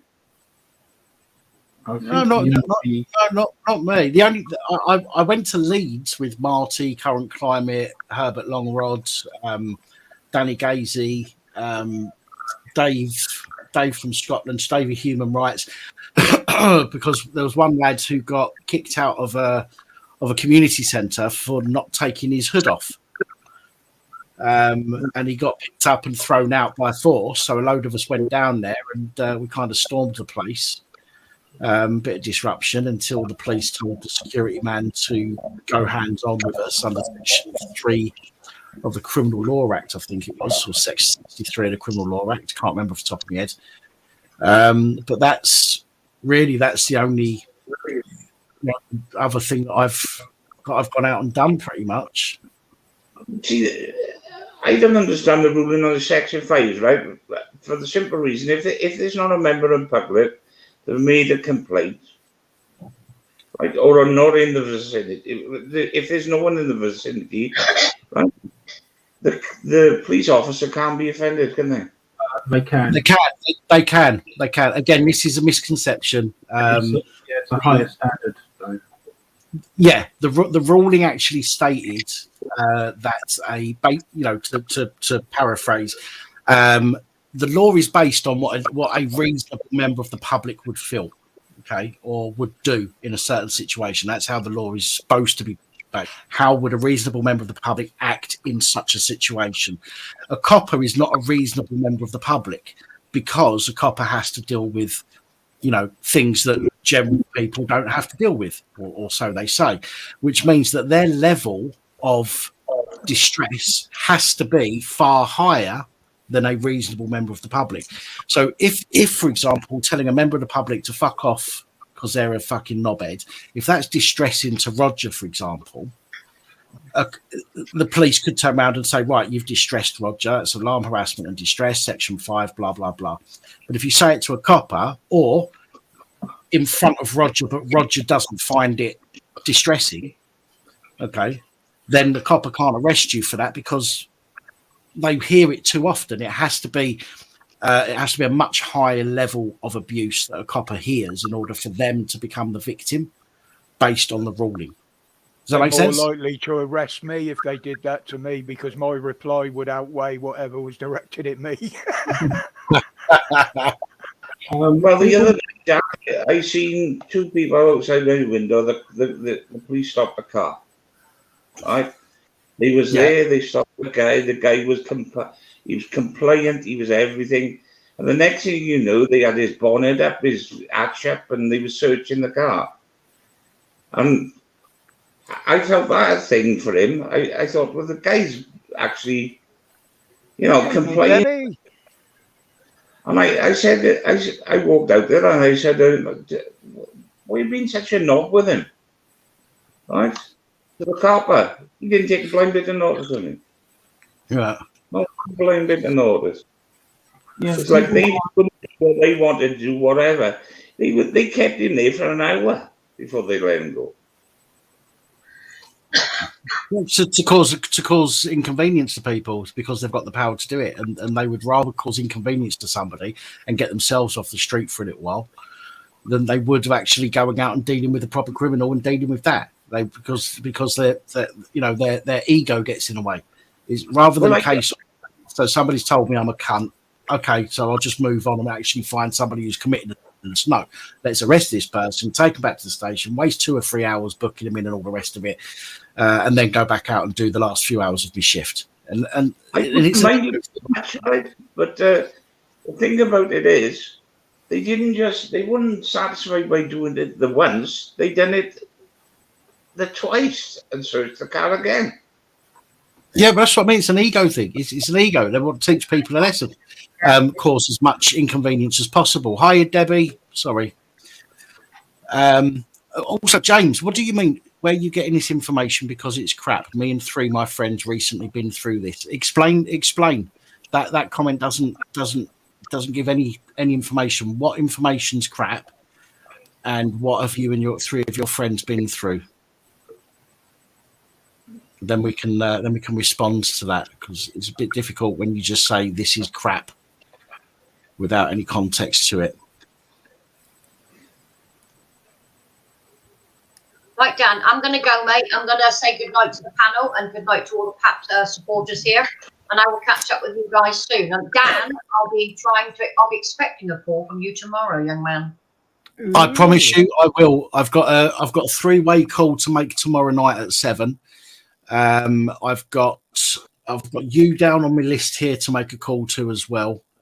So I promise you, I will call you tomorrow. You'll get in if you don't. I trust me. I'll be ringing you. So. I know, and I won't keep using my my brain farts as an excuse. I will phone you. I promise you. I should tell.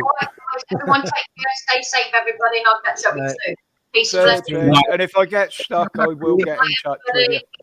Night. Right, Tina. So I'm going to have to wrap this up myself soon. To be honest, it's got no issues with hanging around normally, but as you know, since last year, I struggle a little bit. So when it gets to a certain time, and I let me wall and whatnot. So anyway, AB, how you been anyway, brother? See, you always seem to be busy anyway, but what you been up to? Where you been? What areas have you been? What have we got to look forward to from Auditing Britain?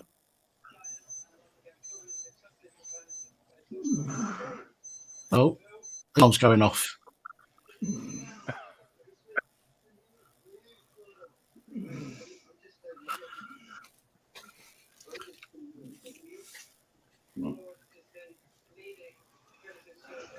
Bumble, yeah, I'll write you down as well.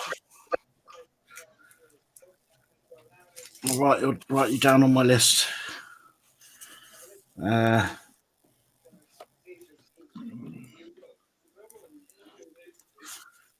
Right.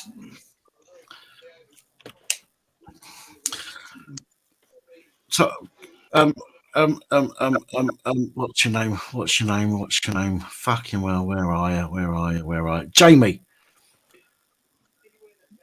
Jamie, where you at? Come on, answer. What is crap, and what situation have you been through? And as for, I think somebody said get on the stream, and you've said that I won't let you on or something, but you've not even been in a back. So how can that be the case? Right, first of all, Joe, can you do me a favour? Just message me on Discord again, so I know it's definitely you in the back again. Rad Gamer, can you put the camera on for a sec, brother, so I can see your face? Because I need to. I've got no camera.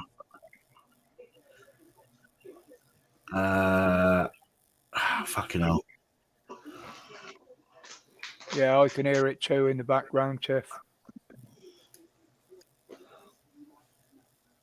Hold on. I can just hear like a wee faint voice or some shit, but other than that. It sounds like somebody's got a telly on. Mm. Yeah, listen, Rad. I know if it's genuinely you, Rad. I know that we've spoken in the past and all the rest of it. Actually, it's your actual. It's an authenticated Rad Gamer account, but again, that doesn't necessarily mean it's the Rad Gamer. That's the only issue we've got.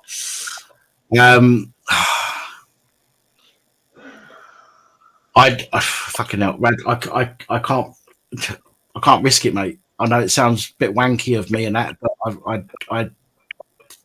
Well, we're just closing down anyway.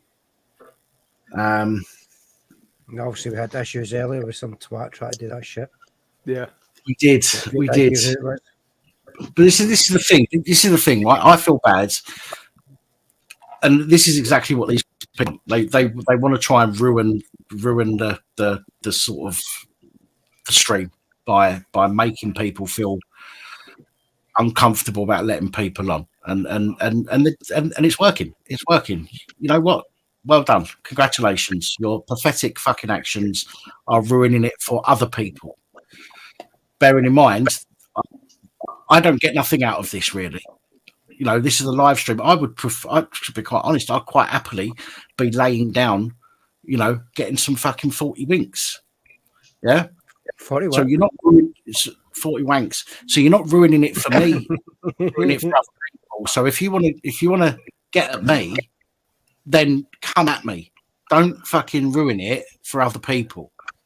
You know, and because of these knobs, it makes, you know, I feel bad because obviously got Rad Gamer. If that's genuinely Rad Gamer, I've met him, and you know, I'd like to laugh at the fact that he tried to jump across the concrete blocks in Liverpool and knocked himself out again. That was quite amusing. But I can't do that now because of these fucking dicks. So, but again, it's not necessarily me that loses out. It's other people, and this is all because of. What else have I done? That's the only trouble from other people's actions. Yeah. You know what I mean? And there's people that want to just air their opinions and just have a little bit of a chat. That's all. That's all it is. Yeah, some people don't like it, do they? They don't.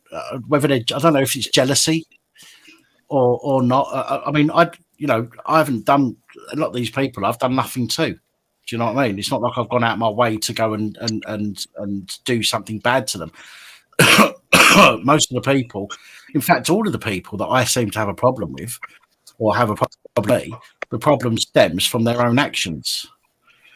And they just didn't like my response. So now they come and try and spoil things on the channel because they've got absolutely nothing better to do in their sad little pathetic lives. It's just how people are these days. I'm terribly sorry. It's shameful to say, but that's how they are. Yeah. Yeah. The internet is what's bred these sort of people. If you've got nothing to hide, switch your camera on, touch your face, touch your eyebrow, right? And just let yourself known and just speak to people. I done it because I wanted to hear a bit about what Tina could help me with us, you know what I mean? And different things like that. And the more you speak to people, the more knowledge you got. Well, to be honest, I'll tell you what I'm going to do because I think I don't think that's part of the problem. Excuse me, but no, what I'm going to do is I'm going to wrap it up. It's 12:10. It's a 4-hour live stream. Is I think is a reasonable live stream. Long. Yeah. It's not my record. I think my record is about 8 hours. I think.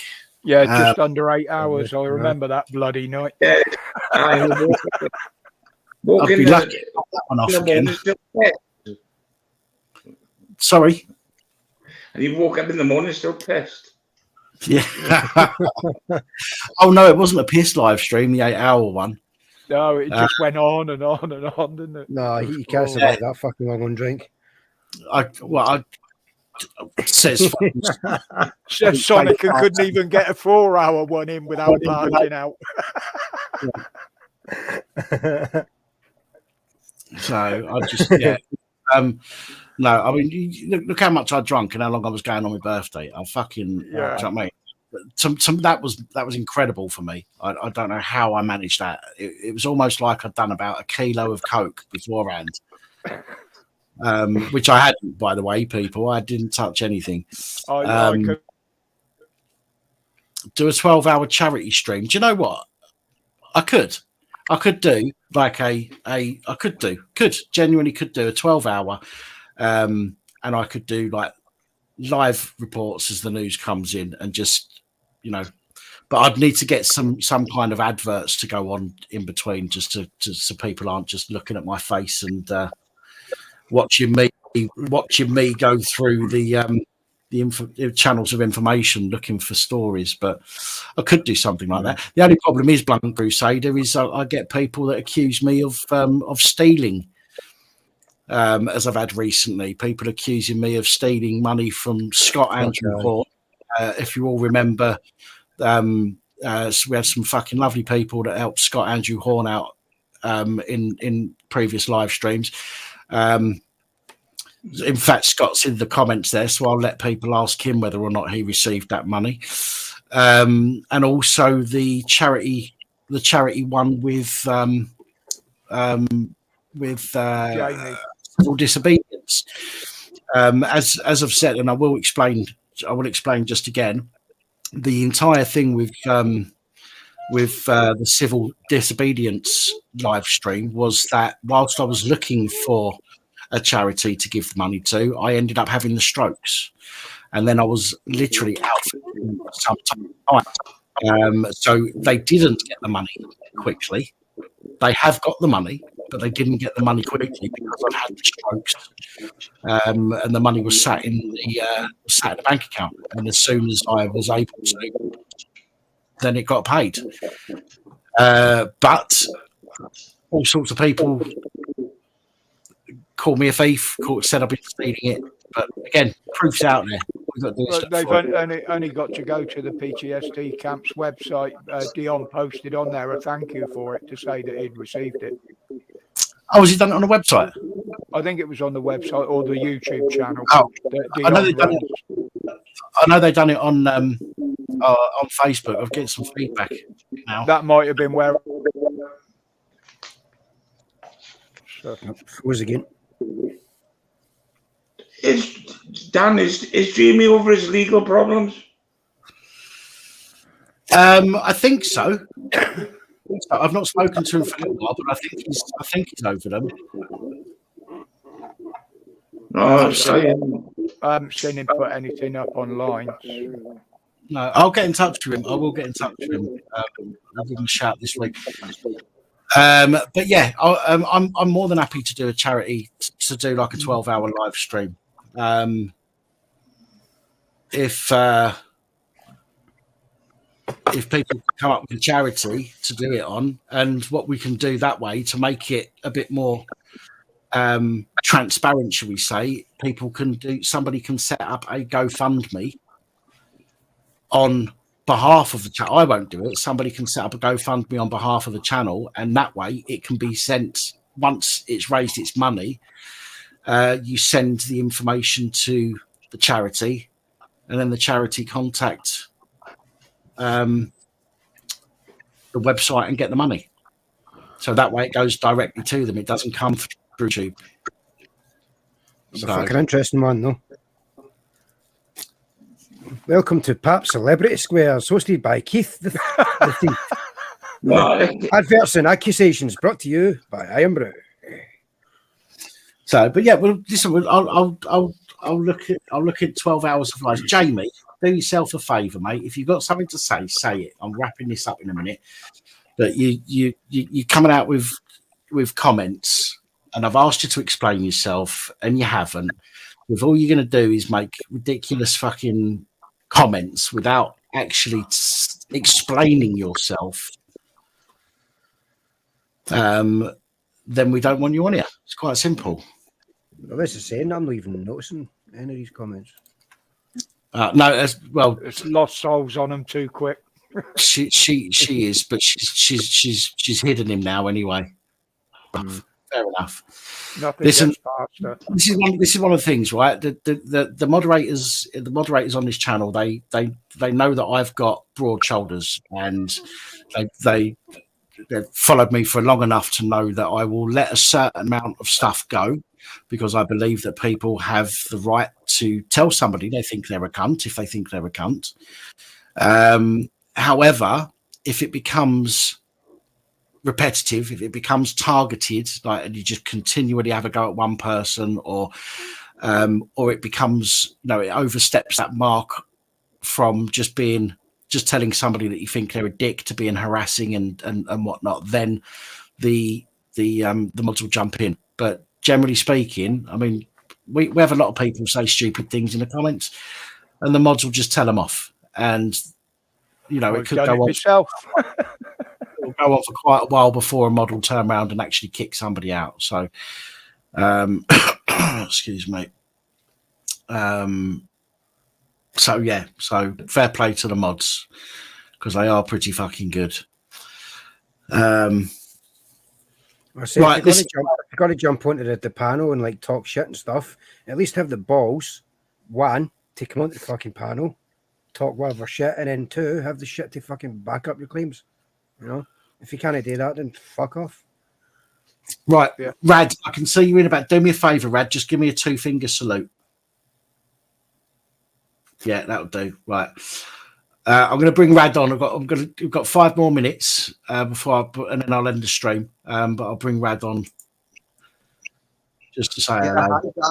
Hi guys. Normally I didn't turn my camera on camera as well. Just as that actually prove it tonight on Paps to even get on. The security is very tight on police abuse and powers. But the only reason I've jumped on Pap, the only reason I've jumped on is to tell you about I've been arrested.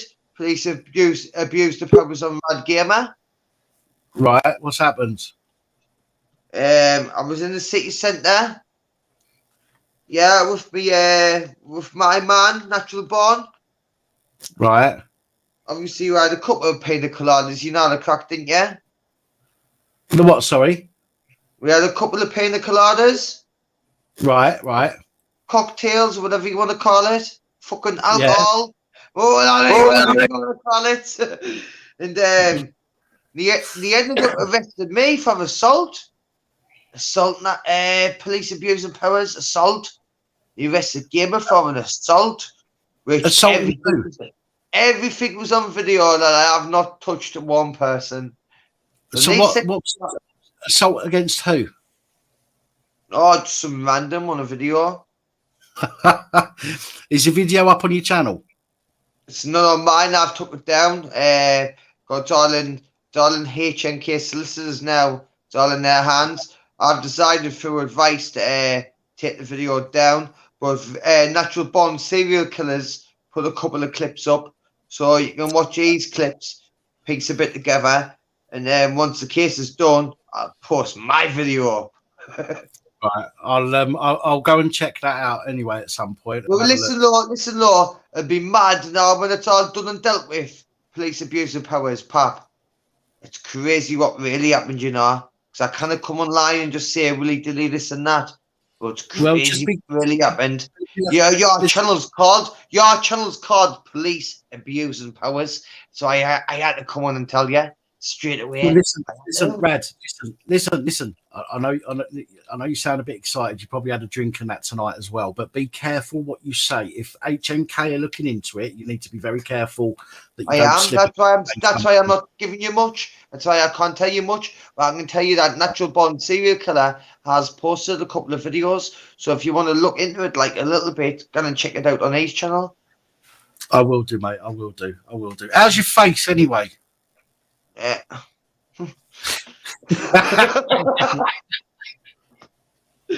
You already know. Like I've got to say that has got to be that has to be one of the most comedic moments. Oh, you're talking about Liverpool. I'm talking about a totally different occasion. You're talking about Liverpool, aren't you? Yeah, I'm talking about you fucking. Oh, I've knocked myself out many more times after that.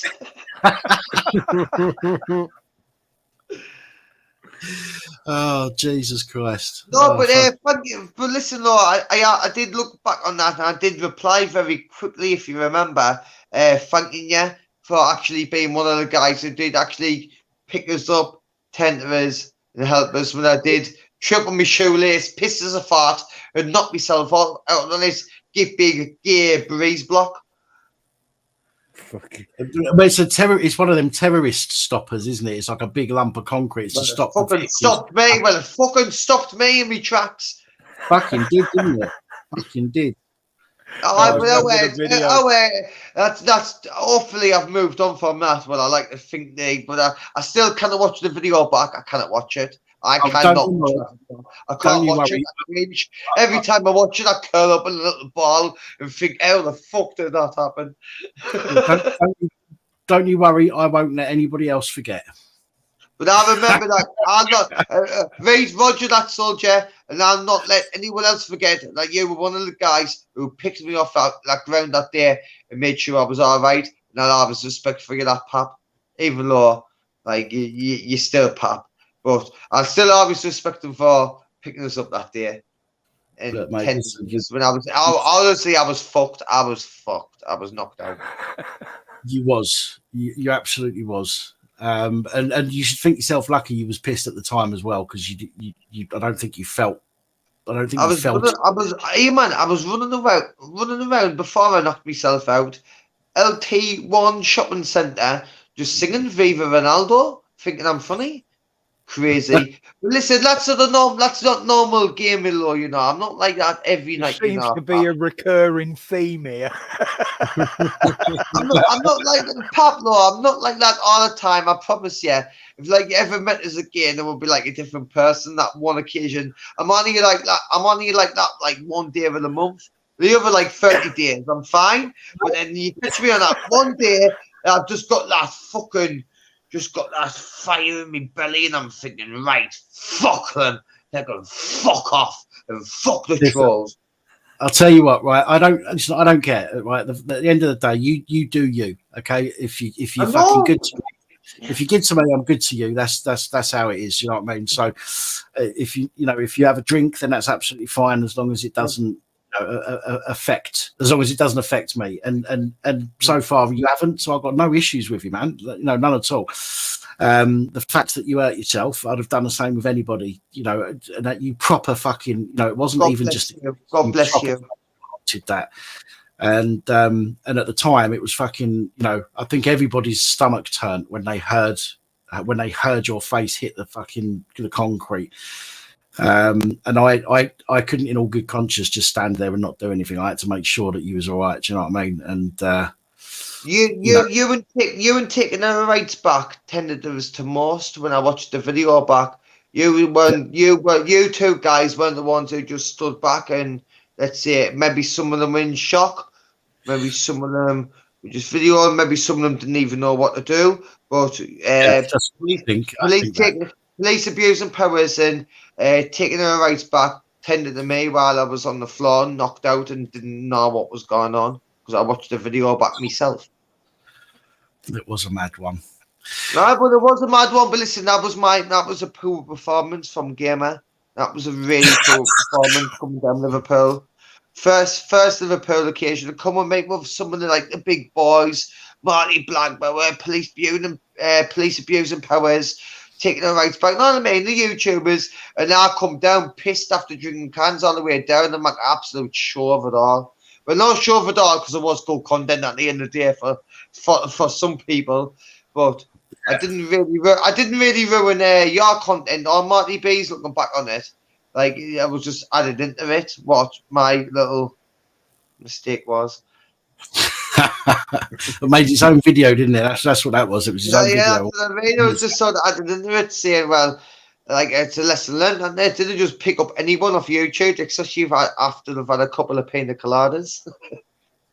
Right.